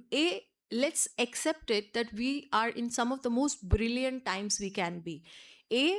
First, because the environment around is so conducive, because whether it is PM Setu, whether it is all other schemes we are talking about, the Atal innovations, the good news is we are not starting from scratch. We have already reached to a point, and this conversation didn't start today. This has already happened 5 to 10 years ahead. And that's why we have these established councils, we have these great gentlemen talking about, we have trends and everything. So we are in a very prepared state. Now, the catch is, would we be able to reset ourselves in a way that the mistakes which have happened in past can actually be fixed through the green economy we are talking about? Now, first and foremost, green economy is not an elite and urban concept. My speaker to the just now spoke about that, how tier 2 tier 3 opportunities are coming up. So from a metro centric approach, now it's moving to tier 2 and tier 3, and that's where what the principal here and the speakers yesterday spoke about, bring the resources closer to where the people are, because the truth is we are really not, these are not high paying jobs. How will people be retained is when there are local opportunities for local people, and that's where there is a natural progression, and that's where industry also has to play a role, that you see where your supply chain is actually coming from, and are we providing the right kind of resources. Second is, we all speak highly and in various places the national education policy. I think again that is one of the most evolved pieces India has come up with. But the moment we get into the ITI in the vocational space, we drop all that critical thinking, problem solving, curiosity, creativity, because this is an input output factory setup. We don't see them as like students who will actually achieve or do something for themselves beyond just becoming a plumber or fitting a solar panelist and all, because in our head, we ourselves don't have pathways for them. So have the right pathways for these people, and how the whole inclusivity will come. A lot of students you're talking about, they come for a traditional background. They have seen their forefathers and father doing agriculture. And now you're giving them a dream that, there is something called green job. You go and you join this industry. Now that industry gives that 1 year of apprentice, and then you assume that person will automatically turn into something who will be like doing something because you're selling him or her a dream that doesn't exist. So the first thing is for inclusivity is to have the right pathways. Are you keeping a track of people you are sending in the field? So fun is that connect back to the education, see like what everybody's teaching. Second thing is, I picked up something from a session before. Somebody was talking about entrepreneurship, and she spoke something brilliant, which is about standardization of entrepreneurship, because different players are coming and they are doing their own bit and giving their certificates. And then again linking back it to yesterday's panel where somebody was talking about mobility, and they said like from India people come from different kind of certificates, and it has like we don't know if it is of real purpose or cause.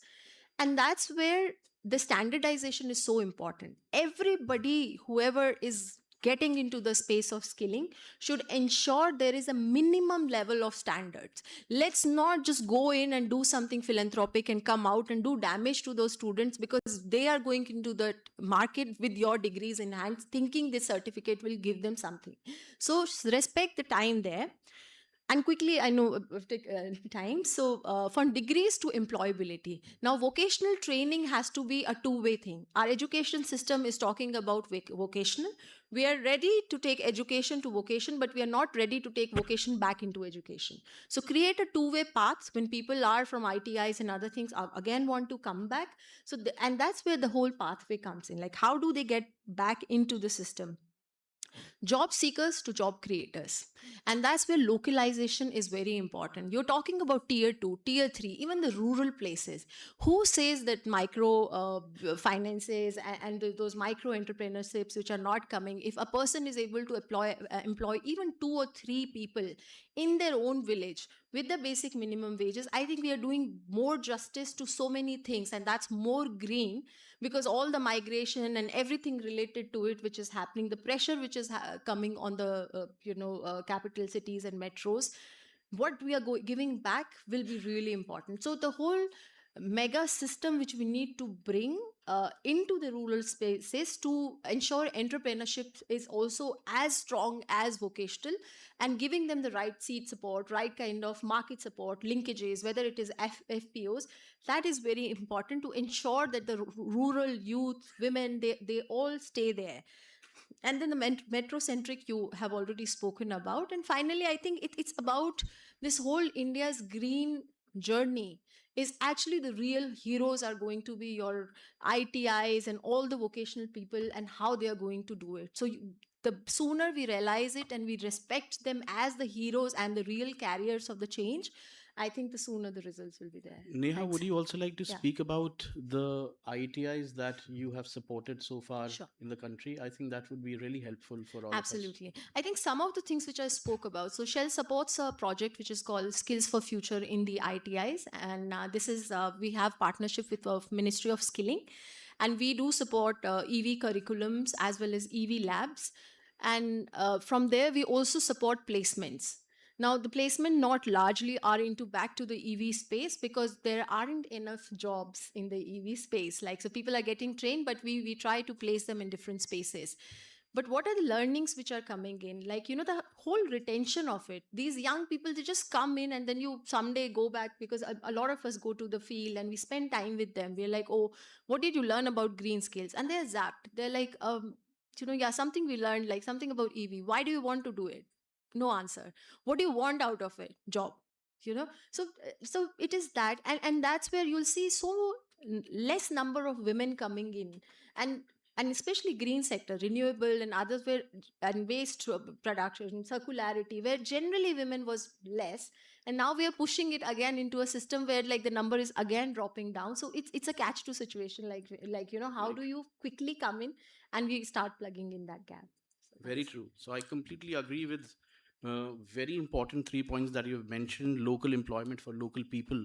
We have seen that example almost a decade back, where a lot of solar technicians were sent from Rajasthan to Gujarat for a utility scale plant for installations. And I remember they came back in a month. They came back, they left the jobs and they came back. And the reason, when they were asked that why did you come back, you got good employment, you're with a good brand, you're working for a good company, it's a stable job. The reason that they gave was it's because of the food.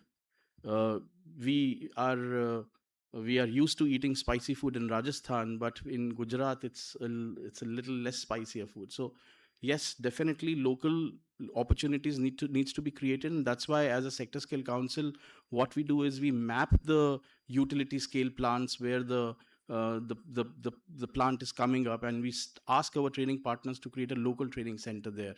We have done it near Bhadla, we have done it in Riva. So that's a very important point. Standardization of certification is very important. I think that's why sector skill councils have been created, one of the very most important reasons, so that the course curriculums are standardized across the country and internationally as well. And micro entrepreneurship, I will give you a very brief example. Seva Group, when these salt pan workers' daughters were trained in solar photovoltaics, I remember inviting them for a stakeholder consultation. So we had a session in Gujarat, Ahmedabad, where these women came, and one of these Seva sisters, when she was on the panel, and she was asked that what has been your experience after the training. She said that she has opened up her own company, and she has had a turnover of 1 crore in the last year. So imagine a salt pan worker's daughter coming from a very marginalized background, uh, going this much to this level. So completely agree with all the 3 points. I would like to go to uh, Manoj. I would like to go to Vijay Singh ji. He comes from academia, as he comes from Scope University. I would like to ask a question to Vijay ji, that how how can your skill university, industry skill centers, center of excellence, TVT institutions, ITIs, and higher education institutions integrate green skills into the mainstream curricula? So I'll talk about how we are operating at present in the university. Being a skills university, we have integrated courses from the industries. Actually, we have invited industries for curriculum design, what they want actually from the academia and what kind of students they want after 2 or 3 years or 4 years of course.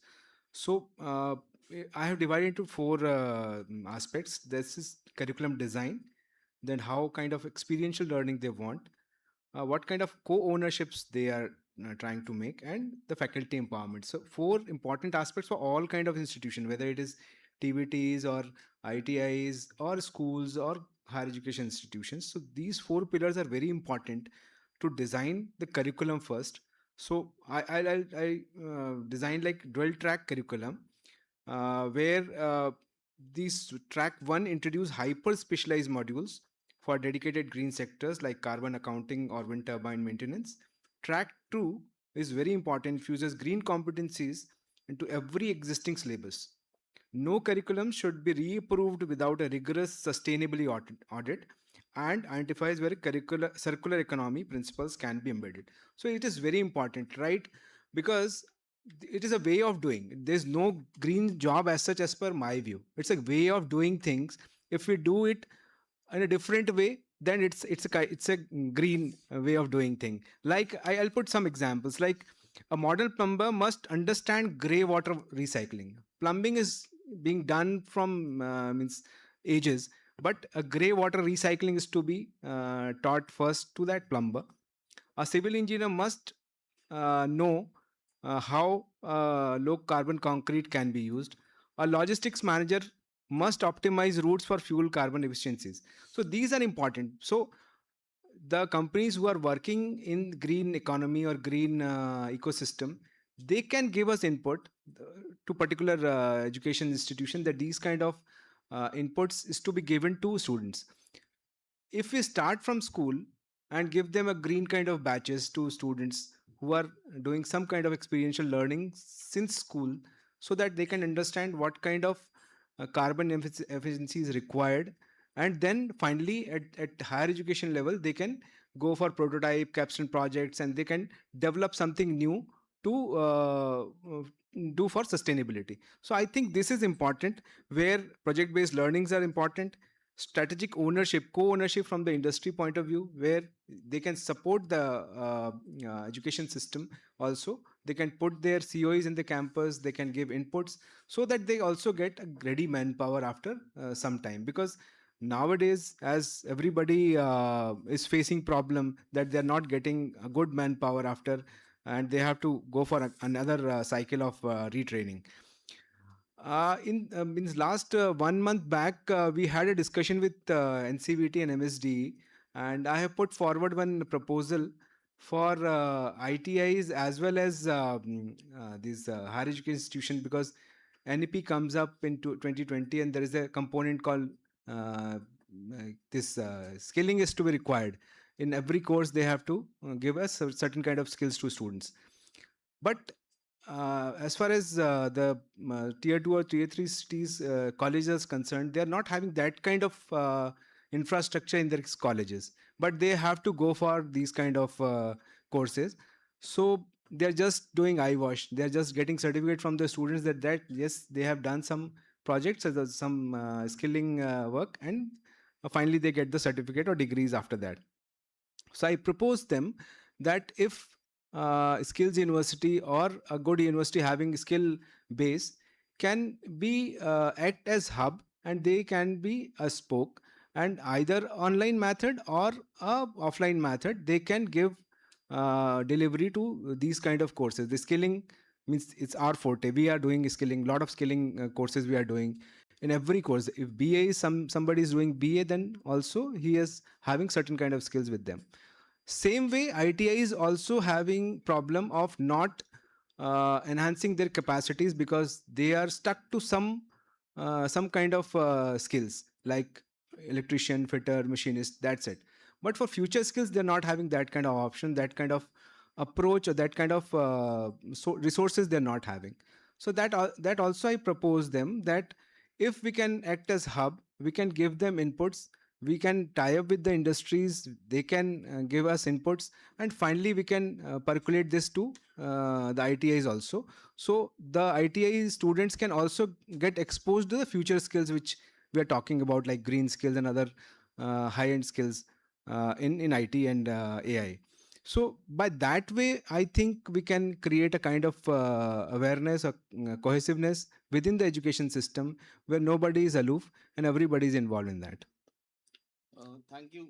Thank you so much, Vijayji, for bringing in this perspective. In fact, Government of India also focuses on now creating center of excellences and training centers which are co-owned by the industry, Yes. by the educational institutions, and there's a role of sector skill councils where, as a awarding body, our course can be integrated into the main curriculum. So, very valid point. My final question is to Mr. Manoj Gupta. Which sectors, Manojji, do you think is it renewable energy, EV, green hydrogen, sustainable construction, circular economy, or climate smart agriculture are expected to generate the highest demand for green skills talent? The single answer is all sectors zero onto energy as a subject. So what we can say, these sectors are just for the sake of name, but for an individual, energy skilling as a topic or as a multi-skilling in terms of building his career in multiple such kind of a domain, it's just a packaging, how much he understands from a renewable perspective or a battery perspective or a charging perspective or a EV perspective. If you see, the common element among this is voltage and current. So ultimately what we have to look at, whether these people whom we are expecting and we are calling, we are giving them a green skill, the topic as it mentioned. And I really appreciate FICCI, the theme which they have taken, the skills for what you call it, intelligent age, right? So this is the perfect thing, because the kind of age group we are talking about, the kind of transition we are talking about, the kind of integration we are talking about, this is very thoughtful, kind of an integration. But the challenge, if the way we see on ground, fundamental challenge, let me share, maybe it can help or it can bring some the right outcomes. The our talent, our pupils, they are still not focused. They all coming with a baggage. What baggage? They see their peers group. Some are in ITI, sorry, IIT, or sorry, my mistake, IT business, sorry, jobs, or in e-commerce or gig economy, kind of a environment where they all are working. Green jobs are not e-commerce. They are the jobs you have to work in 55-degree. You have to work in flood, rains, everything. You have to show and make yourself tough. When it comes to these stages, the different thought process start coming up from a parent itself. Oh, it's risky. You are not good. We don't take these kind of a risk. So the fundamental thing which need a change, I think, from starting till now, what I'm trying to say, we have seen our education system in the health industry. Have you seen doctors are being educated something in a different building and hospital is running in a different building, right? And then when the doctors, we are asked what you do, what you learn, so they only know one focus subject. We are into medical industry, right? But the skilling which we are talking here is so much fragmented and so much under pressure. You talk even one ITI guy, what he be doing? He is going to the ITI institute.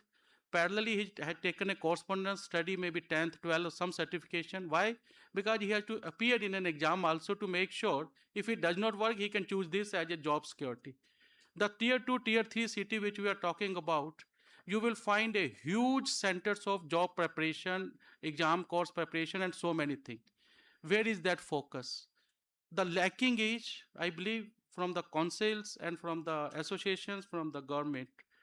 More than anything else, what we need is an awareness companions. We need a more connect with the local community in terms of bringing them up to the pace, in terms of bringing them that mindset change, the trust, the new sector which are emerging. They are not only building India, they are building future of their children and the family and the society. The fundamental which we found as a gap, because when we start hiring for such jobs on ground, a lot much agencies when we appoint, these are the fundamental problems which come at a large level, not by the individual students or the participant, but their surroundings. So what needed over here, which I believe is never I have learned that and heard that topic, awareness companions about these sectors.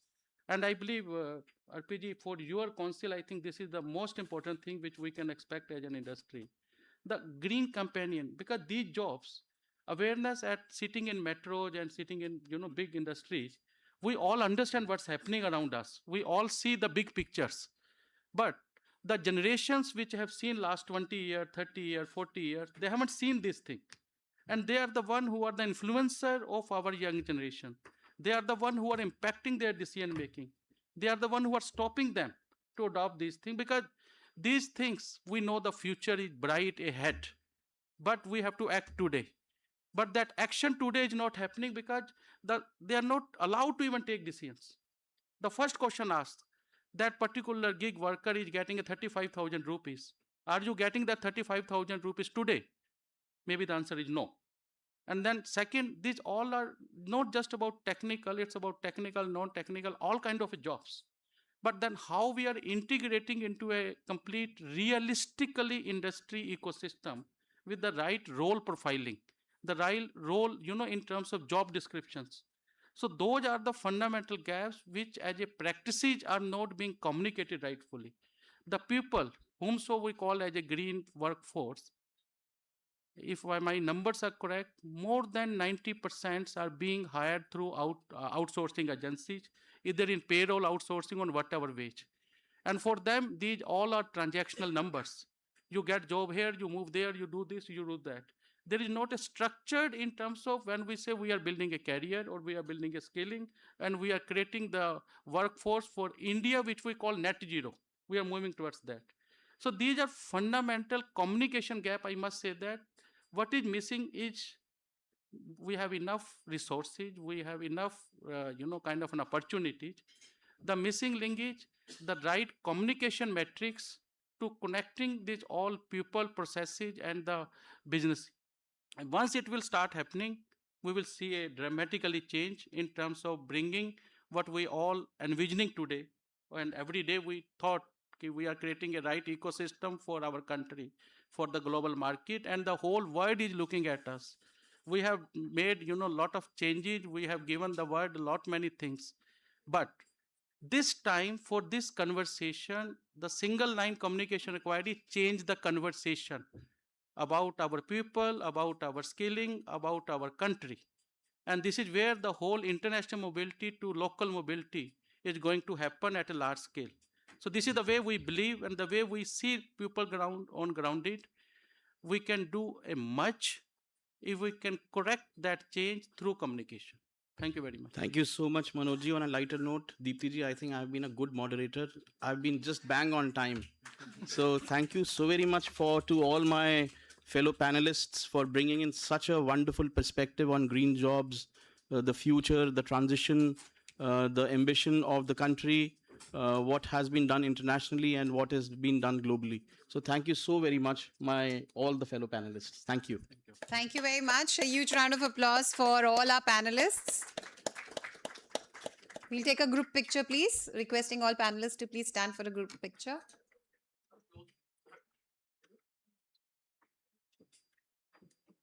The exhibition is on the third floor, banquet hall. The lunch is being served on the third floor, the same as yesterday.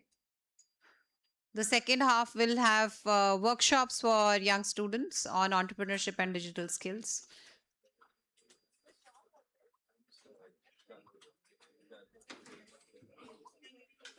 Thank you once again, everyone. Please have a good lunch.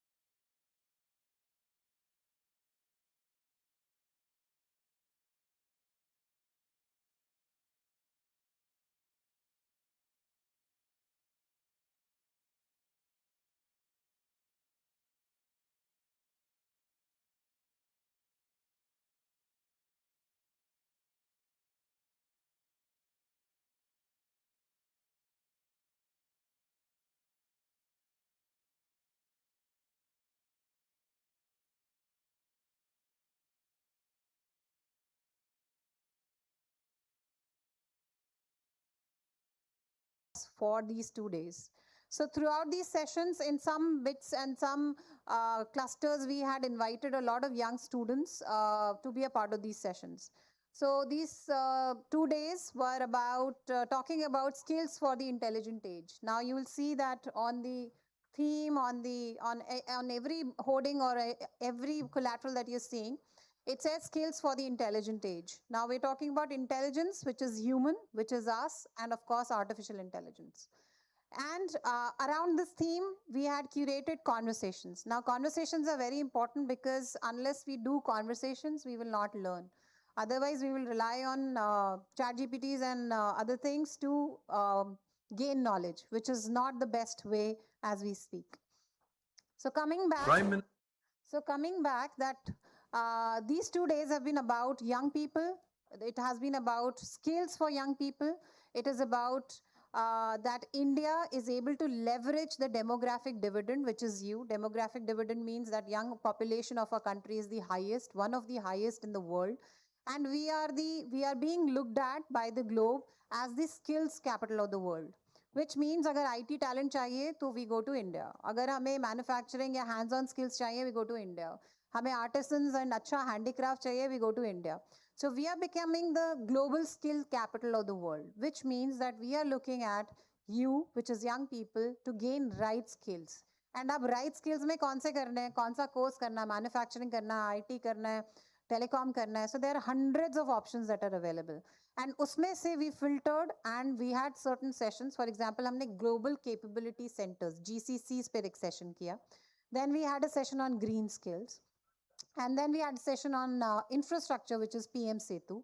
So ऐसे हमने 5 plenary sessions किए. Now, why we are here together is that we want you to know that the government of India is also working towards certain schemes that are for your benefit. So you might have heard of PM Kaushal Vikas Yojana, PMKVY. How many of you have heard? PM's Kaushal Vikas Yojana? Okay, few hands. How many of you have heard about National Apprenticeship Promotion Scheme? Okay, few hands. National Apprenticeship Training Scheme? Okay, very few hands. Now, how many of you have heard about PM Internship Scheme? Okay, that's a good number. Very good. So I'm going to talk about PM Internship Scheme, and after that, I will also take you through something else as well. So I'll spend another 20-30 minutes before we get into a session with Professor Satya, who's coming all the way from Ahmedabad to talk about entrepreneurship. He is from the Entrepreneurship Development Institute in Ahmedabad, and he will talk about how to become an entrepreneur. And after that, there will be a workshop from L&T EduTech, and Mr. Tarun is going to talk about digital skills. So we are talking about everything that is in trend right now, which you should know and which should be in your pockets right now in terms of your knowledge. So there's a short video on PM Internship Scheme, which I would like you to see first, and then I'll take you through the presentation. It's a short presentation that talks about what the scheme is. May we have the video, please? Prime minister internship scheme एक flagship initiative जो देश के हजारों युवाओं को सिर्फ मौका ही नहीं बल्कि एक क्लियर प्रोफेशनल दिशा देता है। मैंने इंटर्नशिप का बारे में मेरे दोस्त ने बताया था कि पीएम इंटर्नशिप ऐप डाउनलोड करो और उसमें से अप्लाई करो। मुझे पीएमआईएस के बारे में सोशल मीडिया के थ्रू ही पता चला है। इंटर्नशिप से कम्युनिकेशन स्किल्स सही होंगी, टेक्निकली सीखने को भी मिल रहा है और दूसरा फाइनेंशियल सपोर्ट भी मिल रहा है। वही मुझे रियल एक्सपीरियंस मिल रहा है, ऑन जॉब ट्रेनिंग मिल रहा है। 9,000 पैसे भी मिल रहा है और खाने का भी मिल रहा है। स्किल डेवलपमेंट भी हो रहा है मेरा सेल्फ कॉन्फिडेंस भी गेन हुआ है। Timing maintenance, attitude, behaviour. Mentor हमें कैसे मतलब वो सिखाते हैं इन्वायरमेंट में कैसे रहना है। सेफ्टी के लिए सिखाया जा रहा है। जीरो से लेके सब कुछ सिखाया है कि कैसे कैसे यहाँ पे वर्किंग होता है, टीम वर्क, इंटरऑपरेबिलिटी कैसे किया जाता है। उसमें हमें बताया जा रहा था कम्युनिकेशन के बारे में। प्रधानमंत्री योजना में हमें बहुत सपोर्ट किया है। PMIS is a stepping stone towards your corporate culture.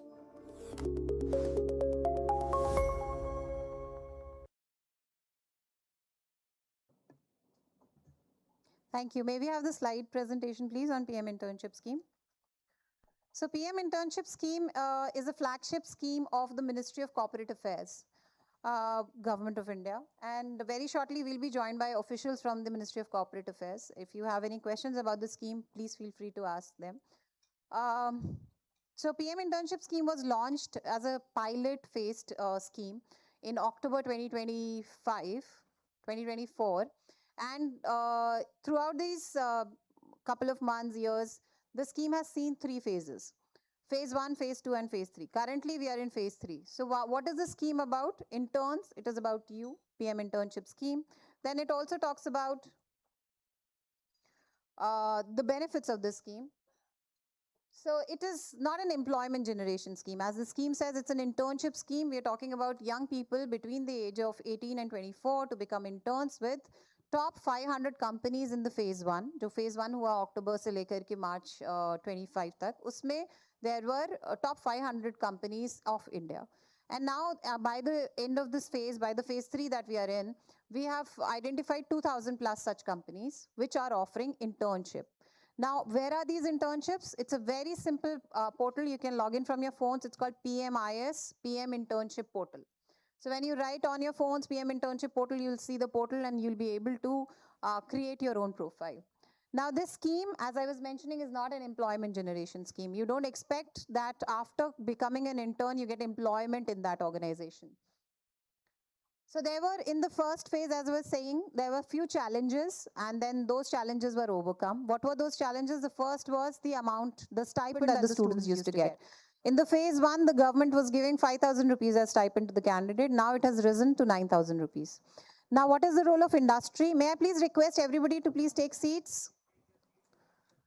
So, PM Internship Scheme by the Ministry of Corporate Affairs was offering 5,000 rupees as an internship amount. Now, it is offering 9,000 rupees as an internship amount.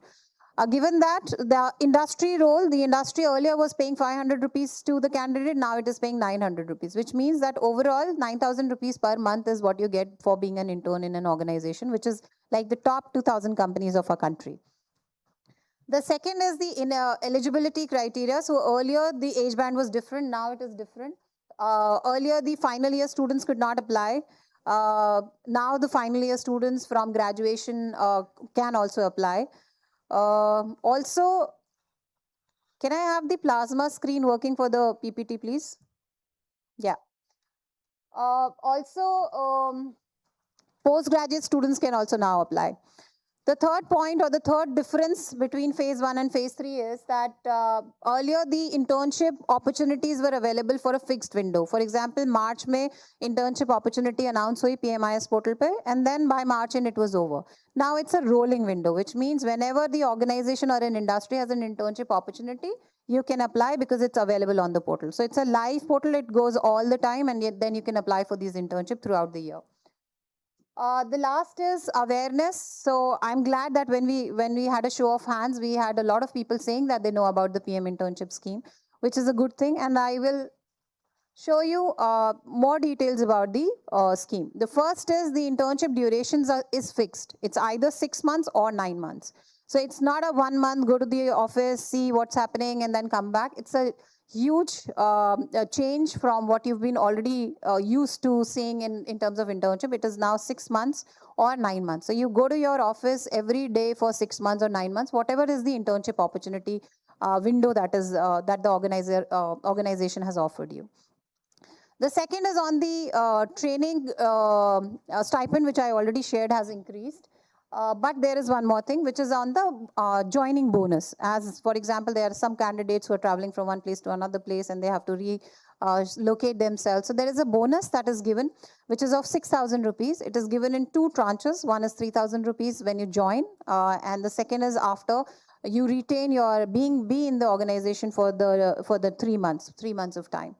Then that stipend is released. So you will see on the right corner that 6,000 rupees will be distributed in 2 tranches.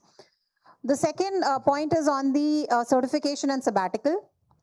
So if you complete your 6 months, you get a completion certificate from the Government of India. If you don't complete it, if there is just that you've been able to do 50% of it, you get a participation certificate at the end. And then by the end of your internship, you have the opportunity of getting absorbed in the organization. Who doesn't want that? So if you become a good intern, if you are serious, if you are hardworking, and if you've paid attention to all the work that your manager was giving you, then you have the complete right, or you have the complete option of getting absorbed in the very same organization. So young people like you between the age of 18 and 24, BA, BCom, BSc, as you can see through the slide, these candidates are eligible. B Pharma, B Tech, postgraduate with degree in MSc, MCom, MCA, MTech, all are eligible to apply. Just that you can't be from IIT, IIMs, national universities. And also, you can't be a first year or second year student. You have to be into an employable age, which is like you have to be a final year student. Candidates who are already enrolled in any government scheme under NAPS, NATS, they are not eligible to apply. Then the candidates with family income more than 12 lakhs are not eligible to apply. You have to just give your self-declaration where you can say that you are a candidate with a family income of 12 lakh rupees, and then you can upload it on your PMIS login, and then your self-declaration will be well received. The last is your parents can't be government employees. So that's on the eligibility criteria, which means most of you who can who meet these criteria of age, of financial eligibility and government job eligibility are eligible to apply on the PMIS portal. Now, this is a very small yet confusing slide. It says key what happens when you become a candidate, what is your journey. So first step is logging into PMIS portal. Can you take out your phones and just write PM internship portal on your phones? PM internship portal.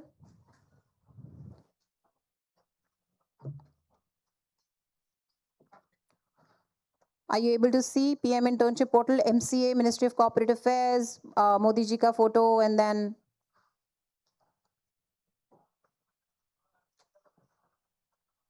is it visible?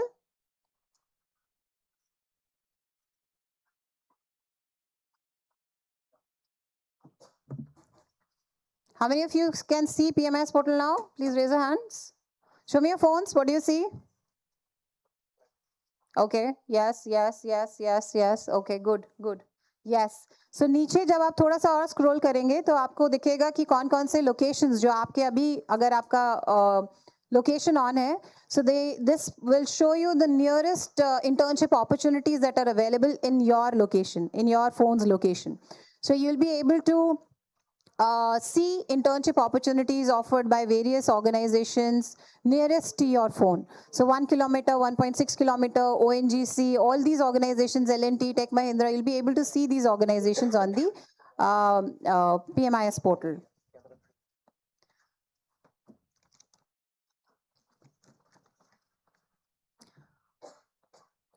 We will just extend a warm welcome to Ms. Kanchan Dimri, the ROC from Delhi, and Madam Aruna, the Regional Director from Delhi. We have just been through the PMIS video first, and then we are taking the students to the portal login. So they are just on their phones, logged in to the PMIS portal, and they are exploring what are the opportunities available. I was telling them about the geo tagging facility which is available, and they can see internship opportunities on their phones. All right, so how many of you can see opportunities? Tell me a few names that you're able to read through. Internship opportunities wale. Agri, okay. So these are sectors, very good. You'll also see some organization names. ऐसे marquee की तरह चल रहा होगा. What do you see? Tell me, madam. कोई organisation दिखी आपको या वो आपसे आपका KYC मांग रहा है? Log in first. Yes. So that's what I wanted to hear, that you have to create your profiles now. So it's time that you create your profile, and this slide is about you exploring the internship opportunity which you've done on the portal, on the PMIS portal. The second step is do your KYC, which is know your career, know your customer. So KYC means that you have to fill in your credentials. You will fill in your name, qualification, and the self-declaration that I mentioned in the previous slide. Now, as I was mentioning that the portal is open throughout the year, you can apply to these internship opportunities throughout. and within you are eligible to apply for maximum three internship opportunities. The application window is open between day 1 till day 15. So once you apply, the organization has to reply with a selection or a rejection. Selection rejection means that you're shortlisted or not shortlisted within 15 days. After that time duration, if you're rejected let's say, if you're rejected, then you have the opportunity to apply to any other 3 internship opportunities again. And then once you get shortlisted, you will get a call from the organization. The organization will call you, ask you, what do you do? What is your experience? Where do you live? So all those telephonic rounds, and if there is a requirement of organizations asking you to come and appear for an interview, that also you'll have to do. Then the next step is after your selection, which is like you've appeared for the interview and all your process paperwork is done, then you are selected finally. You have to accept the offer on the portal. The employer will on the portal only give you an offer, and you have to accept that offer. Once your offer is accepted, then you have to join that organization within how many days? Within 1 month plus 14 days of grace, which means that, for example, today you are selected and you've been offered a letter, you've accepted and you've been given the offer letter. Then within 1 month, you have to join the physical location of the office with a grace period of 14 days. For example, koi exam hai, you're not well, so then you have to maximum for 1 month plus 14 days is the grace time. The next is then your internship begins from the date of your joining, which is a 6 months or a 9 months duration, which you already know. Every month your stipend gets credited by the automated DBT method into your bank accounts. And you have to complete your training for 6 months. If you're not able to complete it, then you are a dropout. If it is less than 50%, then you're a dropout. If it is 50%, then there's a partial completion certificate. And if you've completed 100%, then you get your completion certificate, which is mentioned on the last box. So completion certificate means that you're eligible for placements, pre-placement offers, anything can be offered to you. So this is a very, very important flexibility based for the organization. It's a win-win because they get young talent pool like yours who are able to match to the expectation of skills demand that they have. All right, so any questions so far? Yes, please. Yes, yes.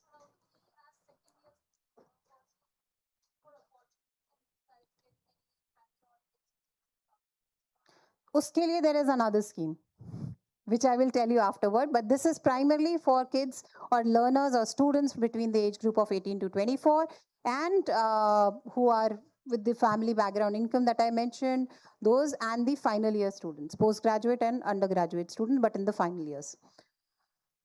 This, I think I've already shared that this is your cycle of being with the organization. Internships are posted. You can see, you've seen through the portal, you have to create your logins, and please feel free to ask any questions once you create your logins.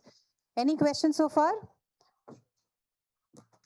So Arna ma'am, would you like to address the audience for 1 or 2 minutes, please? Thank you.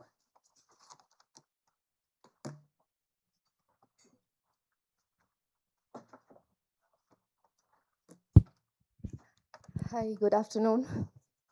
So happy to see you all here. It feels like going back to my college. How are you feeling here? How many of you are here from the final year school, college, final year mein hai? So you all are eligible to participate in this scheme. Basic motive here in this PMIS scheme, if I say, is that for those kids from that lowest strata of the society, to create that opportunity for them to access the that pathway towards those big companies. If you are aware, in the slides ma'am had explained, the companies in the PMIS are top companies. We have chosen those companies based on their CSR expenditure. Do you understand CSR expenditure? No, let me explain. So it is a corporate social responsibility that companies which are having high net worth, having crores of turnover, 500 crore, 1000 crore, we have fixed criteria. Those companies have to spend certain amount of their profit towards the social good. That means in the PMIS scheme, we have chosen those companies which are having that high turnover. That means the big companies of the economy.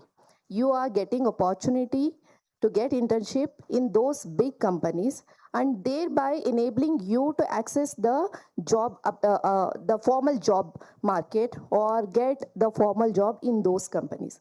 Honestly, in the PMIS scheme, we have got feedback from the partner companies saying that they have got great talent pool. They are very happy with the interns. And many of those companies have offered immediately, they have offered the permanent job, regular job opportunities to those interns. So this is an opportunity for those who are in final year to get onboarded, to get registered in PMIS and then get the internship from those top companies. Okay? Any doubt specifically with respect to PMIS?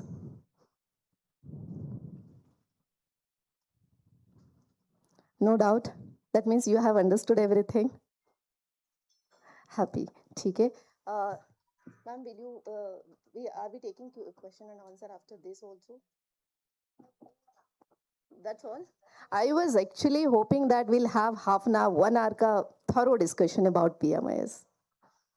You may ask any question, even if it is small, at least from the final year students. Okay. Let's hope that you all join the PMIS scheme and get the internship from those top companies and get the formal jobs. All the best.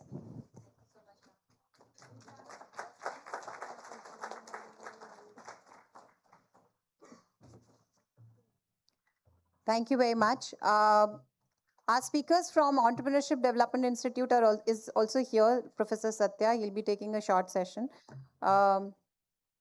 We will now move on to the second part of the day, which is, I'll take 5-7 minutes on this one. It is called the My Bharat Initiative. How many of you have heard about My Bharat? Okay. What is it? Tell me. Yes, you've raised your hand. You know about My Bharat? Tell me. Mike on कर लीजिए, ये red button से mike on होगा. Yes, my Bharat portal है एक जिसमें जो festivals हैं जो जैसे 15 अगस्त इन सब के क्विज हैं एंड इसके बाद आप अपने स्किल के अकॉर्डिंग आप उसमें अपने जॉब के लिए प्रोफाइल क्रिएट कर सकते हैं, जैसे volunteering my Bharat volunteer and others scheme. Thanks, ma'am. very good, very close. Any other thought? Google करके देखिए, you'll know. Find out what is there.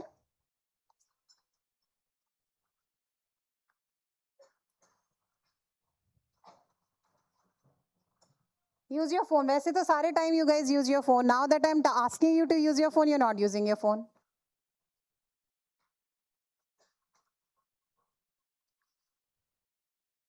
We are getting more chairs for all the learners. Please wait. Please be patient. We'll get more chairs. Hanji, Mila? What do you see? Tell me.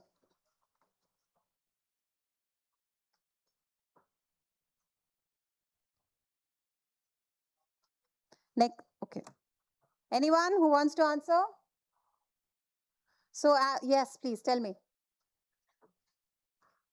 Basically, according to the internet, it is a unified social hub for young people to connect with each other for community volunteering, leadership training, and experience real-life learning opportunities. Right. To your question, ma'am, what do kids from second year, first year, what should they do? And absolutely, what's your name? My name is Sweetie. Sweetie. So almost what Sweetie said is correct about the scheme, that not the scheme, it's an initiative by the Ministry of Youth Affairs, Department of Youth Affairs. And it talks about all young people, all of you who are willing to volunteer, who are willing to learn, to do something. Now, this platform is mybharat.gov.in. As you can see, it was launched by the Honorable Prime Minister on 31st October. Which year? 2023, now that you're reading. Very good. Now, it's a single platform for all young people. Now, if you have to raise any concern, if you want to talk about anything, if there is something that's a bike road rally happening, you want to talk about education, skills, job, quizzes, anything, all these features are present on this website. So first is experiential learning program. This is a 120 to 360 hour small capsule program where young people can learn with the organizations these short duration trainings.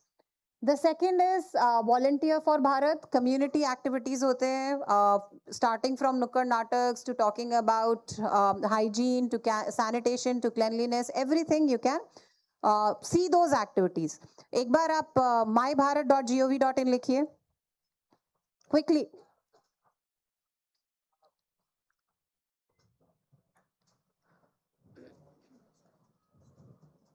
Can you click on the link console for this mybharat.gov.in.ua register? Use this referral code. Use this referral code 151. हाँ, ऐसा कुछ आपको दिखेगा. And you can register on this portal. I will talk about what this portal features and why or how it can benefit you. So basically, while you're surfing through the portal, and just a one-line registration is required here. When you put your number or your email, an OTP will come and you'll be able to use it. Can you go back to the referral code for FICCI?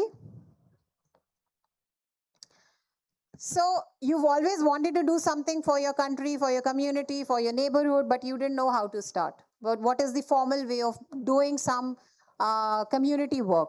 This is the way where you can engage in a formal way with your with the country and do something for your community as well. So My Bharat stands for Mera Yuva Bharat, my young India. And I'm here to talk to you about what this initiative is. So as I mentioned, it was launched on 31st October 2023 by the Government of India, Department of Youth Affairs, and it's a single window, one big open door, I must say, which talks about young people, what they can do without any barriers on language, state, or which community or which sector or which education level they come from. It's for young people. Right now, there are 2.15 crore people on the website, on the portal, and more than 21 million young people have already been a part of it. 22 regional languages mein wo apne login profiles bana sakte hain. And why is it important for you? Why am I talking about this to you, right? I'm talking about this to you because most of the times opportunities exist.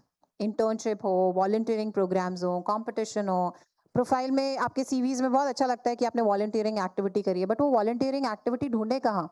वो जो bike rides होते हैं for creating awareness about हर भारत, हर घर तिरंगा या save water, where are those drives happening? Where are those initiatives happening? If an organization is doing it, how will young people get to know about it? This is the place.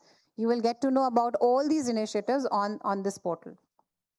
So My Bharat solves this problem. It brings everything to one place on your phone, on your laptop, at one destination. So what you can actually do here is experiential learning, जो मैं आपको बता रही थी, 120 से 360 hours के short training duration programs which are certified. Volunteer for Bharat, where you can do volunteering activities, gain personal professional skills, network with people, and it's a platform where you can grow yourself. Next is mega events. As I was mentioning, there are many national events, state level events that are organized by government bodies, which are all posted on this portal. So once you register, use this referral code 151 YMDP8, you will be able to, or take a picture of it, and then you can maybe use it when you register. You will get information about all these volunteering activities, internship opportunities, volunteer programs. Quiz and essay competitions, civic duties, digital literacy, climate action. If you're a good writer, hackathons, challenges, all of this is posted on for young people by the government, which has a department for young people.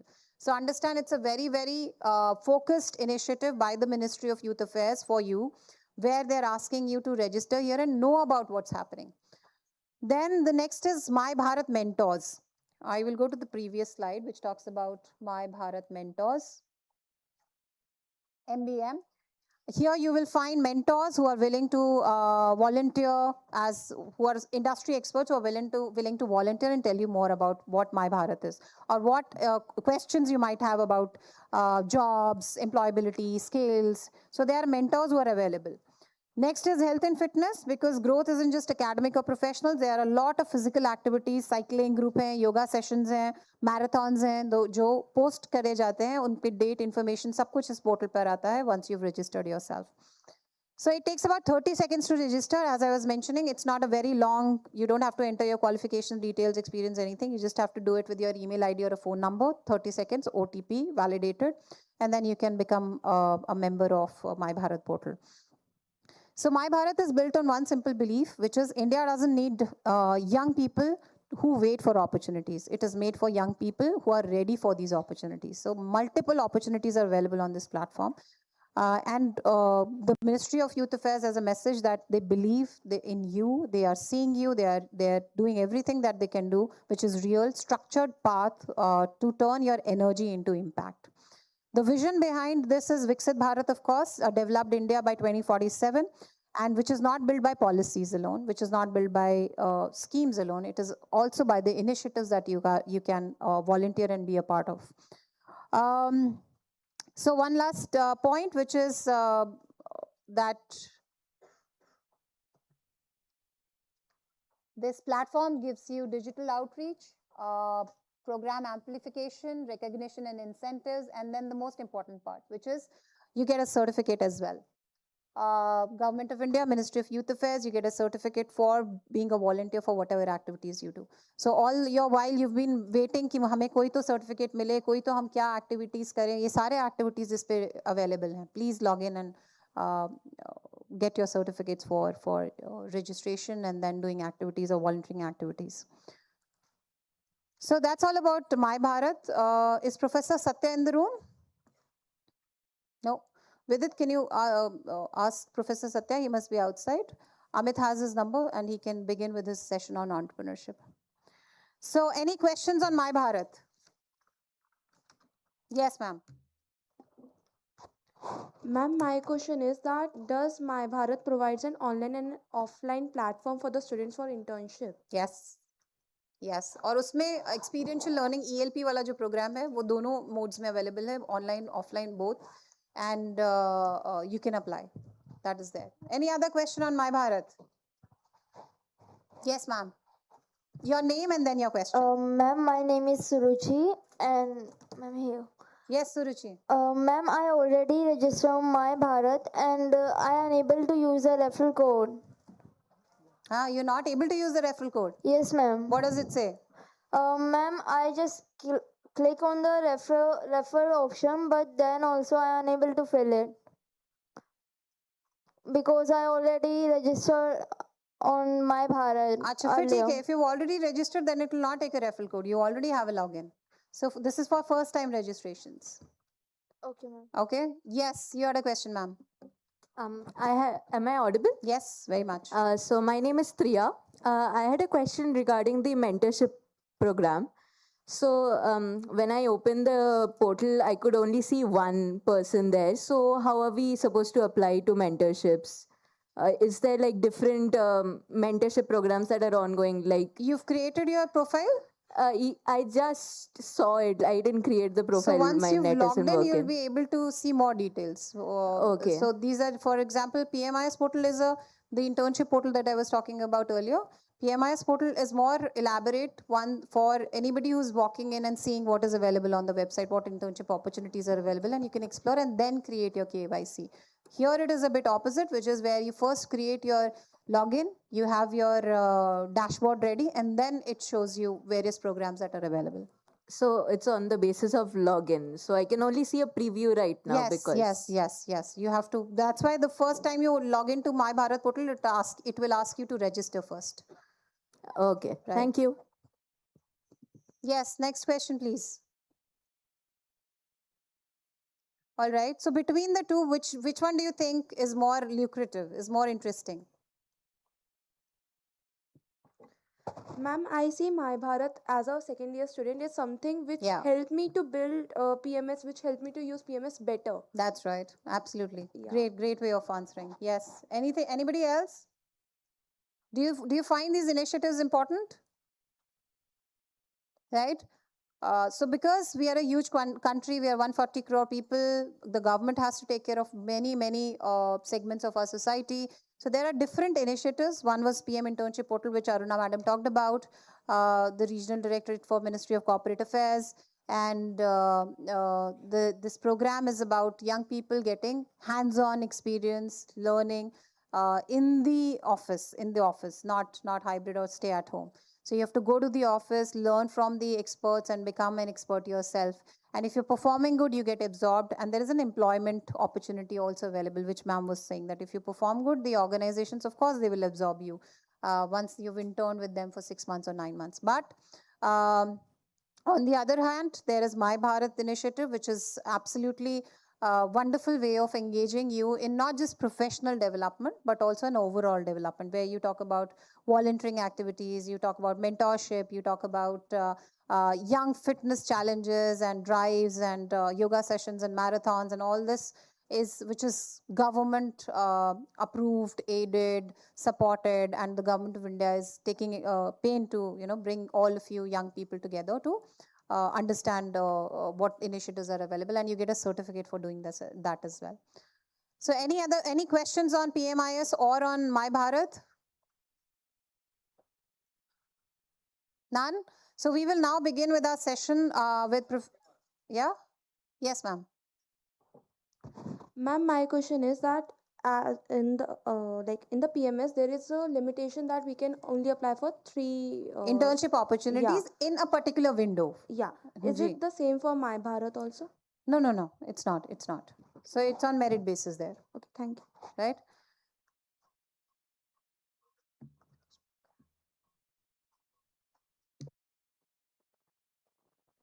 So we will now begin with our next part, which is the how to become an entrepreneurship masterclass. Professor Satya Ranjan Acharya is here. He is the professor and director for Department of Entrepreneurship Education from the Entrepreneurship Development Institute, Ahmedabad.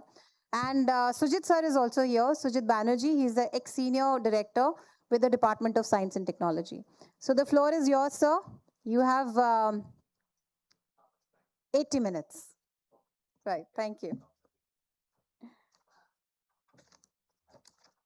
You need a hand mic?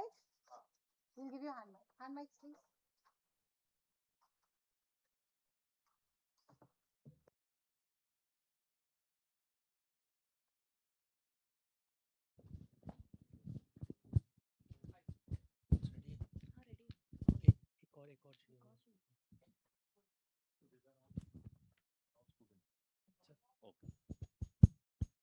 Hello. Yeah. Waiting one more. Okay. So the screen is operating there. Okay.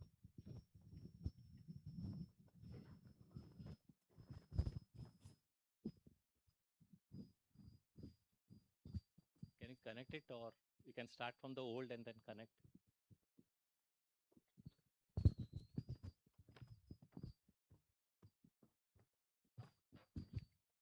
Presenter कुछ है मेरे को देने के लिए? Do you have a presenter? Presenter है? Presenter नहीं होगा क्योंकि वो यूएसबी वाला ये सारे सीट है। अच्छा, तो कैसे ऑपरेट करूंगा मैं? बोलने से कोई करेगा या कैसे? स्लाइड चेंजर है ना, मैं वही पूछ रहा हूँ, स्लाइड चेंजर। अच्छा, मैं वही मांग रहा हूँ। Okay.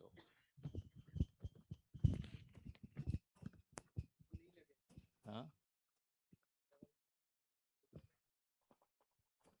okay, great. So sir, I'll start and then we'll try to connect.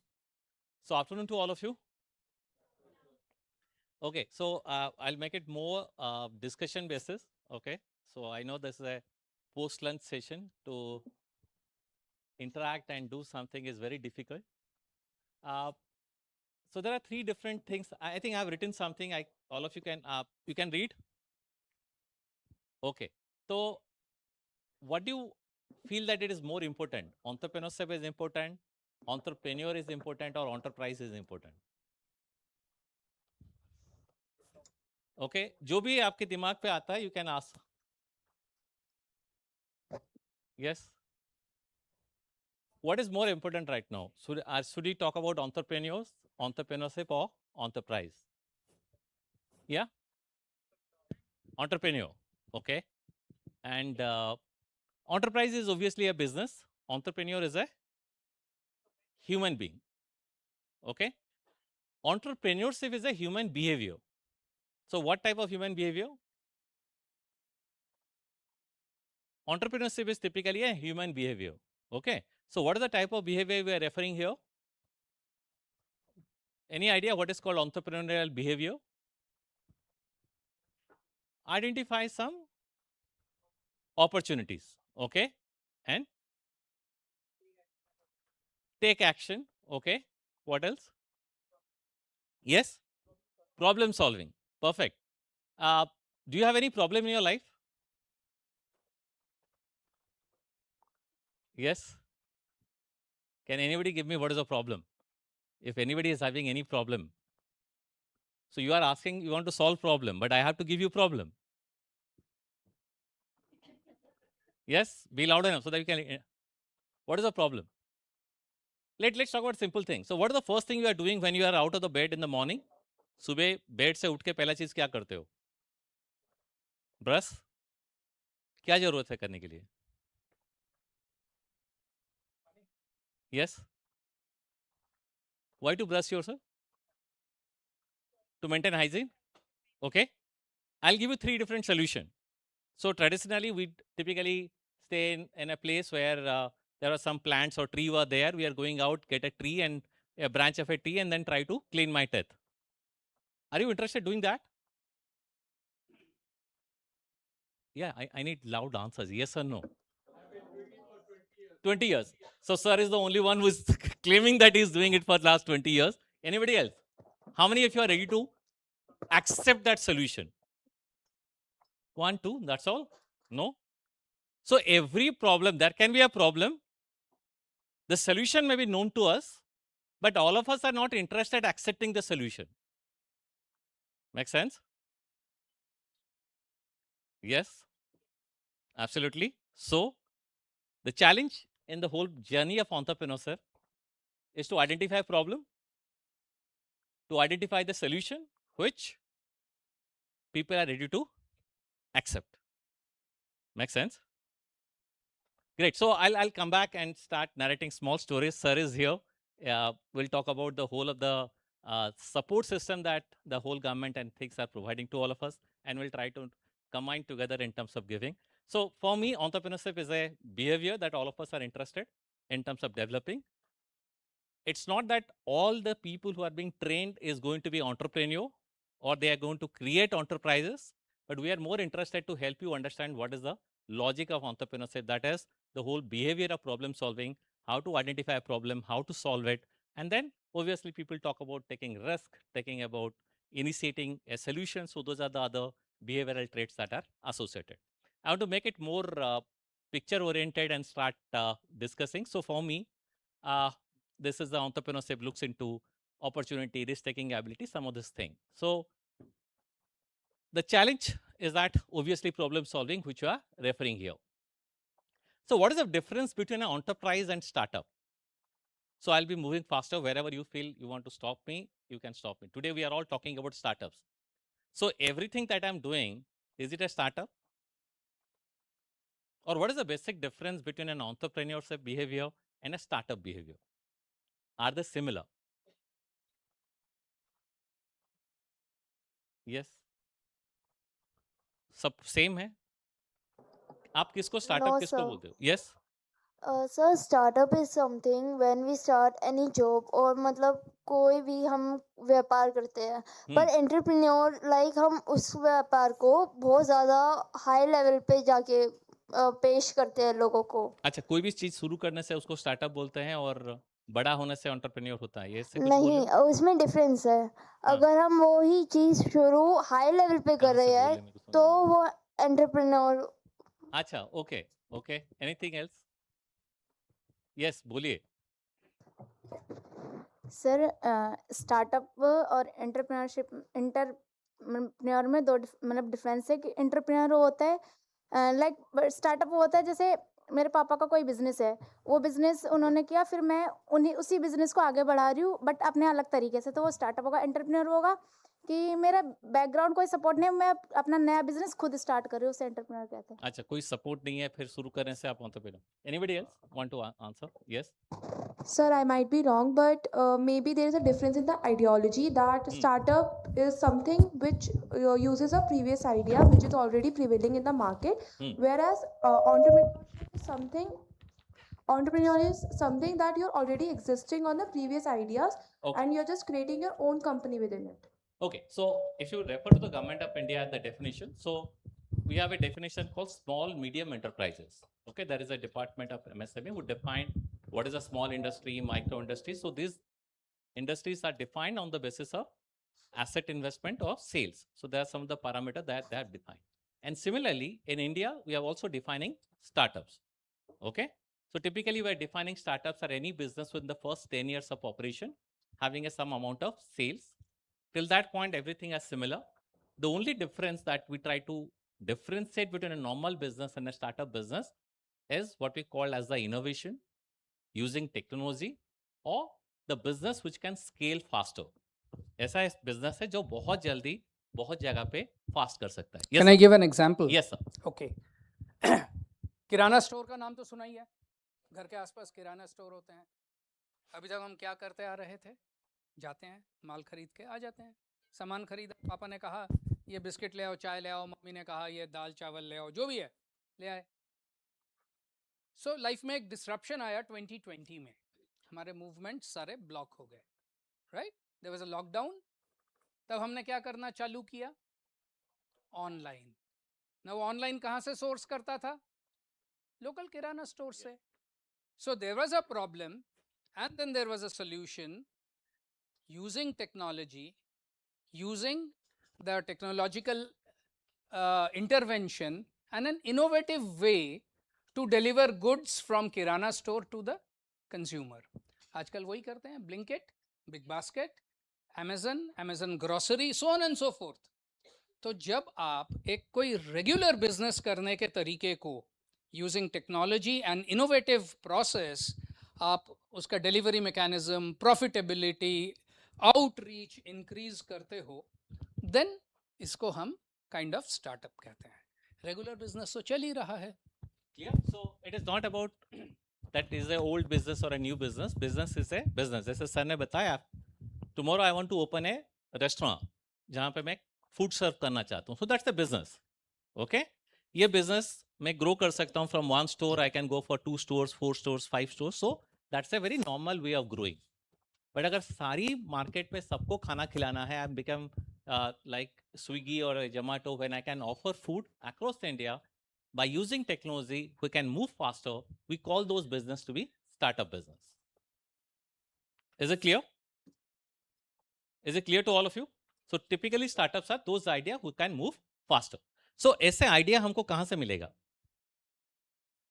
चलो मैं छोटे छोटे क्वेश्चंस पूछूंगा और आप लोग को बात करने की कोशिश करता हूँ। या आई थिंक आप लोग जो कपड़े पहने हो, ये किसी टेलर ने बनाया या आपने फैक्ट्री से खरीदा है? दुकान से खरीदा, बट कोई फैक्ट्री में बना है?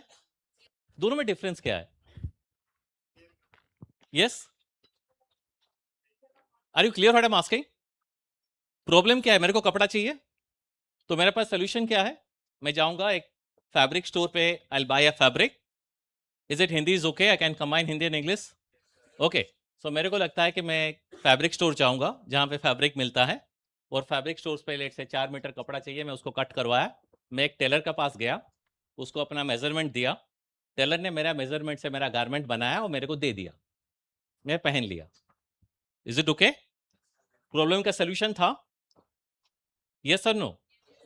तो आप लोग ने रेडीमेड गारमेंट क्यों पहना है? कभी पूछा दिमाग को कि व्हाई सो? यस, महंगा होता है। टेलर वाला महंगा होता है कि रेडीमेड महंगा होता है? टेलर वाला। वो again I don't want to enter into the कौन सा महंगा है। यस, टेलर टाइम ज्यादा लगता है. परफेक्ट. सो फर्स्ट चीज है आपको लाइफ में टाइम नहीं है. Make sense? किसके पास टाइम नहीं है? हमारे पास. तो हम लोग के बीच में कॉमनैलिटी क्या है? हम लोग के बीच में क्या कॉमन एलिमेंट है? टाइम बाउंड है. आगे अब मैं जो बोलता रहूंगा अपना नोट करते रहना, बिकॉज पहले जो मैं किसके लिए प्रोडक्ट सोल्यूशन बना रहा हूं, मैं अगर उसको नहीं जानता हूं तो सोल्यूशन क्या बनाऊंगा? Make sense? अब इनको रसगुल्ला खाना है और मैं उनको पनीर ला के दूंगा तो शायद वो समझेंगे नहीं. दोनों सेम चीज होगा बट सोल्यूशन उसके लिए नहीं है. Make sense? परफेक्ट. सो हमारे बीच में कॉमनैलिटी क्या है? What is the common across all of us? Yes, first commonality is all of us are lazy. Is it okay? We can argue. I'll give an example. Baba Ramdev का नाम सुना होगा. बाबा जी क्या करते हैं? योगा. So yoga में what is the thing that how I can make my life better? So people will go to the Baba's place. First day जाएंगे योगा करेंगे, second day जाएंगे, third day, fourth day the same person will ask Baba, is yoga is good for me, but every day doing the same thing is not possible. तो क्या करना है? तो बाबा जी बोलेंगे देखो एक पानी का बोतल है, लौकी का जूस है उस पे, इसको दिन में 2 बार पियो. Today Patanjali is one of the fastest moving consumer goods company in India. So is the Indians are interested in yoga और quick results? Okay, getting back, why I'm not going to tell her? Obviously it will take time. So what is the solution? What is the meaning called innovation? So what is the innovation inside your ready-made garments? Why all of you have accepted ready-made garments? And the answer is nothing called innovation. So what is the innovation inside it? Yes? Yeah? How it is possible to become fast and cheap? Large manufacturing, great. So how it was possible? It was possible.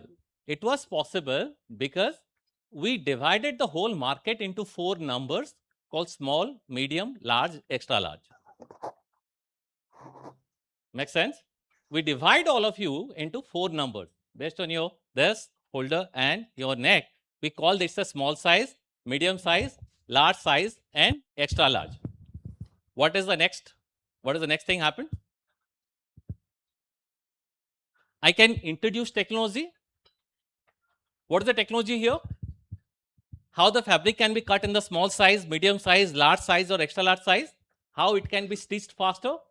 So that the whole logic of using technology to create a garment started taking place, where we started reducing cost or we provide efficiency, the economies of scale started operating और हम आपको एक garment बना के provide कर दिया. Make sense? दोनों example से आपका learning क्या है? What's the learning? मेरा हर एक स्टोरी के पीछे कुछ ना कुछ लर्निंग होगा, तो आप मेरे को बताओ ये कंसेप्ट के बारे में आपको मैं क्या समझाना क्या चाहता हूं. So what is the learning out of a readymade garment? Yes, I need everybody to react, otherwise ये मेरा स्टोरी टेलिंग सेशन सिर्फ स्लाइड्स इंग्लिश पे दिखाने की जरूरत नहीं है. आप मेरे को बताओ लर्निंग क्या है, because this are not in my slide, this you have to understand and keep it as a note so that you can utilise it. Yes yes, बोलो. Sir, that first of the learning is that our solution should be universally accepted. Okay, next. Universally accepted. What is the basic difference between a ready-made garment versus a tailor-made garment? Because that's the whole logic by which I started explaining what is the whole logic of startup at this case. Yes, you are saying something? Anything else? Let me give a Yes, hint. एक custom stitched suit का कितना cost होगा? हाँ, 2000 to 3000. 2000? 3 to 4000? मतलब gents suit 3000 4000 में तो 5 कपड़ा to ही 6, आएगा. sorry. सर ने कहा 10,000. Let's take that as a ball park figure. तुम एक रेडीमेड सूट लेने जाते हो, मैं EOSS की बात नहीं कर रहा हूँ, एंड ऑफ सीजन सेल की बात नहीं कर रहा हूँ, रेगुलर एक 2 piece suit length Louis Philippe Van Heusen कितने का आएगा? और मे बी रेमंड्स जो भी है, कितने का आएगा?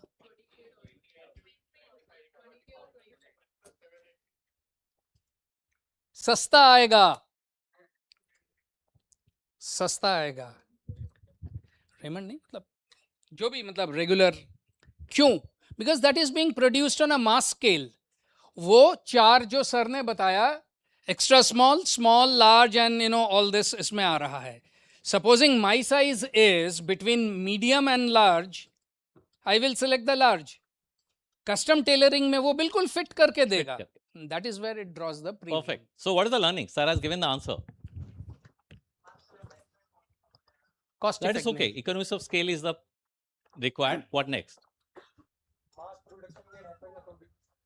Okay, I think you are not touching the whole concept. So, sir ने बताया कि मेरा जो शोल्डर है 41 है, मैं 42 का शर्ट पहन के घूम रहा हूँ। मेरा जो शू साइज है 6.5 है, मैं 8 नंबर पहन के घूम रहा हूँ। All of us are not wearing a fit garment. So the learning is,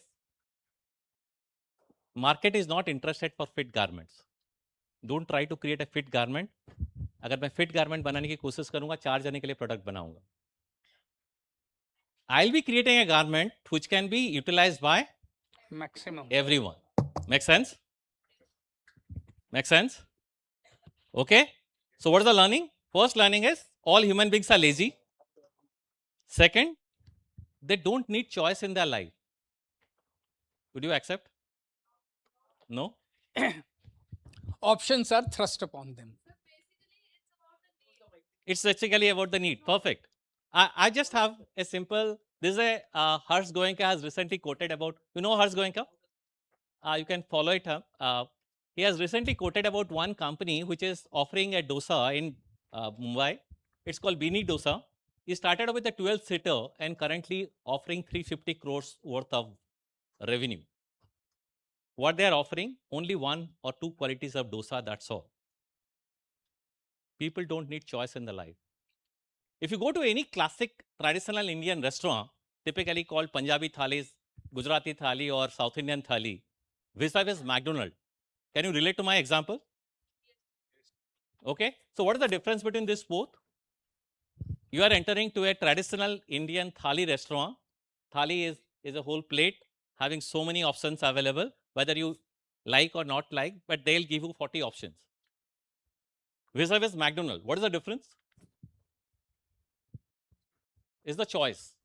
You enter McDonald's with a plate which is talked about 2 types of burger, 1 type of a patty, or 2 types of patty, 1 type of a drink. You go to a traditional restaurant, we'll going to order food, he is going to prepare the food, get it served. It will require 100 different inventories to produce the plate that you are looking for. What's the amount of inventory McDonald's require? Quite less. Quite less. So I'm more interested in looking for solution which can be mass market, and that is the whole logic of scale. Clear? Make sense? So these lazy people are interested not having options in their life. We can argue on that. We can think about and get back. Third thing, okay. I think all of you are ordering food in Swiggy and Zomato. Any idea which is the product which is being sold highest by the first, this what is called as your platforms. So which is the type of item which is being sold in huge quantity in India? I need some interpretation. I think आपको क्या लगता है कि India में किस तरह का product को स्विगी जोमेटो पे पब्लिक ज्यादा ऑर्डर करता है? कभी सोचा है उसके बारे में? मेरे साथ बात करने के बाद दोबारा ये सब सोचने की कोशिश करो कि क्या प्रोडक्ट इंडिया खाता है? Junk food, basically. Junk food is a very big definition. Okay. अब सबके पास मोबाइल है, ब्राउज करना, मेरे साथ बैठो और ब्राउज करो so that we can discuss faster. आप मेरे को बताओ कि कौन सी प्रोडक्ट को इंडिया खाता है? Is it India is divided into so many states. We have east पे कुछ डिफरेंट फूड है, नॉर्थ पे कुछ है, साउथ पे कुछ है, बट ये क्या कॉमनैलिटी है जो सब कुछ खाते हैं? That's all. अगर पब्लिक को बिरयानी पसंद है, मैं उसको राजस्थानी फूड या पाकिस्तानी फूड देने की जरूरत ही क्या है? Make sense? So what is the whole requirement? If you are really interested doing some startup or ideas, look for idea which can be scalable. Don't try to solve every problem in the world.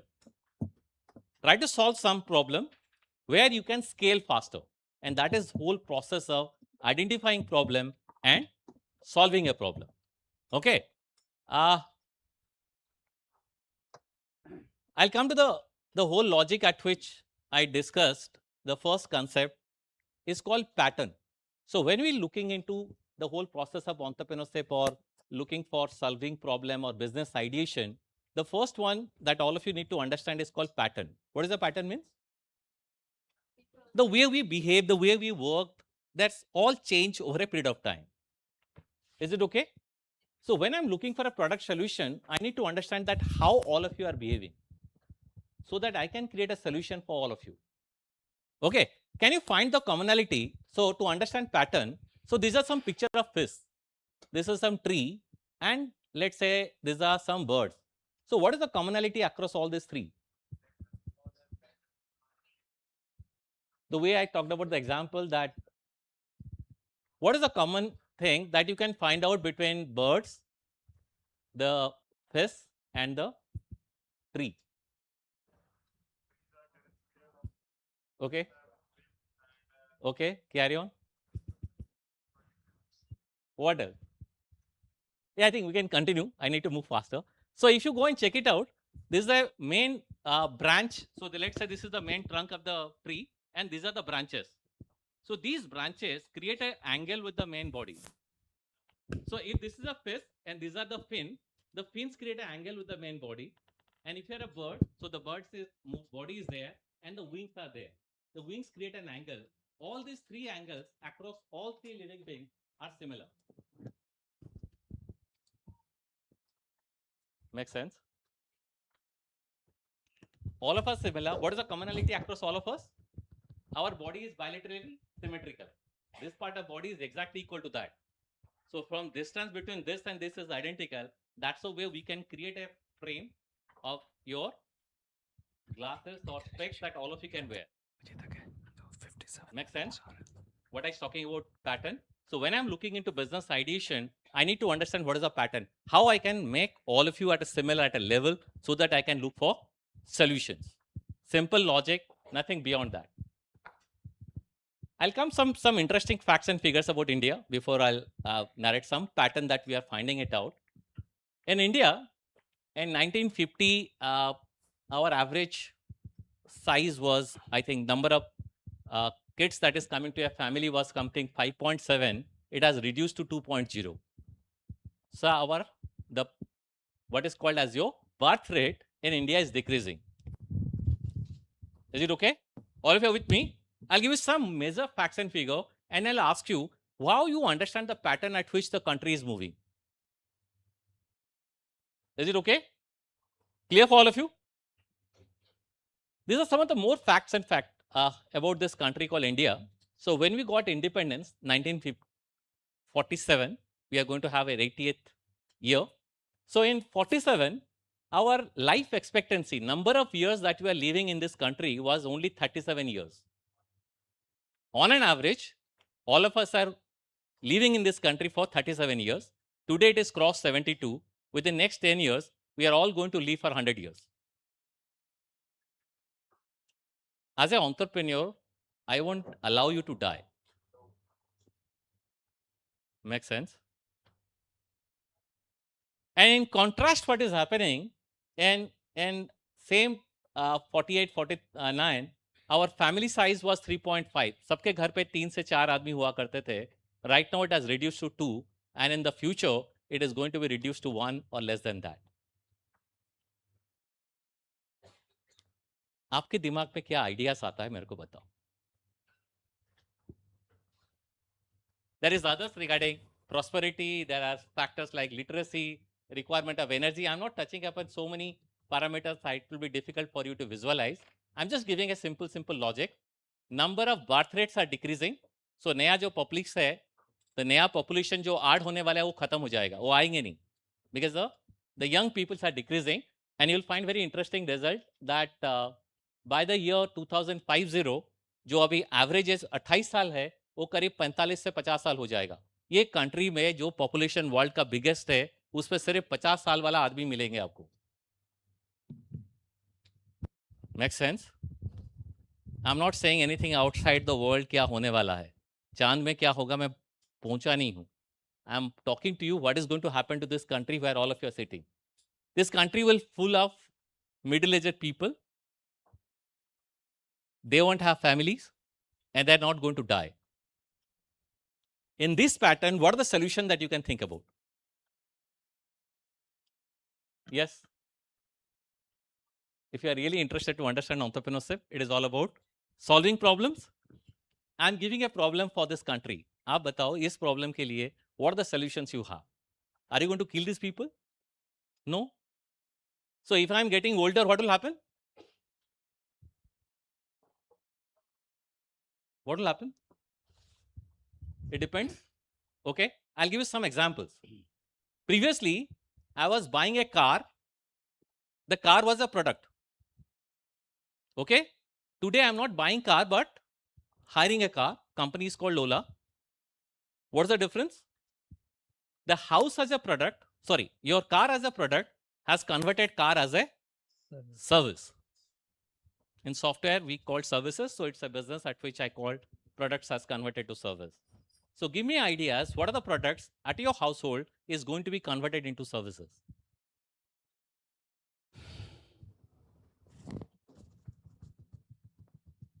Previously, my grandmother was there and she was narrating story to my kid. Today, I'm asking Alexa to narrate a story to my kid. 10 years down the line, who is going to narrate story to my kid? If I have a kid. I need all of you to think.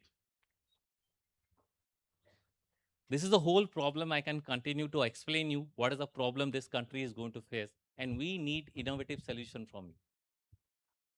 And that is the whole journey of startup and entrepreneurship. That's the way I started out. What is the problem? It's not problem that we are having some problem or we try to solve it. This is a major problem that we are all going to have over a period of time, and we need to solve everything. Previously, 5 members are there, so somebody was cooking, somebody was doing something else. When you have only one person, are you going to cook food? No. Do you need a kitchen at your house? Would you like to have a kitchen at your house? I mean, would you love to have a house? Would you love to have a house? Airbnb. Go and ask this question to everyone. You will find. आप अपना median वाला दिखाइए ना, उसमें मैं एक question, एक challenge throw इसमें. Yes. So 2050, 2075 में 2100 तो छोड़ ही देते हैं. आप एक सेक्टर का सोचो जिसमें काफी opportunity होगा. When the median age shifts from, let's say, 28 years to 41 years to 52 years, think of one industry which will be in great demand. Seniors won't answer.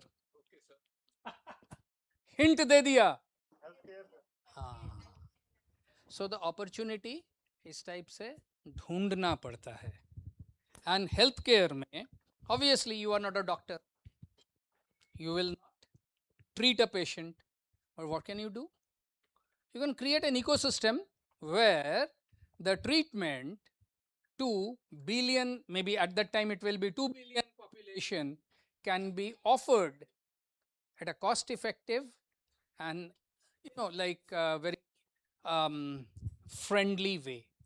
क्योंकि जो बीमार होता है ना, उसके लिए हॉस्पिटल में जाके चाहे फ्री ट्रीटमेंट ही क्यों ना हो, उसके लिए हॉस्पिटल में जाके लंबी लाइन में खड़ा होना एक feasible ऑप्शन नहीं होता है. Isn't it? चलिए sir. So I think we are all talking about 100 years of India. I think 2048 we want to celebrate. So that's the reason I want to showcase this is the position that all of us are going to have within the next certain periods. And all of you has to think about the solution. Today we're all thinking a lot. Let me give some examples. I think I need a lot many thinking from your side. Today, my trouser, I'm just wearing as a trouser. Tomorrow, I'll wear a trouser who is going to take the burden of my body's weight. It will be used as an exoskeleton because my body beyond 70 years won't support. My skeletons are not going to support so that I can walk. But my trouser can support me. So I am looking for wearable devices which can help me to walk on the road. Make sense? Today we are using earphones. From earphones, we have gone ahead and used what is called bone conductor. So if you are not having a proper ear, your bone can help you to conduct or listen. So what the technology currently Meta is using to use the Ray-Ban glasses? Any idea? So Meta is using a technology that you can see and take photographs and can also listen music. So what technology Meta is currently using in a particular normal that spectacles that all of you are using, you are going to use at a point of time. What is the technology by which it is producing sound which you can hear it properly? What is the difference between that technology vis-a-vis a normal earphone that all of you are using? Go and read it out. If you have a mobile, browse it down and talk to me. No, they are using a air thrust, air column that is moving the sound from that particular small speaker to your ear. That's the way the technology is changing. And if you are not thinking, not applying, obviously you are going to buy a Chinese product or a British product, and then don't say that this is made in China. It is the only thing required is not that hardcore technology as the sir talking about. It is just simple application. That's the way I started taking examples of McDonald's burgers or a thali restaurant to serving biryani across India. To that are all simple examples that is required for such a big country, such a huge population, and what we can do for them. And that is a problem we try to solve. Sorry. Yes, sir. One example of innovation, right? It need not be a new product. It need not be a new process, but it certainly can be a new application. You must have heard about the name of a company called Bose. सुना है? क्या बनाते हैं? Earphones, speakers, high-end music system, home theater system, etc. So Bose का जो speaker है, it's a patented technology and considered one of the best. Second would be probably Nakamichi and others. Now this technology, can you, in your wildest imagination, think where else this technology has been used? Bose का speaker का जो technology है कहाँ use हुआ है? मैं hint दे देता हूँ, टोटली अनरिलेटेड फील्ड में. एक है acoustics, acoustic engineering, music, entertainment, this is the industry. दूसरा कहाँ यूज हुआ है? बोस का speaker technology. Can anyone tell? Make a guess. हाँ, फास्ट, लाउडर. Medical field? नहीं. Might have been, but not what I'm wanting to. No one? In automobile industry. And in automobile industry, not as a speaker, as a shock absorber. Okay. So there is a column, Bose speaker system देखोगे, speaker तो है इतना छोटा, उसके पीछे जो space है, the sound gets reflected and is, coming out of सामने वाला जो hole है. So it creates a volume. Bose does not sell the speaker system or music system by wattage. They will sell by how many liters of space the sound is being delivered. So that technology, that cushioning and air column movement technology is being used in the shock absorbers in the high-end cars. I mean, Mercedes, Audis and BMWs, not in my level of cars. So not only you have to think of an innovative way, a product or application of technology for innovation, but you must also, kind of think, if there is a technology, in what different ways can it try to solve different applications so that the development cost, is spread out over large application areas and the cost-effective solution or product is developed. Sir, where are you? Yes, sir. I just trying to connect to your presentation. Okay. No, you finish yours. Okay. So I think talking about innovation, so I'll have another question for all of you if you are all listening. So you must be knowing about Thomas Alva Edison. So what he has created, contributed? Electric bulb. Okay. So electric bulb is an innovation or invention?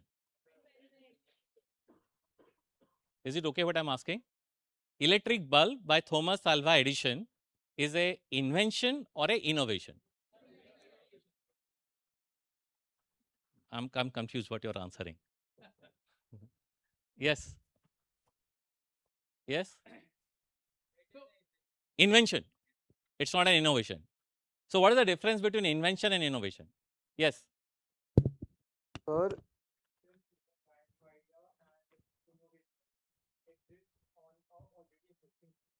Okay. So when Thomas Alva Edison for the first time calling this a electric bulb, so it was for the it was a not a it was an invention. Okay. All of you can relate to electric bulb. I think that bit of science I think must have studied in class 7th, 8th, 9th. So what is about electric bulb? What is required for electric bulb? So you need a source of power. Is it okay? So what is the source of power he has used?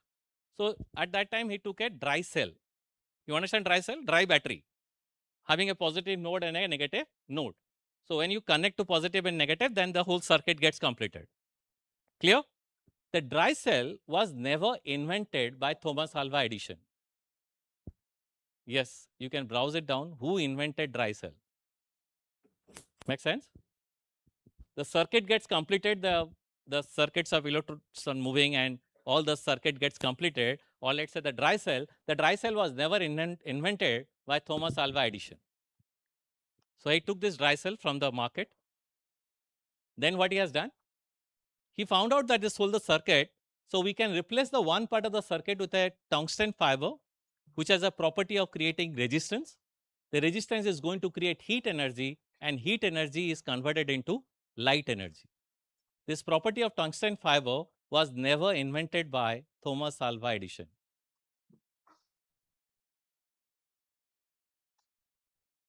When he tried to keep this particular tungsten fiber outside, it was getting burned.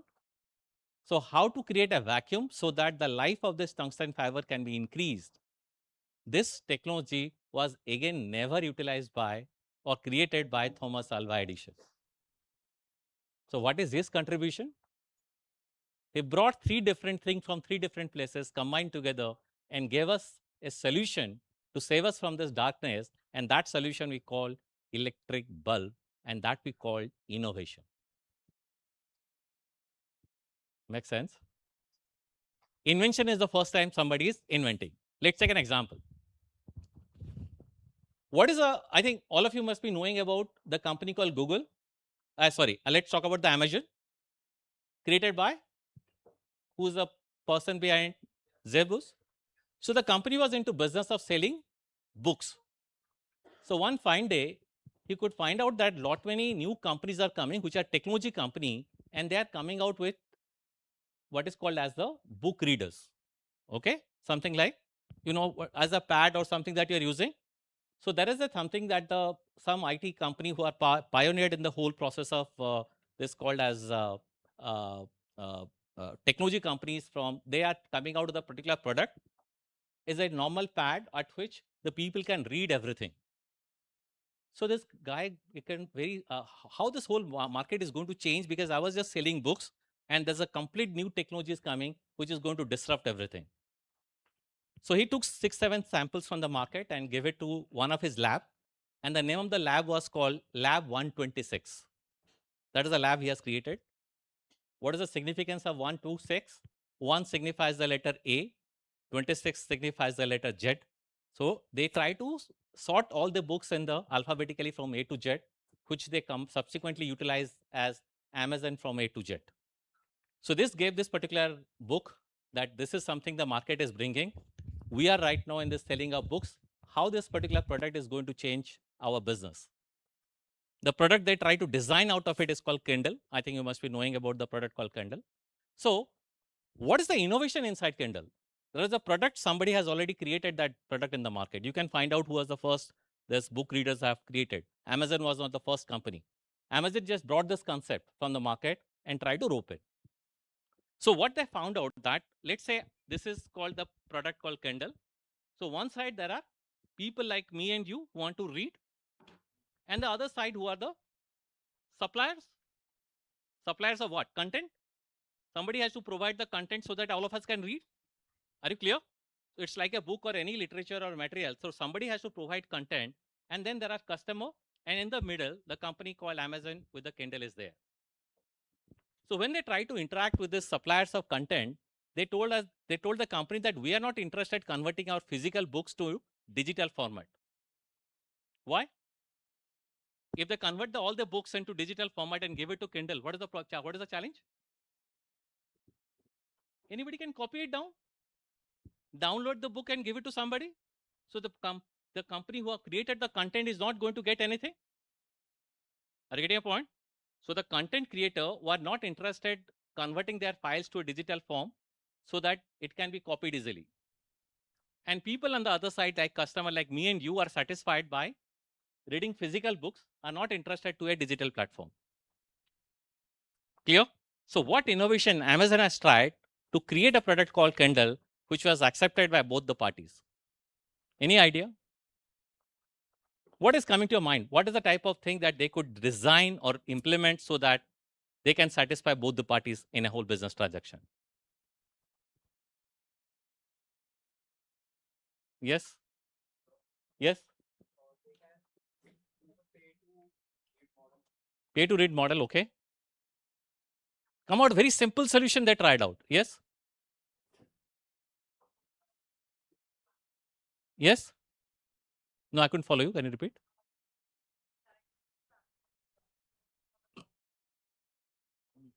Okay. What is the simplest solution? You have to apply your thought. These innovations are very simple. More simple the innovation, more will be accepted by the market. They come out with a device at which no additional device can be connected. You cannot connect a pen drive to this particular book. They created a software at which the things cannot be taken, and then you cannot attach any other device to that particular simple notebook. Stop everything that it cannot be, the content cannot be taken out of the book. Convince the publishers, and then the publisher has a cost in terms of printing and everything. That cost was saved and passed on to the customer. The customers are happy, producers are happy, and that we call innovation. Make sense? So life require very simple solution where you have to apply your thought process, understanding at a broad-based thing and how it can be applied. The same concept was subsequently Apple has used when they try to introduce the whole concept of their Apple iPod so that no such device can be connected. The logic remains same. The same thing Sir was talking about. So once a technology is designed, we try to understand that wherever it can be utilized and we can create more innovations out of it. So that was the examples about entrepreneurship and innovation. I request Sir to continue in terms of how the whole mechanism has been created and inside India to support the innovations and the whole journey of startup creation. Thank you, sir. So, you know,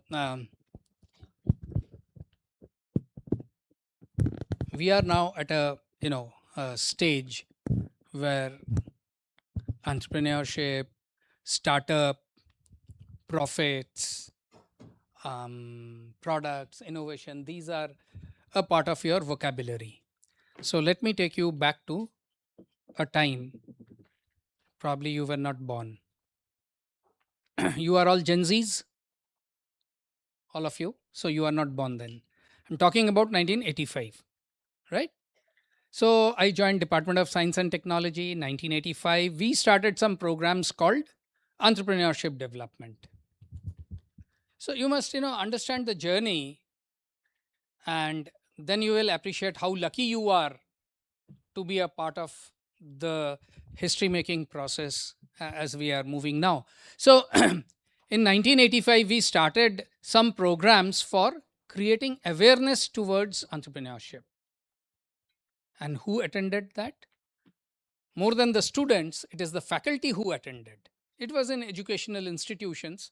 So we had to create an awareness amongst faculty about what is an entrepreneurship, how they should groom their students, because I will be there in a college for one day, maybe a few hours.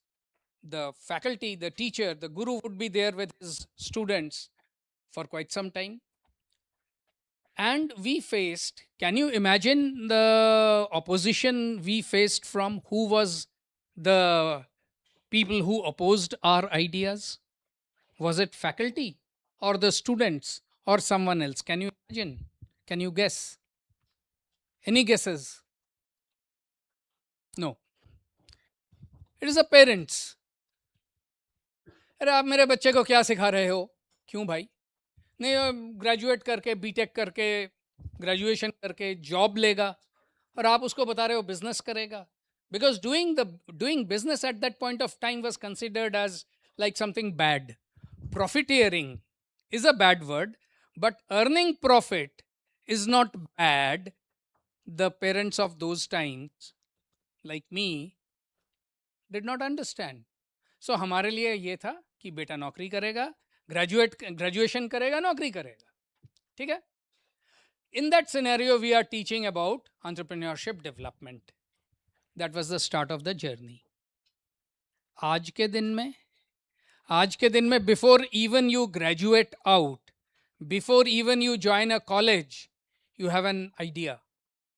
You have an ecosystem. दोस्तों में बात हो रही है, अरे यार ये करेंगे वो करेंगे, ये सिंपल आइडिया है, ये पैसे कमाएंगे वो करेंगे. Maybe it is not a very viable business proposition, not at all, but that thought process has already started, and that thought process has started so early in life, it is shaping your day-to-day interaction with ecosystem, environments, your own friends, your own faculty, your parents, right? कैसे होता है? एक simple example, totally unrelated.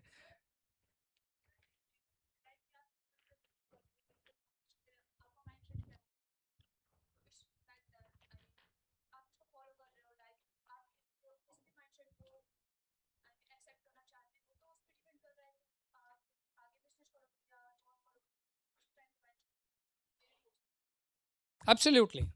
You're absolutely right. मैं वही कह रहा हूं. और वो माइंडसेट का जो डेवलपमेंट है, now let me come back to, I will not cite the example of my son. ये जो माइंडसेट का डेवलपमेंट है, इट इज इन्फ्लुएंस्ड बाय, आज के दिन में कौन इन्फ्लुएंस कर रहा है बहुत ज्यादा? नो, पिछई तो कहाँ अमेरिका में बैठा हुआ है. No, social media. सो मैं ये पॉइंट लाना नहीं चाहता था, क्योंकि अभी पिछले दिनों में काफ़ी कंट्रोवर्शियल इंस्टेंसेस हुए हैं. जब आप अपना माइंडसेट डेवलप करोगे, डेवलप अ पॉजिटिव माइंडसेट, मुझे क्या करना है, and remain focus to that, right? Don't go by what social media says, because social media में पीछे से चैटबॉट क्या कर रहा है, बांग्लादेश क्या कर रहा है, पाकिस्तान क्या कर रहा है, इंटरनेशनल कम्युनिटी क्या कर रहा है, हमें कुछ नहीं पता है. They are trying to like kind of create a confusion in your mind so that आप अपने आप को, देश तो बाद में आता है, पहले अपने आप को एक पॉजिटिव थॉट प्रोसेस में लाओगे एंड देन अपने आप को डेवलप करोगे. आप डेवलप होंगे तो देश डेवलप होगा, आपका कम्युनिटी डेवलप होगा, आपका स्टेट डेवलप होगा, आपका देश डेवलप होगा. दुश्मन वो नहीं चाहता. इसलिए आपने जो बात बताई बिल्कुल सही, माइंडसेट. सो जब मेरा बेटा छोटा था, 8th-9th में पढ़ता था, क्या माइंडसेट थी हमारे घर में? अरे करना, क्या होगा, थोड़ा नुकसान ही तो होगा ना, कर. तो क्या नुकसान होना था? मेरा सोनी वायो लैपटॉप खराब हो गया. अब जब लैपटॉप खराब होता है तो हम क्या करते हैं? थोड़े हाय तौबा मचाते हैं, अरे इतना महंगा लैपटॉप 40, 50, 60 हज़ार का. फिर उसको रिपेयर करने की कोशिश करते हैं, जो हमने किया वो हुआ नहीं समहाउ. तो हमने एक दिन कहा इसको खोलेंगे, देखेंगे अंदर क्या है. और मेरा बेटा उस ज़माने में भी वो यूट्यूब देख दाख के उसने कहा कि पापा इसका हार्ड डिस्क ड्राइव निकालेंगे. हार्ड डिस्क ड्राइव निकालेंगे, 320 GB का था या समथिंग लाइक दैट. 100 GB जो भी था, हार्ड डिस्क निकालेंगे। तो मैंने कहा ठीक है। मैंने कहा अभी टूर में जा रहा हूँ, लौट के आके। तो टूर से लौट के आया 9:30 बजे, पापा करें? मैंने कहा यार बेटा अभी थक के आया हूँ यार, सोने दे, कल करेंगे। सवेरे उठा, देखा लैपटॉप पड़ा हुआ है जैसे जहाँ पड़े रहना था, कुछ भी नहीं मेरे को नज़र आया, नथिंग अनटूवर्ड। शाम को मेरे को फ़ोन करता है स्कूल से आके कि पापा एक्सटर्नल हार्ड डिस्क का वो चाहिए, हाँ केस, आप अमेज़न से ऑर्डर कर दोगे? मैंने कहा कर दूंगा। उसके पास ना क्रेडिट कार्ड था, बच्चा क्रेडिट कार्ड वगैरह है नहीं। मैंने कर दिया। मैंने कहा किसके लिए चाहिए? जब मैं ऑफिस से घर आया उसने मेरे को कोई 320 या 300 GB वाला हार्ड डिस्क दिखाया। मैंने कहा ये कहाँ से मिला? तो कहा मैंने इसको आपके लैपटॉप से निकाला है। मैंने लैपटॉप को देखा, there was not even a single sign of innovation. इसका मतलब वो जो लॉकिंग मैकेनिज्म है जो भी है, he read it at YouTube and उसने ये किया। So these are the set of mindset change जो कि हमें एज पेरेंट्स, आपने एज यंगर जनरेशन हमें लाना है। So every challenge, every problem has a solution. ये सोचना है कैसे कैसे करना है। अगला क्या कर रहा है वो ठीक है, अगला क्या कह रहा है वो ठीक है, हमने क्या करना है। So department of science and technology ने वे बैक इन 1985 हमने इकोसिस्टम क्रिएशन का काम किया। How we can help youngsters like you come up and take a very innovative or very challenging path of creating entrepreneurship या entrepreneur of yourselves। उस समय ये innovation नहीं था, उस समय ये स्टार्टअप शब्द किसी ने सुना नहीं था, ठीक है? It was not a part of that time. Next please. अच्छा वो इधर है, मैं ले लेता हूँ, मैं कर लेता हूँ। सो आई एम, उस समय भारत सरकार ने, देखो ये सरकारी प्रोग्राम्स हैं तो मैं भारत सरकार की ही बात करूंगा, ऐसा नहीं है कि आज ही सरकार कर रही है।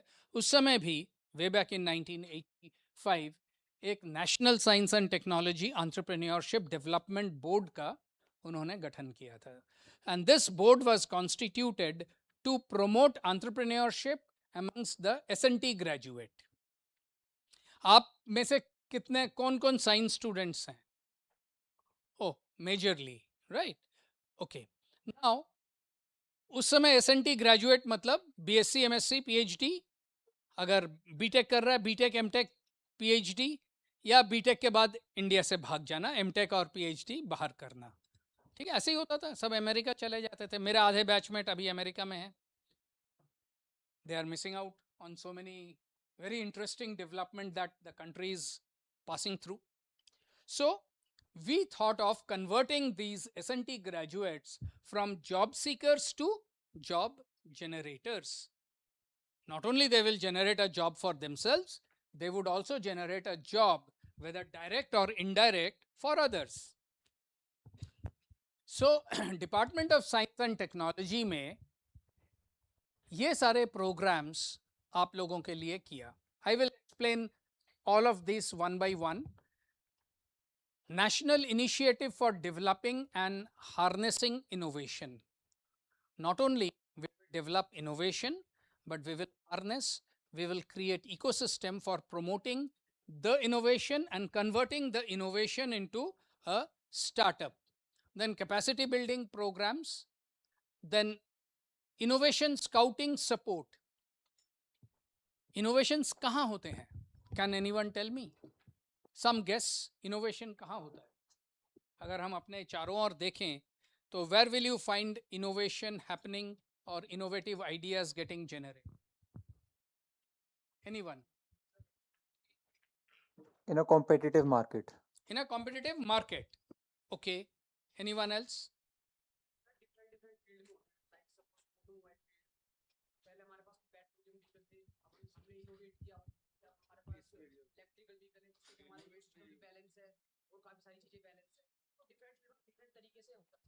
So he says market, you say competitive market. So basically both of you are saying market से innovation आता है, market में कुछ gap areas है, कुछ pain points हैं, एंड हम उसको इनोवेटिवली एड्रेस कर रहे हैं. और कहाँ इनोवेशन हो सकता है?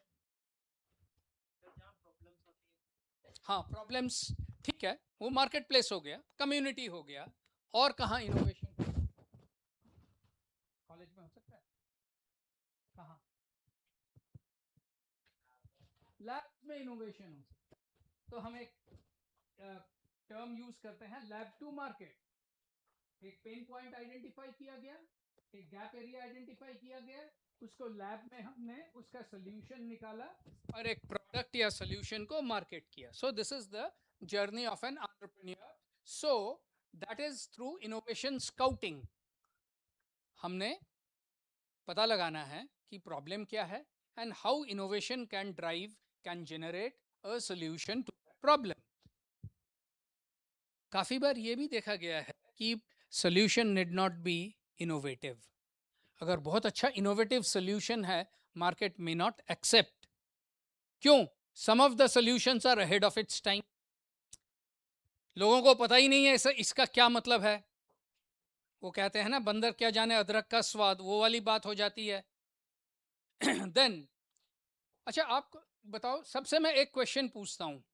Who wants to buy a Mercedes Benz? बस बस इतना ही. आप नहीं खरीदना चाहते? खरीदना नहीं चाहते? हाथ उठाओ. आई थिंक सब खरीदना चाहते हैं, including me.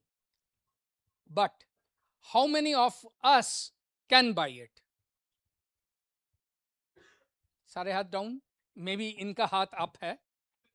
She is very hopeful she'll be able to buy it one day, and I fully support her. All of you would be able to buy a Mercedes Benz one day. But आज अगर मैं बात करूं, the desire versus the demand, तो desire तो सबके पास है, but when it gets converted into demand नहीं है, क्योंकि we cannot afford it. So the innovation, the desire has to be cost effective also. That's very important. The society जिसके लिए तुम ये innovative solution या product design कर रहे हो, it should be able to afford it and it should be ready to buy that innovation at that price. So इसके लिए ये innovation scouting and support program is very important, and this program we started with the PPP, public private partnerships. Tata Trucks and so many other companies under CSR program, they joined hands together with us. This is the master of all programs. And for an innovator, a startup creator, this is the only solution. Technology Business Incubator. ठीक है? Now the life's journey, I have 20 minutes.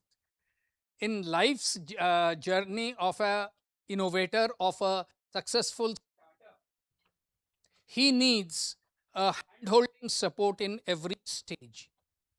उसके पास idea है, idea से business होता है, idea से business होता है, yes or no? Yes. But how the idea gets converted into business, किसी को पता है? काफी कम लोगों को पता है. So through Technology Business Incubator, we take an innovator from the ideation stage to final product stage. और इसमें उसको जो जो सपोर्ट ज़रूरत होती है, लाइक एक फिजिकल वर्क स्पेस की, जहां वो अपना एक्सपेरिमेंट करेगा, आइडिया को प्रोडक्ट में कन्वर्ट करेगा, उसको इनिशियल सीड सपोर्ट की ज़रूरत होती है, पैसे की ज़रूरत होती है. अनफॉर्चुनेटली बिना पैसे के कुछ भी नहीं होता. एंड आपका क्या नाम? Akshay. Akshat. Akshat has got wonderful idea. And Akshat के पापा ने अक्षत को काफ़ी सारा पैसा भी दे रखा है. दिया है ना? देते हैं ना? तो अक्षत ने उस पैसे को यूज करके, इज अ वंडरफुल बॉय है, he doesn't believe in smoking, drinking, partying. वो पैसा यूज करके अक्षत ने अपने आइडिया को, ठीक बोल रहा हूं ना? पार्टी करता है बट कम करता है, ठीक है? तो he is trying to make a product out of it, prototype out of it. अब पैसे खत्म हो गए, पापा नहीं दे रहे हैं, यार तू जरूर पैसा बर्बाद कर रहा है. अक्षत के पापा ने हाथ टाइट कर लिया. अब बच्चे के पास आइडिया है दिमाग में, चुल है और उसका जो है दिमाग हाई स्पीड हाई गियर में काम कर रहा है, पैसे नहीं है, तो कौन सपोर्ट करेगा? फ्रेंड्स आएंगे, आप आओगे, ले भाई कुछ पैसे मेरे भी ले ले। तुम्हारा क्या नाम है? Divyansh. Divyansh is a wonderful boy. कहता है यार तू ले, भाई तू ले मेरे पैसे। ठीक है, चल रहा है अक्षत का काम।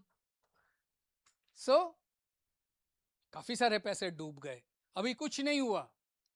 अब क्या करोगे अक्षत? किसके पास जाओगे? पापा ने तो बोल दिया बेटा अब तुम ये क्या कर रहे हो यार, नौकरी करो। अब तुम किसके पास जाओगे?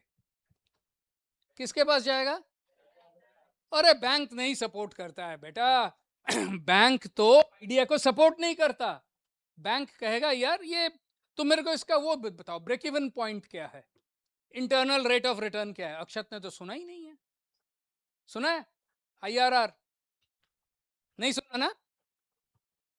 बीकॉम के स्टूडेंट हो अक्षत? Sir, when NPV is I think 0, then अच्छा चल, इसने सुना है, चलो ठीक है, कुछ आइडिया है। मैं कह रहा हूं मैंने तो नहीं सुना था। तो बैंक नहीं लोन देता है, अब लोन कौन देगा? तुम्हारे जैसे फ्रेंड्स ही देंगे, फैमिली ही देंगे। Friends families are always called the foolish investors. चाहिए अक्षत को पैसा, ये लेगा 5 लाख, कब वापस करेगा, करेगा या नहीं करेगा पूछा भी नहीं, कोई ड्यू डिलीजेंस नहीं किया, because believe in his dreams. वो भी खत्म हो गया। अब अक्षत कहाँ जाएगा? प्रोडक्ट बन रहा है, आइडिया डेवलप हो रहा है, TRL 2 से 3 में आ गया, 3 से 4 में जाएगा, अक्षत को कौन पैसा देगा? बोलो। अरे जो पैसा देगा तुम्हारे सामने खड़ा है, बोलो मैं दूंगा। वो department of science and technology का seed support. It is not mentioned here, of course. There will be a seed support. There is a seed support scheme whereby the technology incubator will fund up to 50 lakhs, 1 CR, depending on the merit of the case, to Akshat. Now, सिर्फ पैसे से business नहीं होता है। अरे market में जाओगे, order भी तो लाना है, तो नेटवर्किंग, बिजनेस प्लान ठीक है या नहीं है, कभी है फेस किया है? किसी ने कंधे में हाथ रख के कहा बेटा गलत काम कर रहे हो, है ना? होता है ना लाइफ में कि बेटा ये काम तुम सही नहीं कर रहे हो, है ना? So there is a mentor, business mentor, जो कहेगा भैया तो तुमने सेल्स फिगर प्रोजेक्ट किया है अक्षत कि तुम 100 मिलियन का रेवेन्यू जनरेट करोगे, टोन डाउन करो बेटा, फर्स्ट ईयर में 100 मिलियन होता नहीं है। तो we will link Akshat with a business mentor. ठीक है, सो दैट इज मेंटोरिंग। ना मेंटरिंग सिर्फ बिजनेस प्रोसेस में नहीं, टेक्निकल मेंटरिंग भी हो सकता है। टेक्नोलॉजी ठीक है या नहीं, क्यों प्रोफेसर सर? मैं प्रोफेसर के साथ लिंक कराऊंगा, he will look at the technology and find out कि क्या क्या क्या गैप एरियाज है। मैं ये नहीं कह रहा हूँ कि इन अक्षत का कोई टेक्नोलॉजी खराब है, ये गलत है या lacking something, but there may be some scope of improvisation. So professor Acharya will say Akshat इसको ऐसे ऐसे करो, तो हमारा टेक्नोलॉजी और इम्प्रूव करेगा, इसके चांसेस ऑफ फेलियर कम होंगे एंड प्रोडक्टाइजेशन या कमर्शियलाइजेशन विल बी इजी। ठीक है, तो this is being done at the technology business incubator TBI, and we have established the TBIs in the educational institutions, colleges, universities. क्यों? Because in colleges and universities, in an academic environment, there is a research environment. The faculty can support you technically, they can help you to develop technology, and they can help you to refine your technology. So these are the various technology business incubators that our department has created all across the country. SINE, Society of Innovation and Engineering, SINE is in IIT Bombay. Then Vellore Institute of Technology University, VIT University में है. We have in PSG STEP and the IIMs, Indian Institutes of Management. इसमें भी हमने business incubator establish किया है। IIM Kolkata, IIM Ahmedabad. So if you have a bright idea, if you have a desire to become an entrepreneur, a startup creator, you can go to one of this technology business incubator, take up a seat. उधर मतलब cubicles होते हैं, they are called seat. You can hire a seat and you can start processing your bright ideas. So in the year 2010, we decided that इसको एक national program बनाते हैं. Me and my boss, we were, Ahmedabad. हम doctor आचार्य के, professor आचार्य के institution में थे, entrepreneurship development institute of India. हमने कहा एक नेशनल प्रोग्राम बनाते हैं. छोटे मोटे प्रोग्राम तो कर ही रहे थे, let's create a big impact. Big impact के लिए नेशनल प्रोग्राम. नाउ सोचते सोचते सोचते ये निधि प्रोग्राम हमने कंसीव किया. National initiative for developing and harnessing innovation. Develop भी करेंगे, इनोवेशन को हार्नेस करेंगे, so that the innovation can be converted into a product. Nidhi. I am very happy to say that जब 2013 में ये DPIT, department of promotion for industry, government of India, एक startup India program का start कर रही थी, तो they selected Nidhi program as one of its component. सबने स्टार्टअप इंडिया प्रोग्राम का तो नाम सुना ही है. Honourable prime minister Modi ji का एक स्टार प्रोग्राम है. तो in this Nidhi scheme there were 4-5 components which are very important. पहला देखो, entrepreneur in residence. ये अक्षत का वो प्रॉब्लम सॉल्व करता है कि अक्षत ने ग्रेजुएशन तो किया, अब उसको 1 साल 2 साल लगेंगे अपना आइडिया को प्रोडक्ट में कन्वर्ट करने का. अक्षत के फादर तो सपोर्ट करेंगे नहीं, तो we will take him as entrepreneur in residence. And इसको जो है अक्षत को हम एक सर्टन अमाउंट ऑफ स्कॉलरशिप कहिए, फेलोशिप कहिए, सपोर्ट करेंगे for a period of 24 months. No questions asked. बेटा आपका क्या नाम है?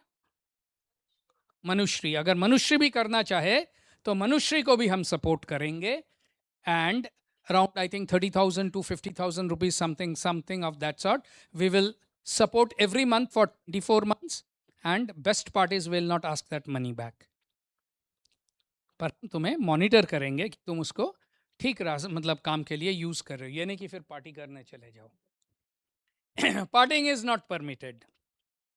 ठीक है. तो he is now forming his idea, but ideas try करने के लिए मशीनरी चाहिए होती है, स्पेशली अगर हार्डवेयर ओरिएंटेड हो. हर कोई तो कोडिंग नहीं करता, या करना भी नहीं चाहिए. कुछ हार्डकोर इंजीनियरिंग में भी तो करो, तो उसके लिए कुछ 3D प्रिंटर चाहिए, कुछ स्टेशंस वगैरह जो भी है वो चाहिए. तो उसके लिए ये प्रयास सेंटर्स का हमने इस्टेब्लिश किया है. Now the Prayas centre is a fab lab where the basic minimum equipments which are needed to create a prototype, a working prototype, is provided. ठीक है. So he goes to a Prayas center and tries out his hand and creates a working prototype. ठीक है. Happy? हाँ, मेरे लिए एक thumbs up, बाद में हाई फाइव करेंगे. अच्छा, इतना सब ट्राई करके he now has a working prototype. अब वो वर्किंग प्रोटोटाइप को, see prototype versus a final product, there is a whole lot of technology usages. ठीक है.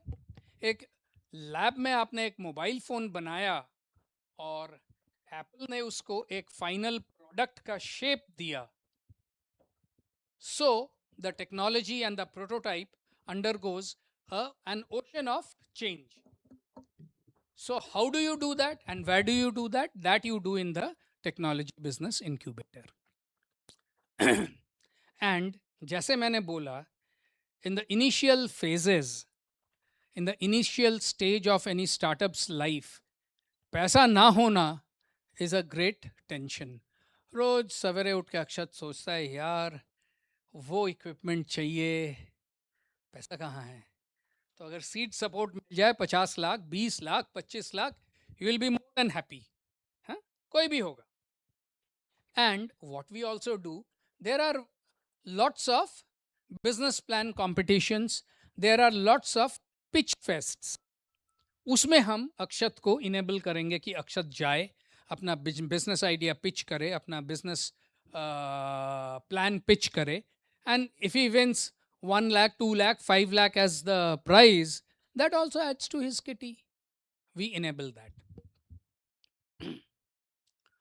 Then Center of Excellence and Accelerator are for little mature startups जो कि almost at the stage of launching में आ गए हैं. So they get a fast track grant or a fast track support so that उनका जो final conversion है becomes easy and time bound.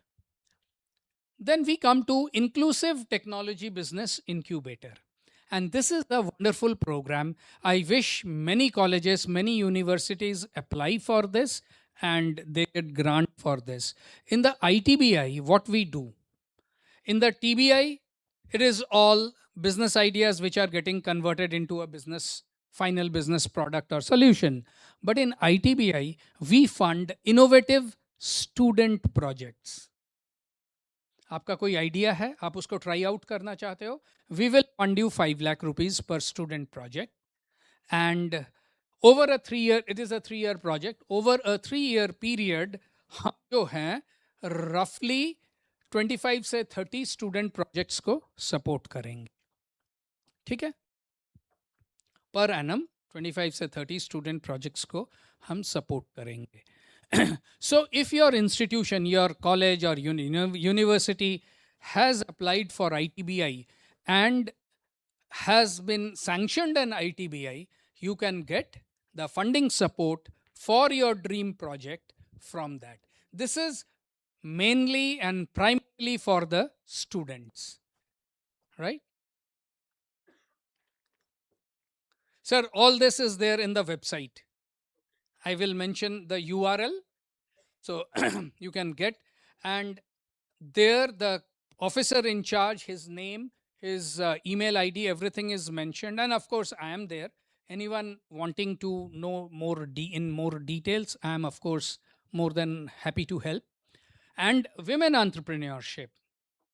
So in any of the Government of India's program, the weaker sections of society, the fair gender, and everyone, they get a special attention. So understanding that women entrepreneurship need a different kind of support system, we have a special program for the women entrepreneurs. But even otherwise, the women can make use of any of the program. It is not that they will have to come under this. So what is now finally required? Tell me. We have all this ecosystem support, government support. What is finally required? We need an entrepreneur, a dreamer, a converter, a go-getter, like, खड़े हो जाओ, high five. This is public partnership, public-private partnership, government and private, citizen. Okay? So, I think we have reached the end, na? So, all the best. But एक last question. You have any doubts about? You must have doubts. You must question me. Whatever the doubts जो आप लोगों के मन में अभी आ है, you can ask me right now. Please note down whatever doubts you have. I will leave behind my contact. This thing, I think Professor Acharya will circulate. एक कर देना अपना email ID मेरा दे देना तो, and maybe mobile number, कोई दिक्कत नहीं है. So we will be ready to help you all. So any questions? Yes. Do we have any kind of case studies of this, that in the past somebody have done something with these kind Definitely, of programs? definitely. The website has lots of it. Okay. And only thing that won't be there is the financials. The startups are not the financial part. Yes, but there, at least there something is. through which students can get Yes, motivated. there are lots of case studies there, and there is also an organization. We have set up an organization to accelerate, because सरकार में रह के ना काफ़ी सारी चीज़ें हम नहीं कर पाते हैं, तो हमने एक्स्ट्रा कहते हैं उसको, क्या कहते हैं, स्पेशल पर्पस व्हीकल का एक वो किया है. This is Indian step TBI association, ISBA, ISBA. तो अगर आप ISBA के वेबसाइट में जाओगे तो there would be lot of case studies. ठीक है. And then you should also read.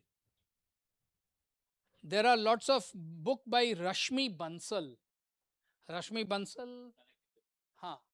Bansal was, or still is, a professor of IIM Ahmedabad. हाँ, अभी रिटायर? नहीं, जब I think anyway she was connected with IIM Ahmedabad, connecting the dots. उसमें real life case studies हैं. Like there was the Prem Ganapati. This example I always take. Prem Ganapati was, like 10th pass out. He was forced to go to Chennai to work in a restaurant. He started with a dishwasher. He switched over to another because that restaurant was offering, along with dishwashing, they were offering him free food. Karte, he started dosa king, yeah, something like that. And he went through pricing, product innovation, expansion, product selection, etc., etc. So if you, in that book, Connecting the Dot, that case study is there. If you read, you will get the whole gamut of an enterprise building. It was probably not a startup, but nonetheless it was an enterprise building. And likewise, there are 10, 12 case studies. Please buy that book and read that book. It would be a very good investment. Thank you. Questions are always welcome. Yes, sir. Thanks to the organizers. You want to be there? I think they want.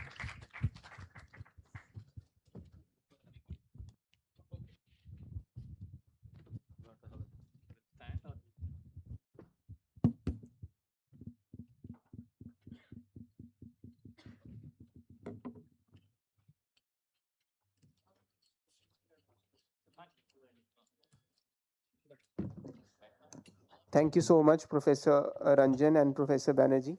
If you have any questions, please feel free to ask any questions that you have for both the professors.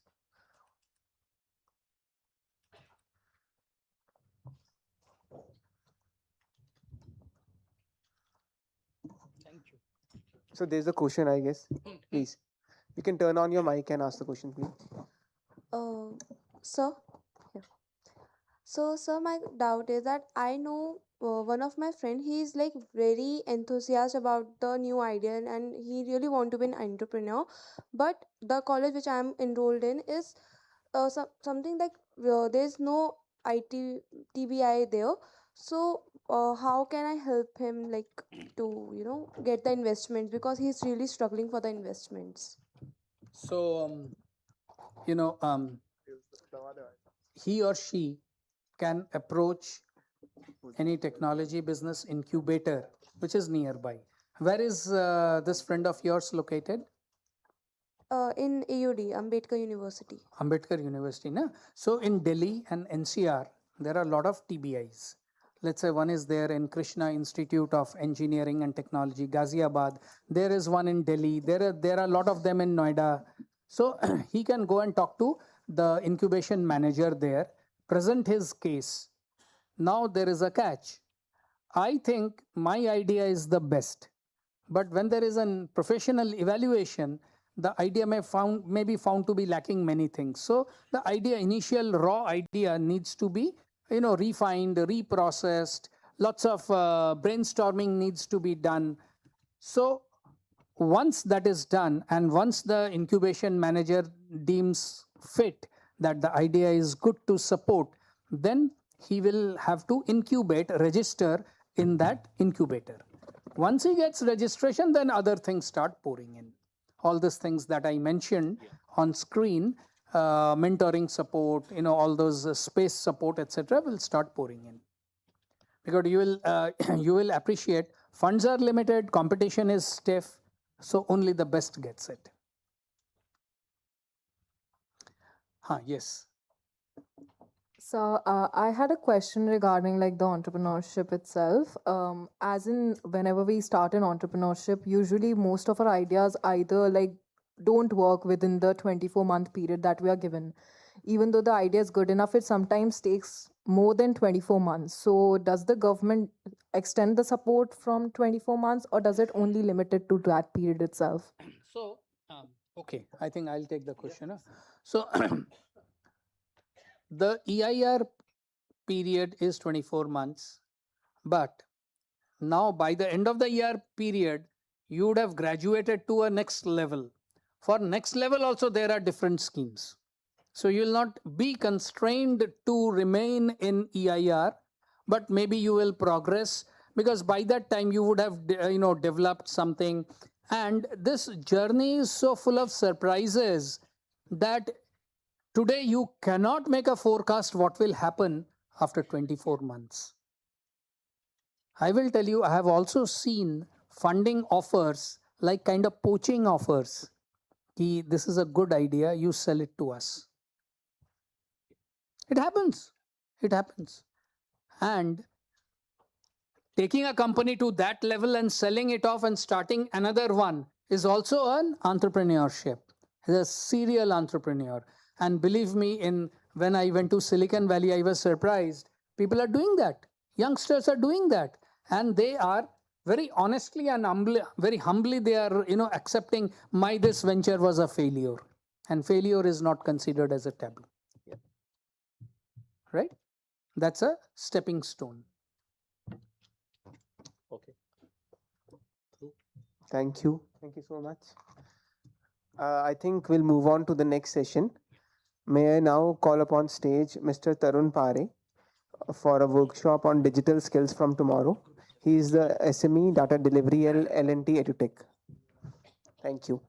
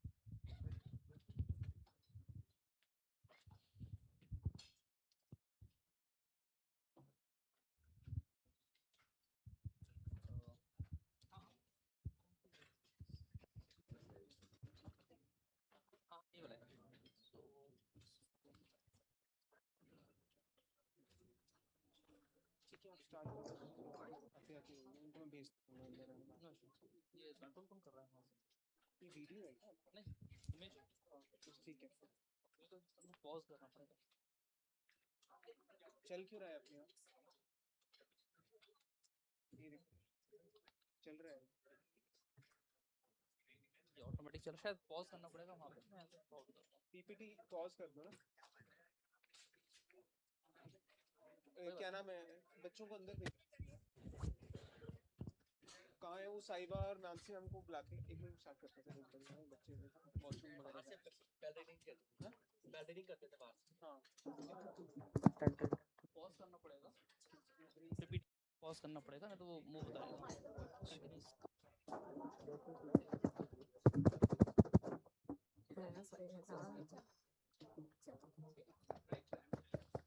Hello. Students, there is no break. Please be seated.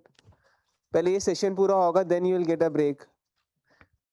Please be seated. PPT को pause कर दीजिए अगर आपने बाहर जाना भी है, let the session commence first, and उसके बाद एक एक करके जाना. Do not go out in large numbers. Please be seated.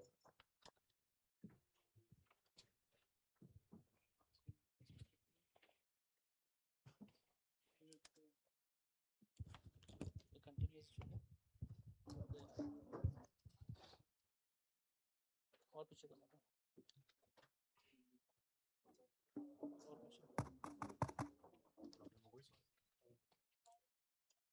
Manually हो जाएगा ना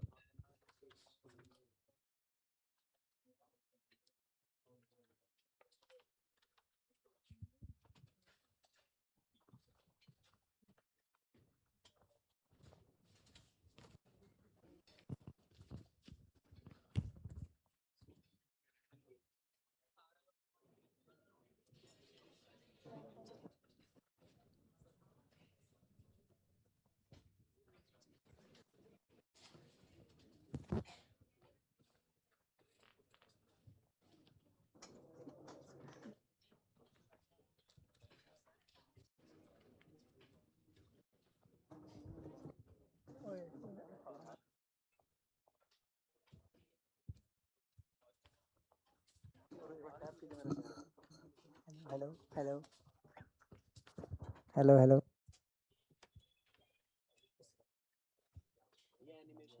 एनिमेशन नहीं पीपीटी है नॉर्मल पीपीटी देखिए पावर पॉइंट प्रेजेंटेशन आपके सामने इस पे हाँ राइट क्लिक करो एक मिनट इस पे राइट क्लिक करो राइट क्लिक करो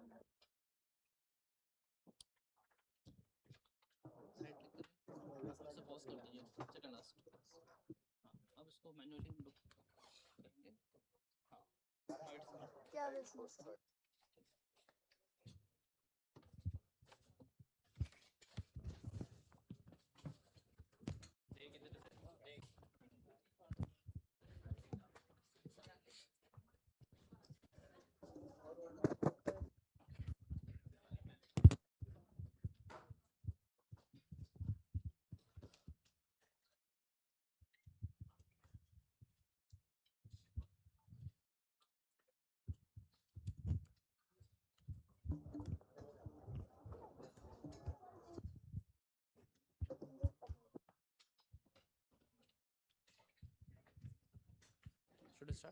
और कुछ और आने वाले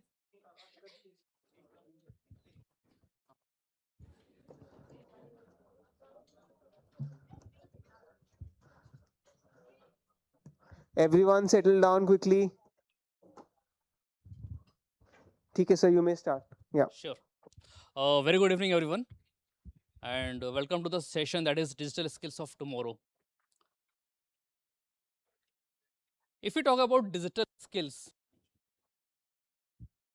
before that, I just want to acknowledge you one thing that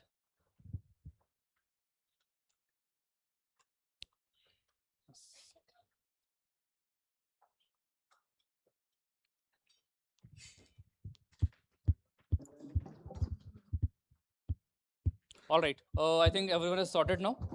Settle down. Students, I hope everyone knows that business depends on technology and the technology depends on IT, right? Business depends on technology and the technology depends on IT. And IT is all about digital technology, right? So, what is the digital skills through which that technologies hands-on will be there, will understand the technology and will be able to do the business. All right. So this session is not about core technical. It's a combination of both technical and non-technical. Before that, I just want to understand the nature of audience. How many of you are from non-technical background? That's great. And how many of you are from technical background? Okay. In the technical background, how many of you from BTech, non-BTech, Polytechnic? All right. So this session is for all of you to understand what digital skills are there, what we need to be understand, and how we have to be predict and work on it. All right. So what is digital skill? Anyone has any idea what is digital skill? Digital skill is the skill of using digital technology effectively, safely, and intelligently. I don't know why it's not in my control. Where is IT person? PPT is not in my control. It's continuously are moving on.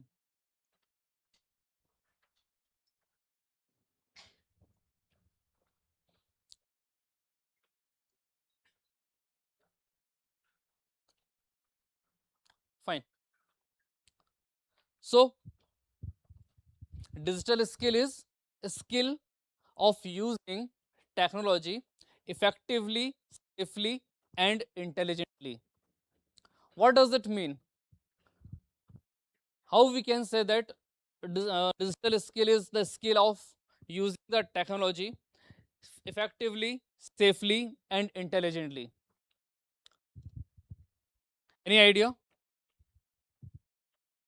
All right. Soon you will get interest that what the thing we are talking about, and you are able to connect the dots that which how the digital skills make an impact on our life. Okay. So the pyramid for the digital skills is like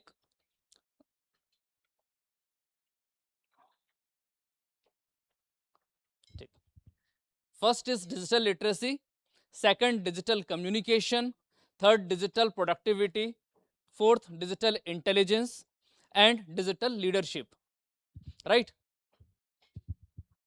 You know, when if we talk about 10 years before or 12 years before,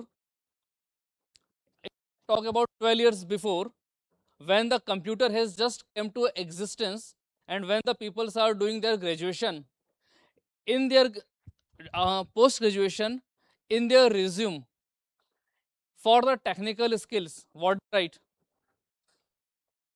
They write, I have a good hands on in MS Office, I have a good hands on in Excel, PowerPoint, and Word. Right? A decade before, the digital skills are limited to the MS Office. That is, if the person has a good hands-on in MS Word, MS PowerPoint, and Excel, it means that person is digitally sound because he can handle the digital components. Then it comes digital communication. Digital communication means earlier it was limited to do the emails. Earlier it was limited to the emails. Right now we are communicating through the WhatsApp and the collaborative form, that is Teams, Meet, or Zoom, right? So digital collaboration was the second phase was there, which has initiated the concept of connect, communicate, and collaborate. Then it comes digital productivity. What is digital productivity? Digital productivity means how you can take the better advantage of the existing technology. Then it comes digital intelligence. What do you mean by digital intelligence? Digital intelligence means how these technologies you can use effectively to understand the future, to understand the patterns. Right? How many of you are using Instagram? All right. How many of you are using intelligently? How many of you think that how many of you will feel regret at the end of the day that I have wasted much of time on the Instagram? How many of you feel? How many of you feel headache and all that? There is nothing productive I have received from the Instagram. Now, can you use that technology or Instagram as intelligently in your life? How you can use? Okay, I'll give you one hack how you can use the Instagram effectively. Okay, suppose how many of you have experienced that boys, if they go to a gym, they will get the content related to the gym, only gym. Okay, if you are a traveler, you will get the content related to the traveler only, right? Fine. So if you want to use, this is the just case study of Instagram. Apart from that, there are n number of things which you can use intelligently. Just do one thing. If you want to understand the future, that what the 10 years after 10 years what will happen, or what will be you at after 10 years, do one thing. Just increase your age by 10 years on your Instagram. Getting the point? Or increase your age by 5 years on your Instagram. Then you get the content or the reels or the videos who are 5 years senior to you. Just try this hack. Just play with the algorithms. You will understand that how you can take the better advantage of the technology. Whatever the domain you are working for, whatever the thing you have planned in your career or business, just train the algorithm of all such tools 5 years ahead. You will get a similar kind of things. How many of you are getting a messages or a calls to buy a home, or getting a SMS for a home loan and all? Is there anyone who is getting a message for a home loan and all? How many? Rarely. 2%, 3%. How many of you are getting a call or a message or email related to pursue some course, take admission? Why? As I told, business depends on technology and technology depends on IT. And for the business like education or the things like courses or certification courses, for that you are the right audience. Getting the point? Yes or no? So everything which has been connected is depends on how you are being targeted, how the data will be taken from you, and the things will be educated and guided. That we'll discuss in the coming slides. After that, once you understood, once you have played with the algorithms, once you have raised the symptoms of digital intelligence on yourself, then it comes to a digital leadership, where you will understand that okay, these are the possible things which comes in our life. We have to be cautious and prepare ourselves in that domain, right? So there you will learn how to lead, innovate, and create impact. All right. Can we move the slide, next slide? So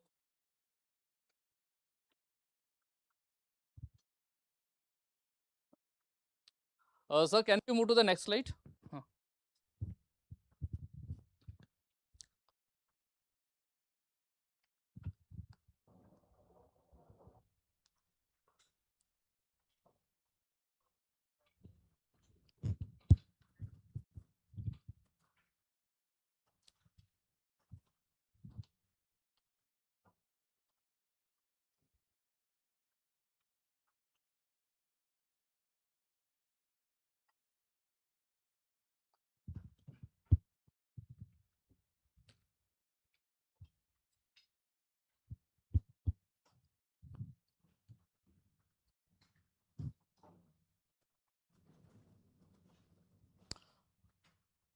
Okay, so as the till we move to the next slide, I hope the pyramid of digital era is quite clear to everyone.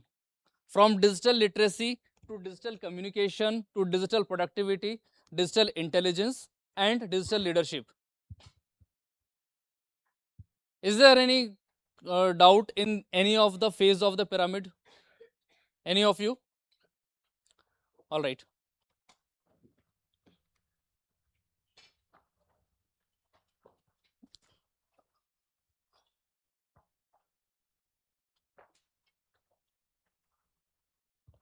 Uh, huh?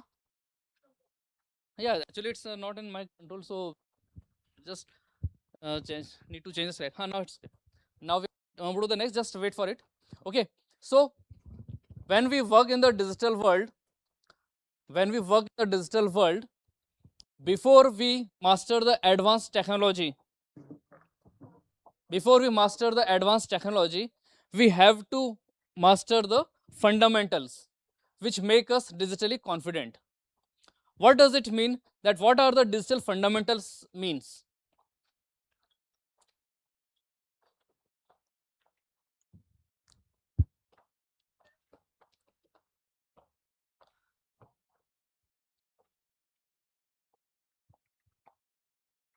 So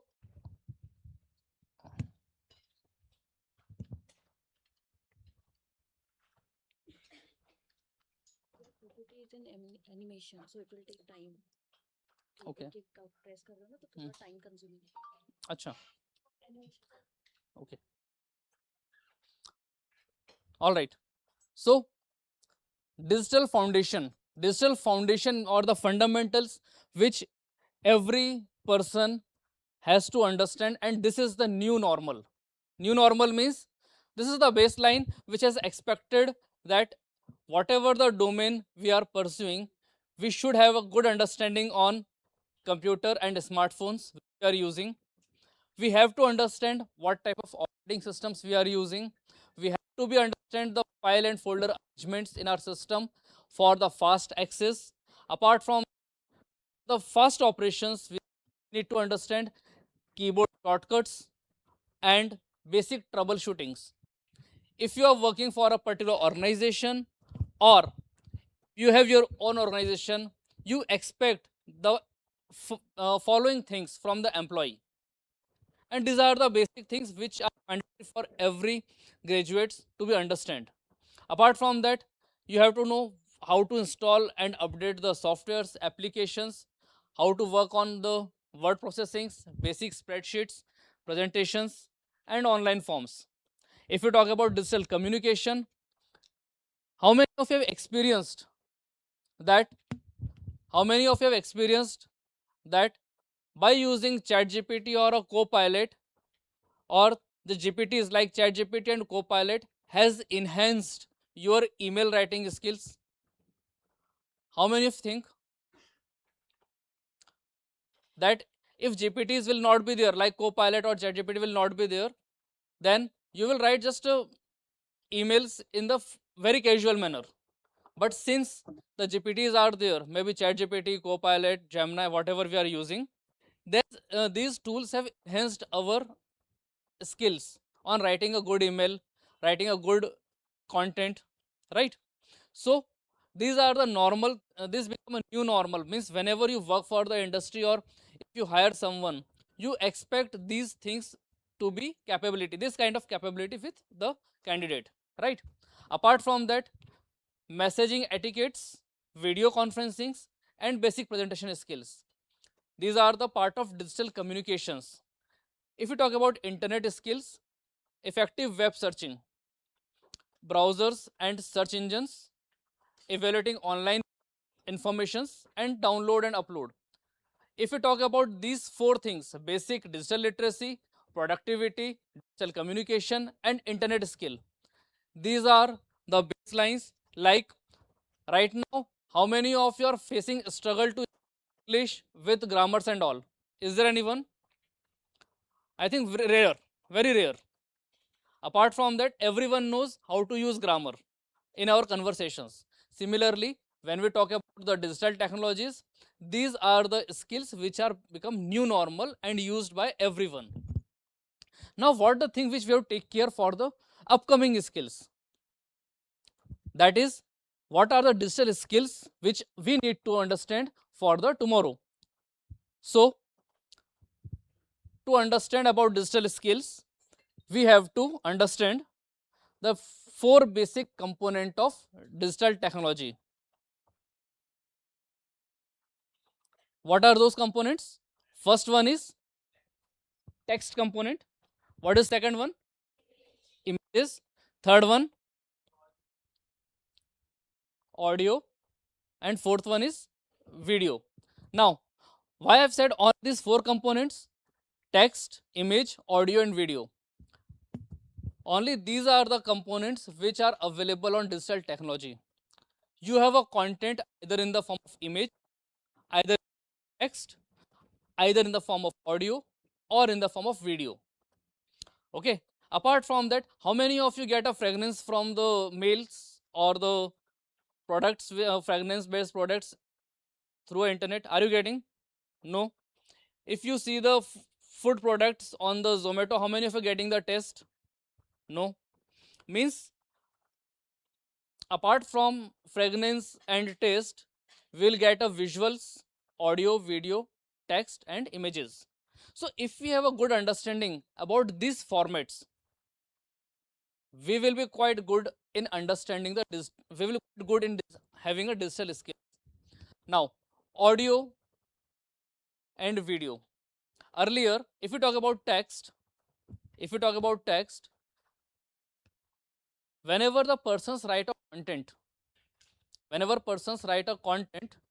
there may be a chances that people will do the copyright, or there may be a chance that people use plagiarism contents or rewrite the contents with their name. Now, you all know that morphing skills are there. People have some morphing skills. They morph the faces, images. Audio clonings are there. Your audios can be cloned. So if you have that kind of digital literacy, you understand, then this prevention from the drawbacks of digital technology is again a kind of digital skill. Digital literacy is again a part of digital skill. The more you literate word, the more it's considered as a skilled person.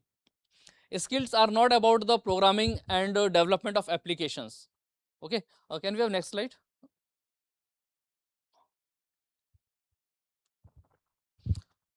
These are the 4 common things like coding fundamentals, advanced productivity tools, cyber security basics, and collaboration platforms. These are the tools now become normal for every person.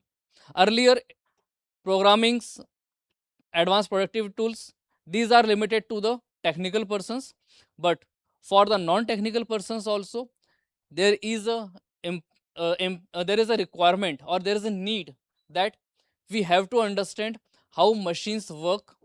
We have to understand how machines get command. Why? Because earlier only technical persons are using computers. Only technical persons are taking the access of internet and all. But now technical and non-technical, both the background domain of persons, are very frequently using the technology.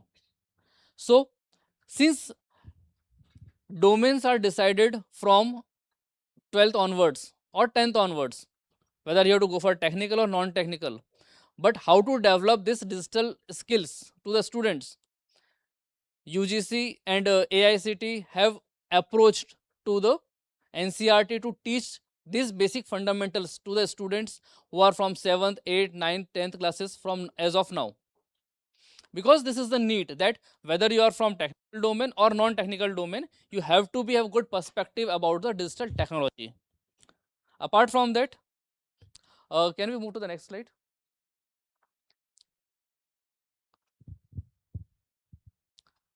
The tremendous and a changing thing comes, that is AI. What do you think? What is AI? I just want to understand your opinion, your all opinion. What do you understand by AI? Artificial intelligence, that is a full form. What is AI? Anyone want to share the opinion, what they understand about AI? Problem solver, good. And Sir, machine's ability to think anything. machine's ability to think anything and make life easier and perform the task. Okay. Anything else? Any other opinion in your mind? Sir, AI is basically the machine learning tool which helps to make the task easier. Machine learning tools which makes the task easier. Okay. Anything else? Anything other thing apart from the things which I've discussed? See, the more the opinions come, the more clarity we'll understand.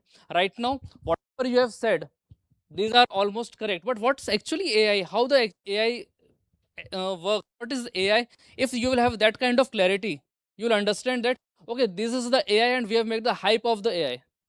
That AI is there, AI is there.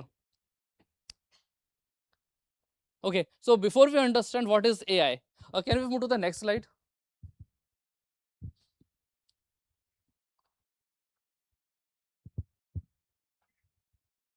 Just before that, previous to this.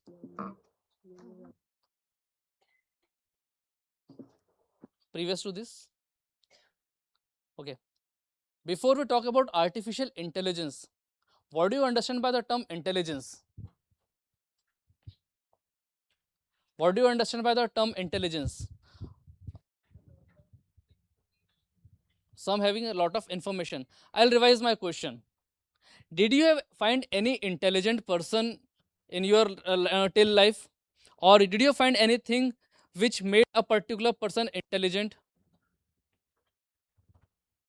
I know this is the last session, and since from the day you are becoming a good listener, so quite exhausted and all, but try to understand and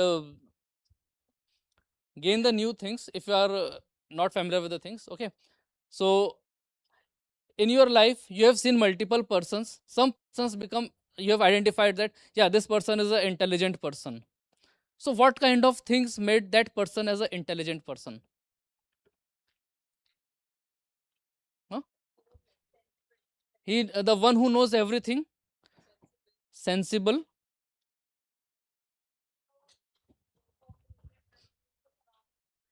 cooperative, and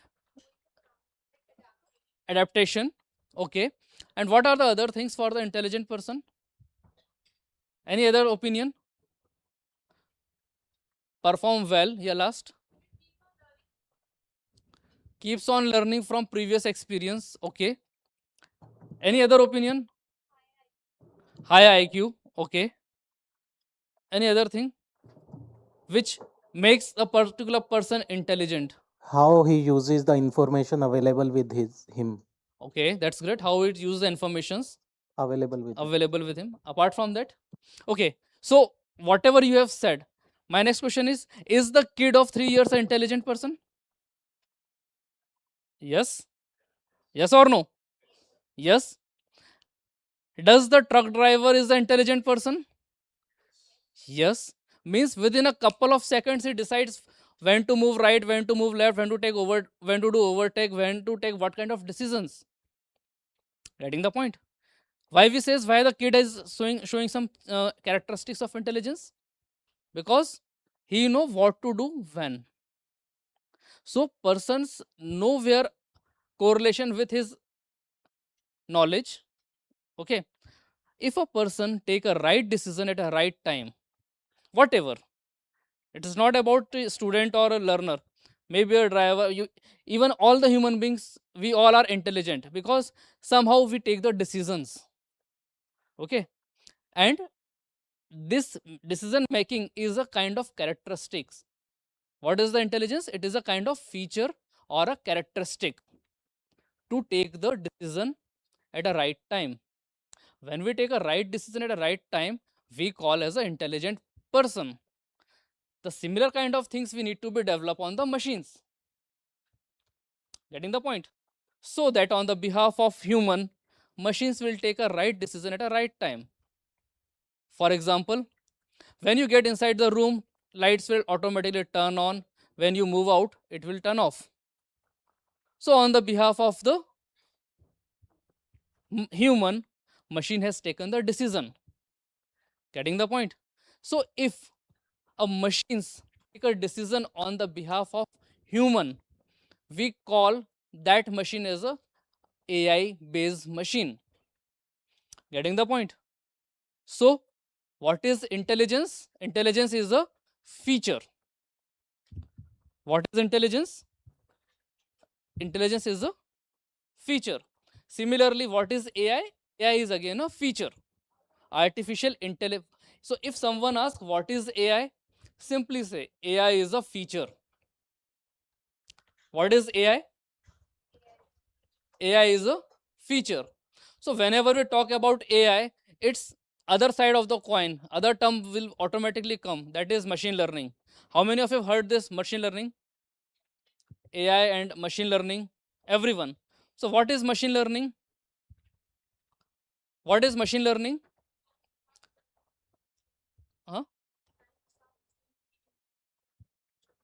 time के साथ machine की learning increase होती जाती है, right? What is machine learning? Okay, how human learns?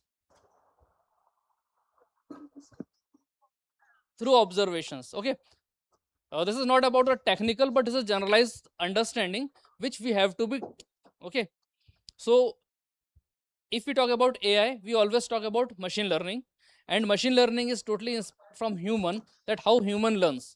Human learns in the two ways, either under some supervision or unsupervision. Means either under some supervision, maybe in the form of under some mentors, by some books, by some videos, under some supervision. When person learns, we call it supervise, and when the person learn from experience, we call it unsupervised. Okay, so there are two types of learnings, supervised and unsupervised. The same approach were developed on a machines, so that machines will learn by someone through a data set, and after that they learn from their own experience. Like initially Instagram take inputs from you, your interest. The more the content you make interested, it will supervise based on the experience, it understand and share the similar kind of content. Getting the point? So AI is a, what is AI? AI is a feature, and machine learning is a technique to develop those feature. Is that clear? AI is a feature and machine learning is a technique to develop those features. May I move to the next slide? Can we move to the next? Okay, now how we learn? How we learn? By supervision or by experience. Now tell me, to learn anything, we need to get some input. What are the sources of input for the brain? What are they? Eyes,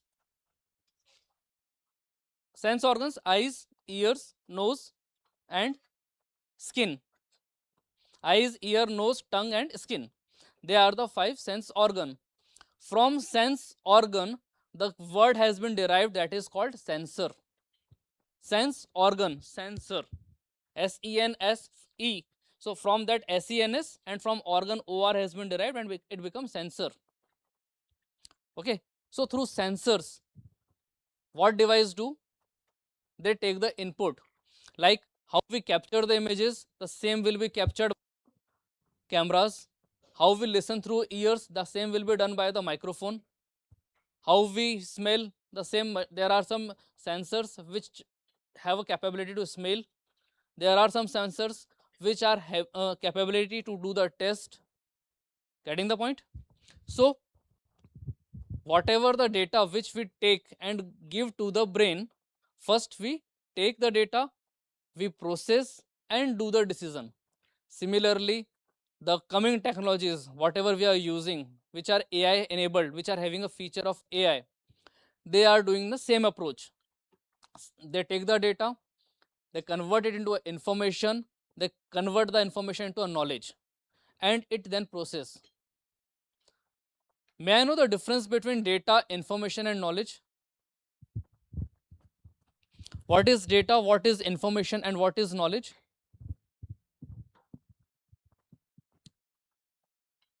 Anyone?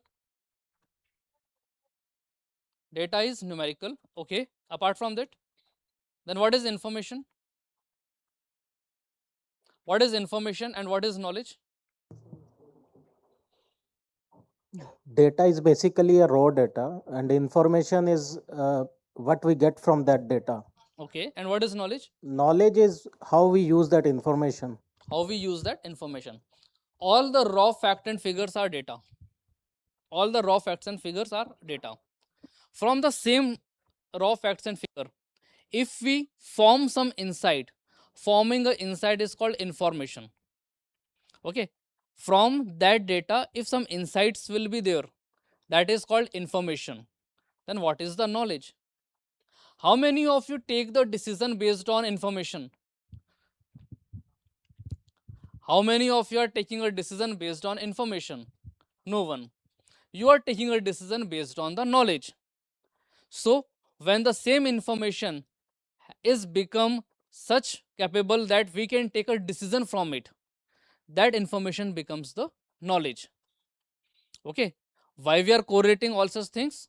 Because data, information, knowledge, they are majorly impact with the four components, that is text, image, audio, video.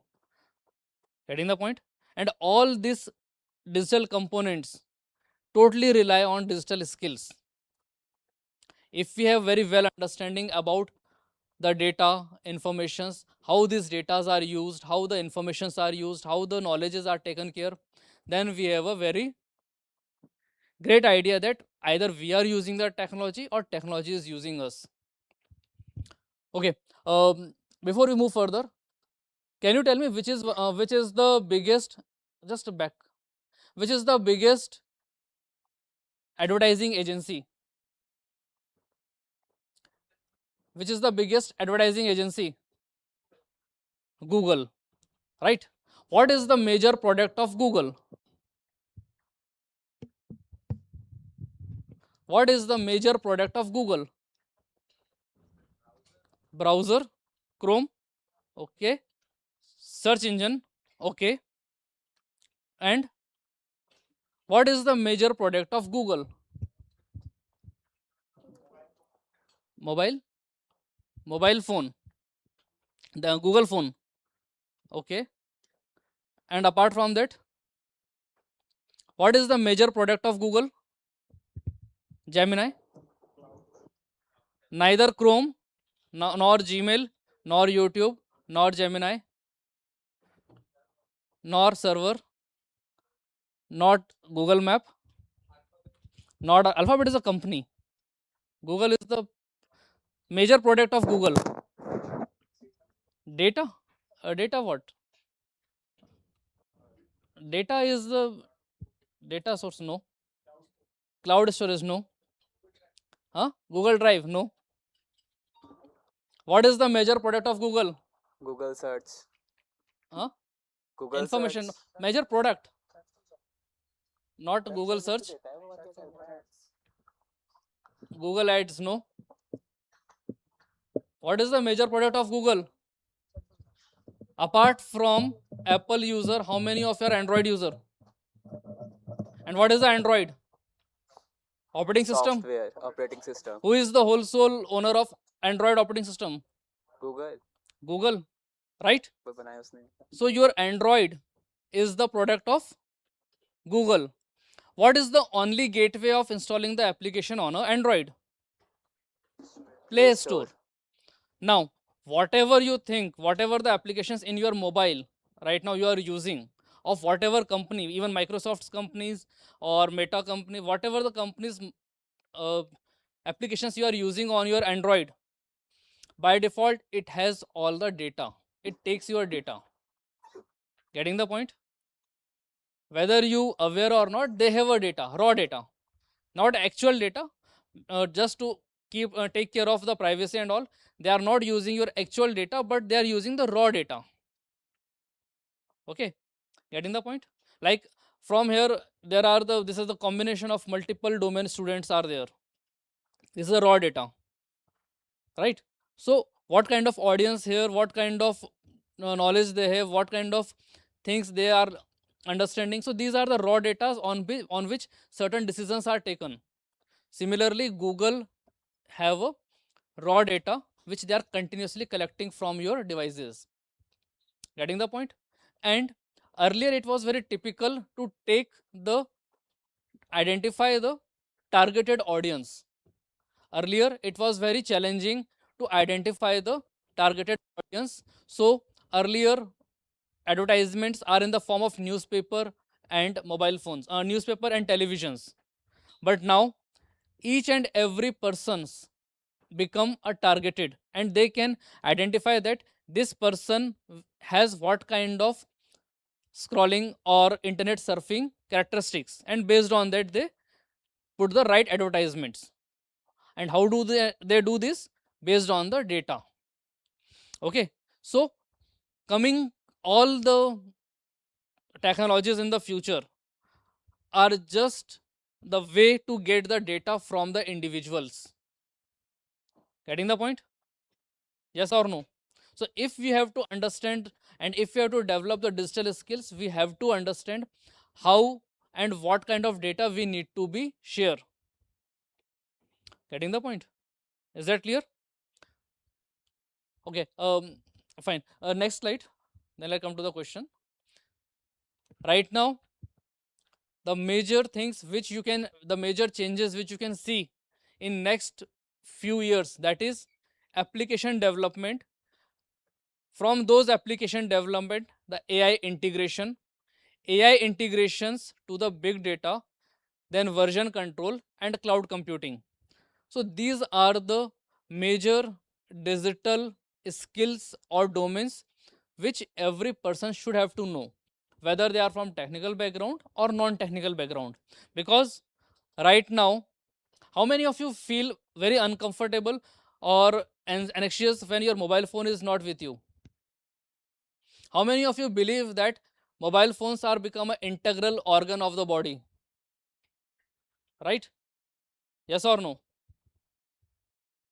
If mobile phone is not nearby you, your breath will get unstructured. Getting the point? So, as mobile phone has become an integral organ of our body, we have to be cautious and we have to be quite skilled in digital technology, so that we can understand whether technology runs us or we are using the technology. Okay, there is a term we have used called big data. What is big data? Is there anyone who has heard this word big data? Is there anyone who can tell me what is big data? Any idea?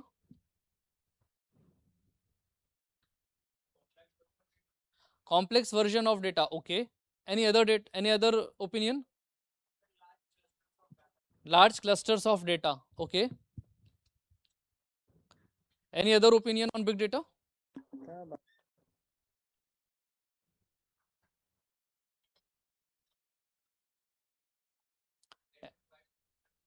It requires to be maybe in the form of tables. Okay. Apart from that, okay, I'll give you the idea. Big data is the data having three basic V properties. V properties means the data which comes with huge volume, high velocity, and wide variety. Velocity, variety, and volume. When the data comes with volume, velocity, and variety, we call such data as a big data. For example, do you know how many people have downloaded Flipkart? How many people have downloaded Flipkart?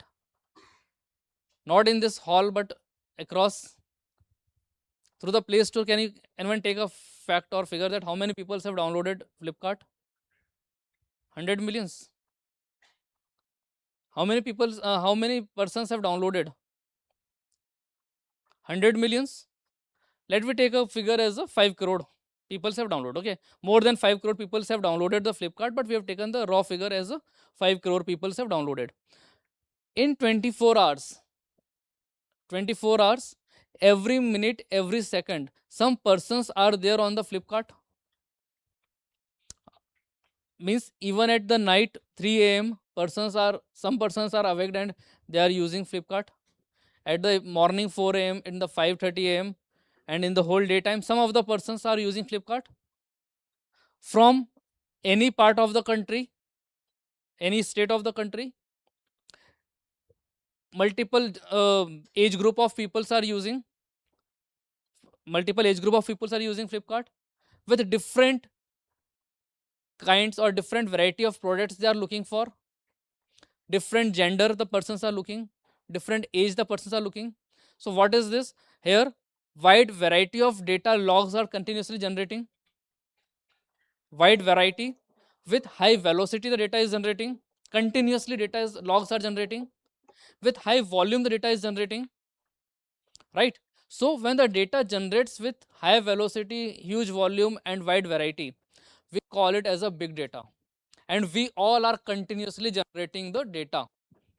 So there are someone who are continuously working on that and identifying the targeted audience. How many of you have experienced that whatever the products you search on a Flipkart or Amazon, within a couple of minutes it comes to your Instagram or YouTube feeds? Almost you all have experienced. Why so? Because there are AI integrations are there with the application who have the cross sellings or who have a cross integrations. Like if the product has been advertised by someone XYZ company on a Flipkart, then Google's responsibility to reflect on the Instagram. Getting the point? Because ultimately which is the core industry there, that is Google, who is taking care of all your data and all. So first, applications, develop the applications. Application development is not only mobile applications or laptop. Whatever the wearables we are, digital watches and things we are weared, that are also a source of input for the data. You have a smart TVs. In your car, smart dashboards are there.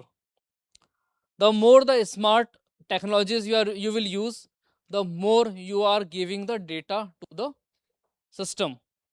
The more you give the data, the less you realize that decisions are taken by you. Decisions are totally taken by the advertising agencies, business persons.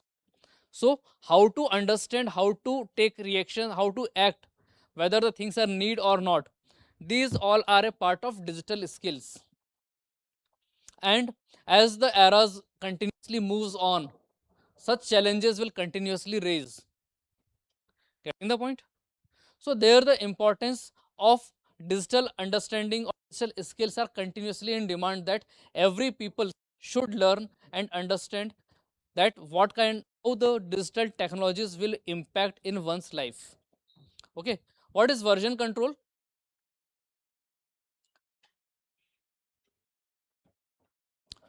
Version control means the input from one form, means if any kind of data has been raised from your watch, digital watch, that will be transformed to the system.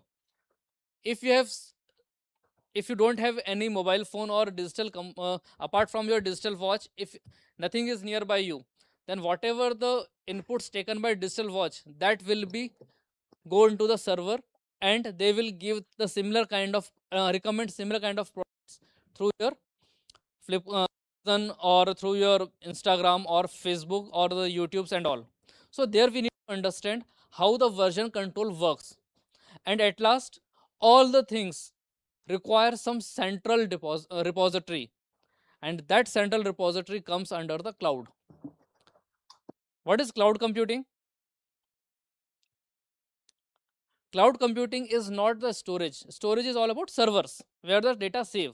But when data save and apart from that data become operational, where we perform the operations on the data, that environment is called cloud environment.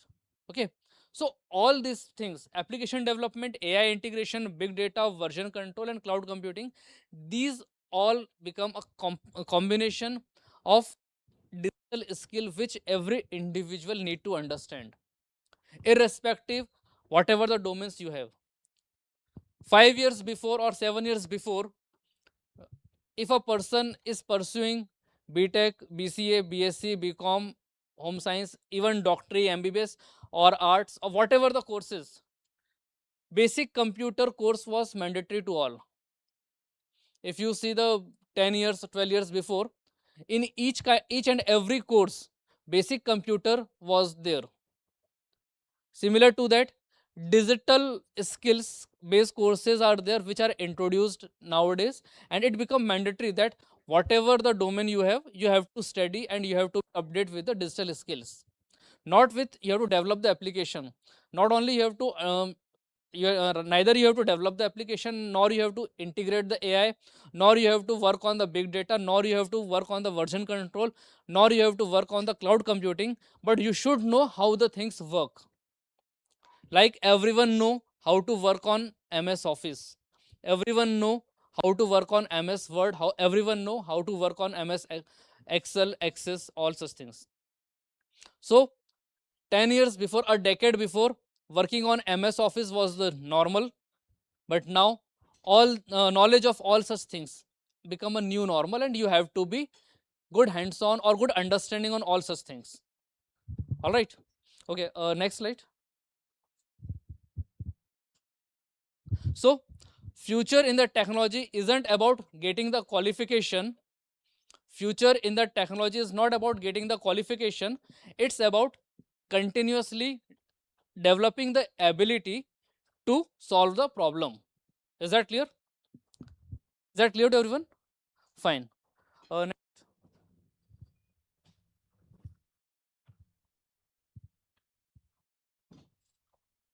So that's all from my end. Now, if you have any question from your side, I would like to take the input or questions from your side.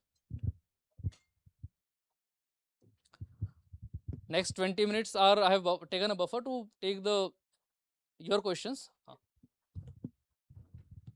So if there are any questions,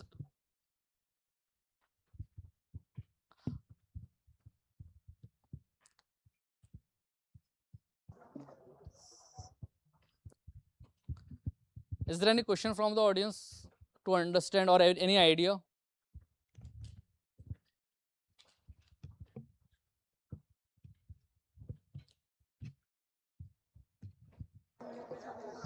Hello, sir. Yes. Yeah. Can you raise the hand? Hello. All right. Sir, what kind of AI courses are important nowadays कि वो बच्चों को करने चाहिए जिससे उसे का जो फ्यूचर है वो बहुत ज़्यादा मतलब हेल्प आए उसके फ्यूचर में. Very good question, and I was expecting such question that हम कौन सा AI कोर्स कर सकें. Students, we need to understand one thing. Before we do any AI course, हमें ये समझना है कि for our livelihood or for our career, which domain we have opted, what are the domain of our choice. Do we want to work in the IT industry? Do we want to work in the hotel management? Do we want to work in the healthcare industry? Do we want to work in the sports industry? What kind of industry we are preparing ourselves? Getting the point? What industry we are going to getting ready? Like, may I know what kind of industry you are targeting to make career? ज़्यादातर जो बड़ी बड़ी MNC companies हैं like मुझको बहुत high level पे जाना है ऐसा मेरा सपना तो है पर हाँ ठीक है. अब बहुत सारी MNC कंपनीज हैं जो हेल्थ केयर में भी काम करती हैं. Pharma industries are there. बहुत सारी स्पोर्ट्स इंडस्ट्रीज हैं जो MNC हैं. बहुत सारी IT इंडस्ट्रीज हैं. तो there are n number of industries. Now we have to understand for which industry we are preparing ourself. Getting the point? Now, based on that industry, we have to identify the tools. Is that clear? It's not specific like we have to, with this AI tool, we can work. If there are people who love to play with the data, they are good in data analytics, then they can opt the industries where data plays significant role. Similar to that, we have to identify the industry, that which industry we are working for and which industry we have to work in next 3 years, 5 years. Any other question?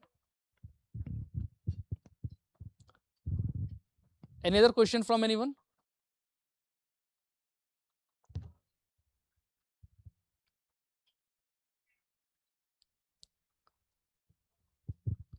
Any other question?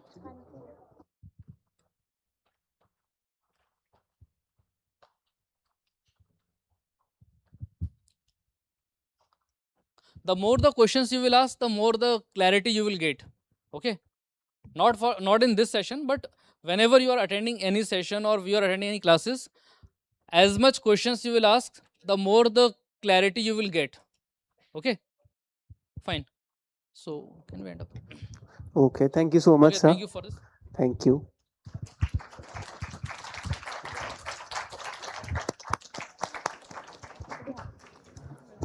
Please be seated. So, as you know, there was a future tech challenge that was going on for 2 days. There was training. So, the BRICS Secretariat, FICCI is the chair for the BRICS this year, for your information, guys. So, we had a team from Russia which had traveled. On day one, they had trained some delegates, and today, the entire day, there were two competitions that were being held. So, in a short while, the team will come. They will announce the winners. So, I request you to be, seated till the winners are announced. Yeah.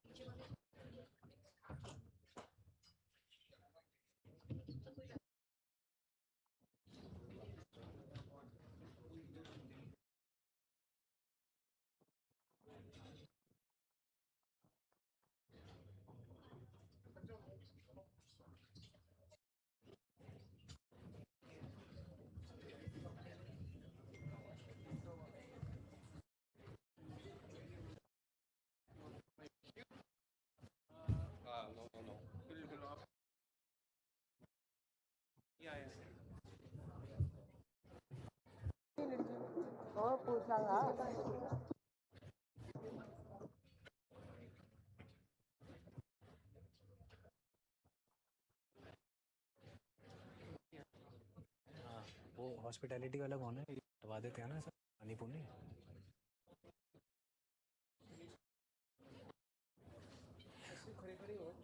Jitendra को बोल दो हटाने के लिए।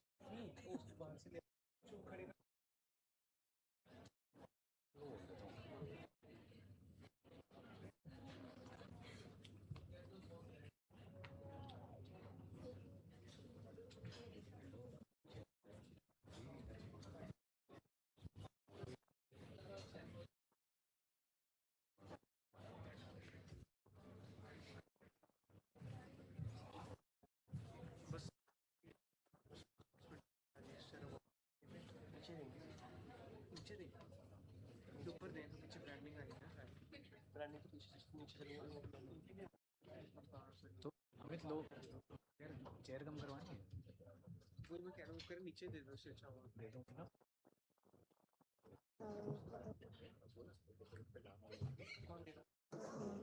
FICCI छुपा दो। अरे FICCI तो हेलो हेलो तो फिर यहाँ पे कोई बोलेगा नहीं ना। हेलो आप उसको लेफ्ट साइड में कर दो, स्क्रीन की तरफ थोड़ा और कर देना, लगा हुआ है ना। हाँ, थोड़ा बीच में कर दो।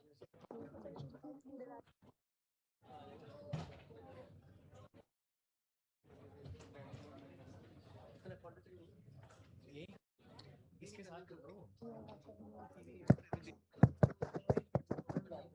आवाज लो।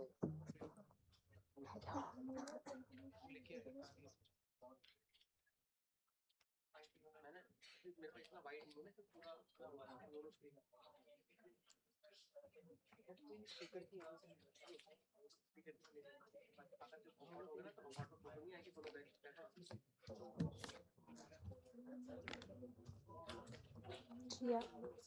Hello hello hello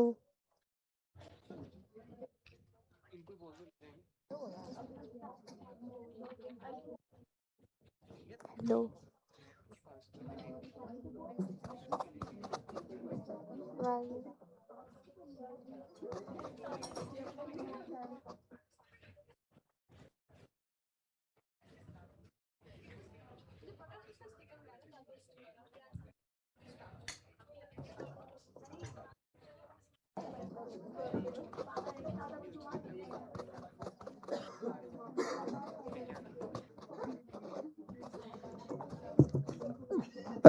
We will start in another 5 minutes. The awards will be presented in 5 minutes. Please be seated.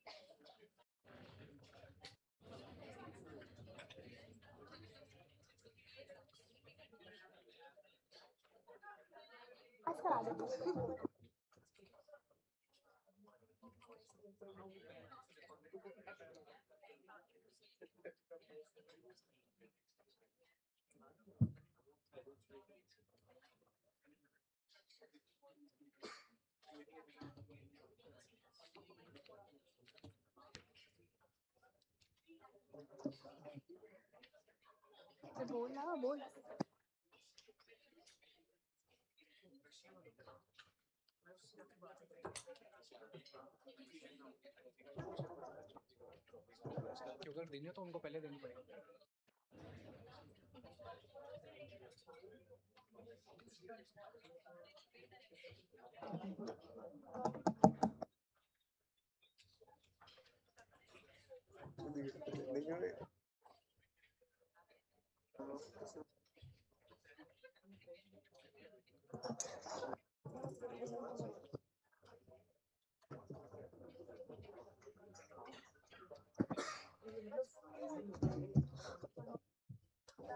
पता नहीं इसलिए हो गया था कि क्या नाम था, बंद हो गया 1 घंटे का मेहनत बर्बाद हमेशा बंद हो जाता है।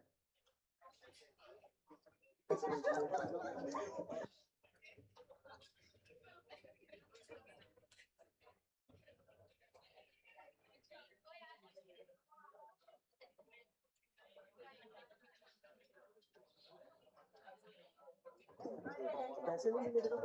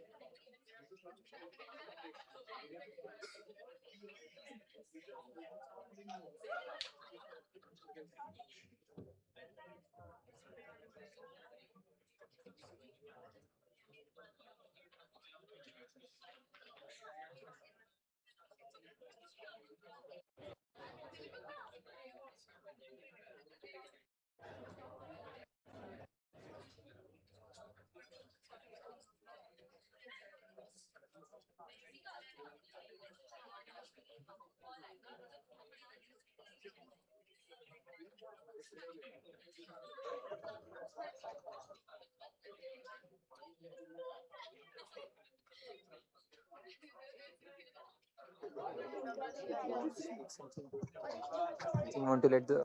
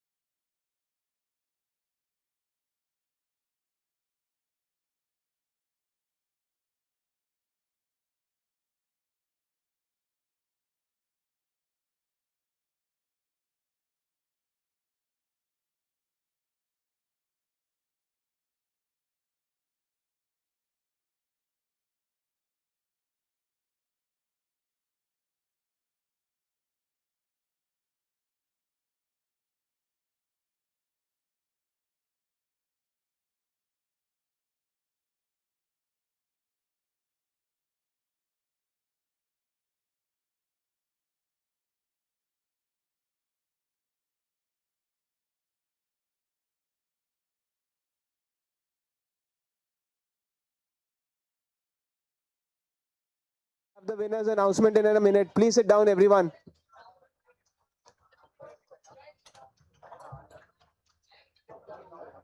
Don't move out of the class. We'll announce the winners in 2 minutes. Please, everyone be seated.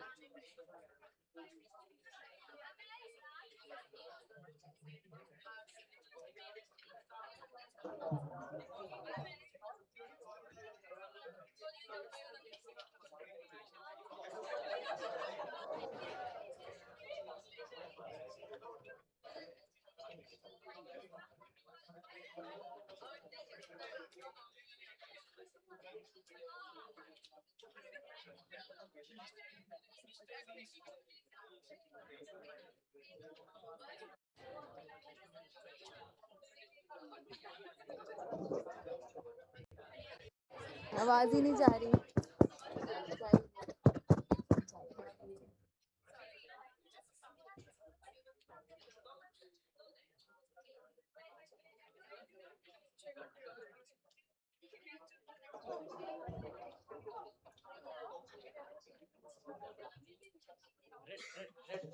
Ready?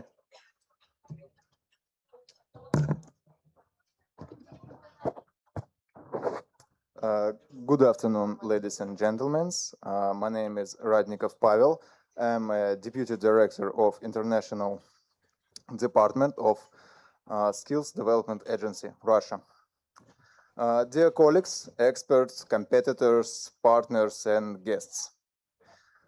It's a great pleasure to welcome you to the closing ceremony of the BRICS High-Tech Future Skills Competition in India. Today, we are bringing to a close a competition that brought together talented professionals and participants in the field of future skills. During the Indian chapter, the competition featured two skills, cybersecurity skill and mechanical engineering CAD. 5 teams participated in the cybersecurity competition, while 10 competitors took part in mechanical engineering CAD. Over the course of the competition, the participants demonstrated not only their technical knowledges, but also their ability to work under competitive conditions, solve practical challenges, and apply their professional skills. I would like to congratulate every participant. Taking part in the international competition of this level is ready and achievement. Cybersecurity skill. And now we move to the first award category, cybersecurity. The results have been determined based on the absolute ranking. Let us recognize the winner of the cybersecurity skill. And the first place in the cybersecurity skills goes to Dubey Shanshak. Congratulations, everybody, congratulations.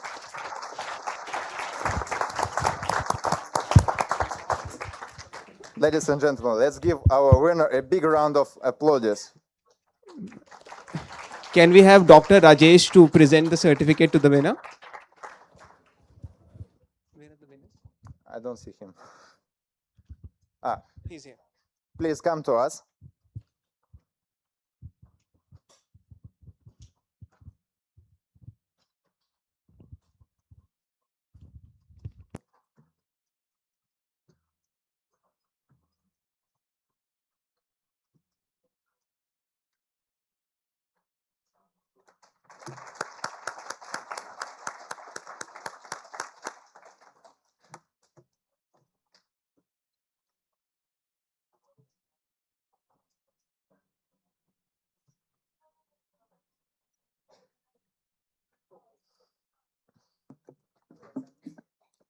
So thank you, colleagues.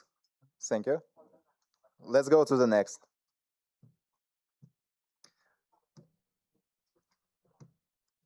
Dear colleagues, next skill is mechanical engineering CAD. The competition brought together 10 competitors who demonstrated their professional knowledges and technical skills. Let us now announce the medalists, is also in absolute ranking. We begin with the third place. The bronze medal goes to Kumar Vikas.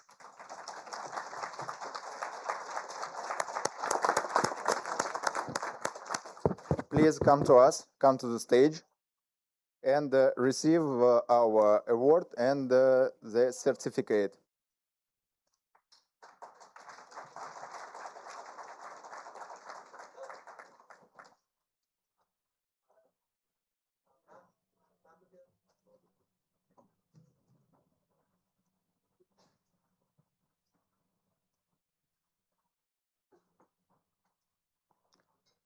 And now, the second place. The silver medal goes to Singh Parth. Congratulations. And please come to the stage to receive your award.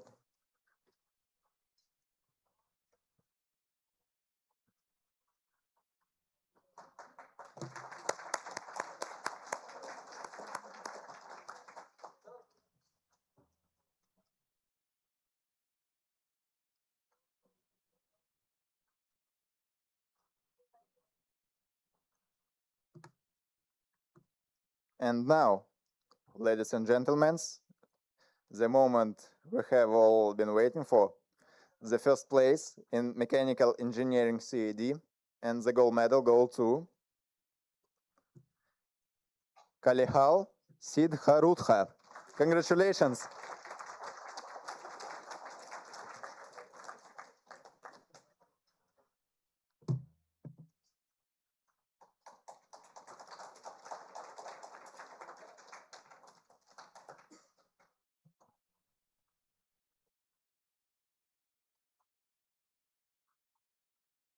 So please take your seats. This is our final. And next slide, we have another one slide. Ladies and gentlemen, today we have celebrated not only the winners, but all the competitors who took part in the competition. Your skills, dedication, and willingness to compete are an important contribution to the development of future skills and international professional cooperation. I would also like to express our congratulations to FICCI, and I just want to say thanks for helping in organization of this competition and development of the international cooperation in the field of future skills. Your support has helped bring together experts, competitors, educational institutes, and industry representatives. We highly appreciate our partnership with FICCI and look forward to strengthening and creating new opportunities for the cooperation in future international skill activities. To all competitors, thank you all for your hard work. To all experts and organizers, thank you for your professionalism. And to our partners, very big thanks for your supporting. And once again, congratulations to all winners and participants. Thank you, and I wish you every success in your future professional career. So the BRICS Future Skills competition in India is officially closed. Thanks for everybody.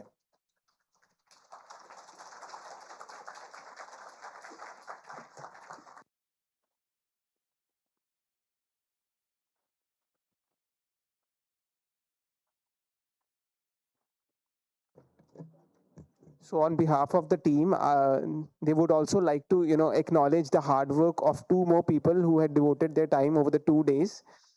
So may I invite Mr. Jeevan Sharma to, kindly come on stage to collect the certificate and the award, please. Jeevan Sharma from Directorate of Training and Technical Education.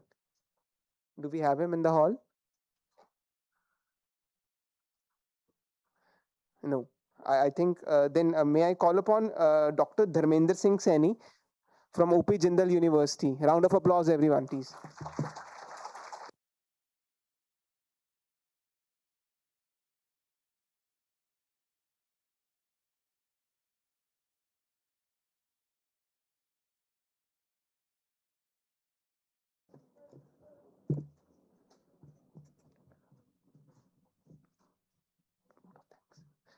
Vote of thanks.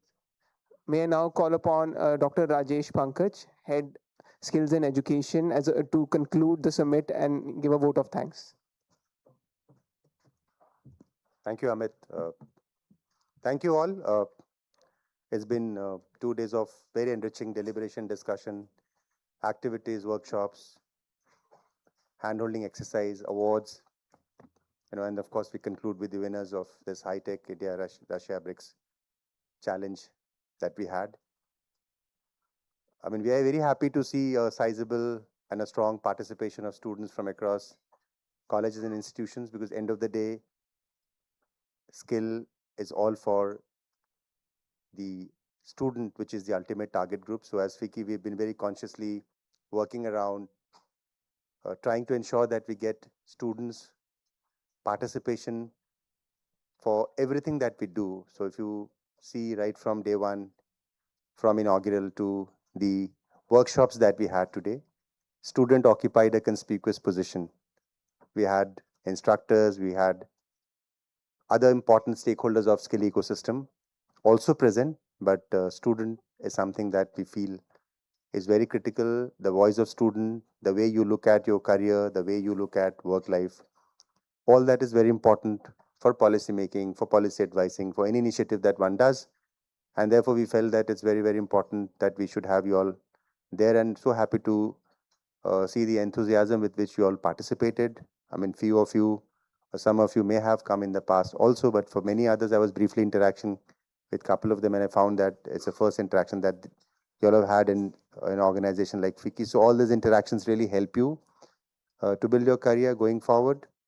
Make the maximum of the reform, the changes that is happening in the ecosystem. The government is focusing big time to bring about reform in skilling. Government is focusing so much, and so is industry and industry association like FICCI. So make the maximum of it. I mean, it's very rare to have a competition of this scale level. Just to give an example, so there are various strands that we tried incorporating it for you all so that you have some effective and strong takeaways. So very exciting time. As I said, try and optimize the changes, the reform that's happening, and grow up the ladder. FICCI will always stand committed. FICCI will always be there to ensure that this dialogue, discussion, engagement with students, stakeholders continue, and not just continue, it also goes higher up the order, augments, and that's the idea. We are also supposed to take student voice to a government of a various forums. So all these engagements is also important for us, because with formal, informal interactions that we all have with you all also gives a lot of insights for us to put it in our head notes, scratch notes, which many a times helps us to reflect in meetings where government expects us to kind of share the students' perspective. So all that is also important for FICCI and not just for you. So I think it's a good way to develop a strong, symbiotic and a sustained engagement with students under an aegis of an industry association body like FICCI. So we'll keep continuing. We'll keep striving hard on this to ensure that we keep engaging you in various ways and means, so that we're able to not just have your voice in the center stage for all that we do, but also to ensure that whatever we do or whatever government does is done in a right way, because FICCI's core work or core KRA, so to say, is to advise government, is to do advocacy with government stakeholders, and we would not be able to do appropriate advocacy till the time we don't have a right insight or the right worldview of how you all look at work life. So such engagements do help us also It not only excites you all, but also helps us to build a right perspective so that anything and everything that is done under the umbrella, under the aegis of reform, anything and everything that is done under the umbrella of policy reform is done well. So again, wish you all the best in your career. Our guests from Russia, thank you so much for coming over. I mean, I could recollect those messages in WhatsApp group that you all had created, and the specifications that you had. It only highlighted the seriousness and the approach that you had in mind for a competition like this. 2 days of good, effective competition. Thank you all again for coming over and getting this competition done. You know, and as I said, that this journey continues, this engagement continues. So we look forward to having you again in our subsequent engagements. Thank you.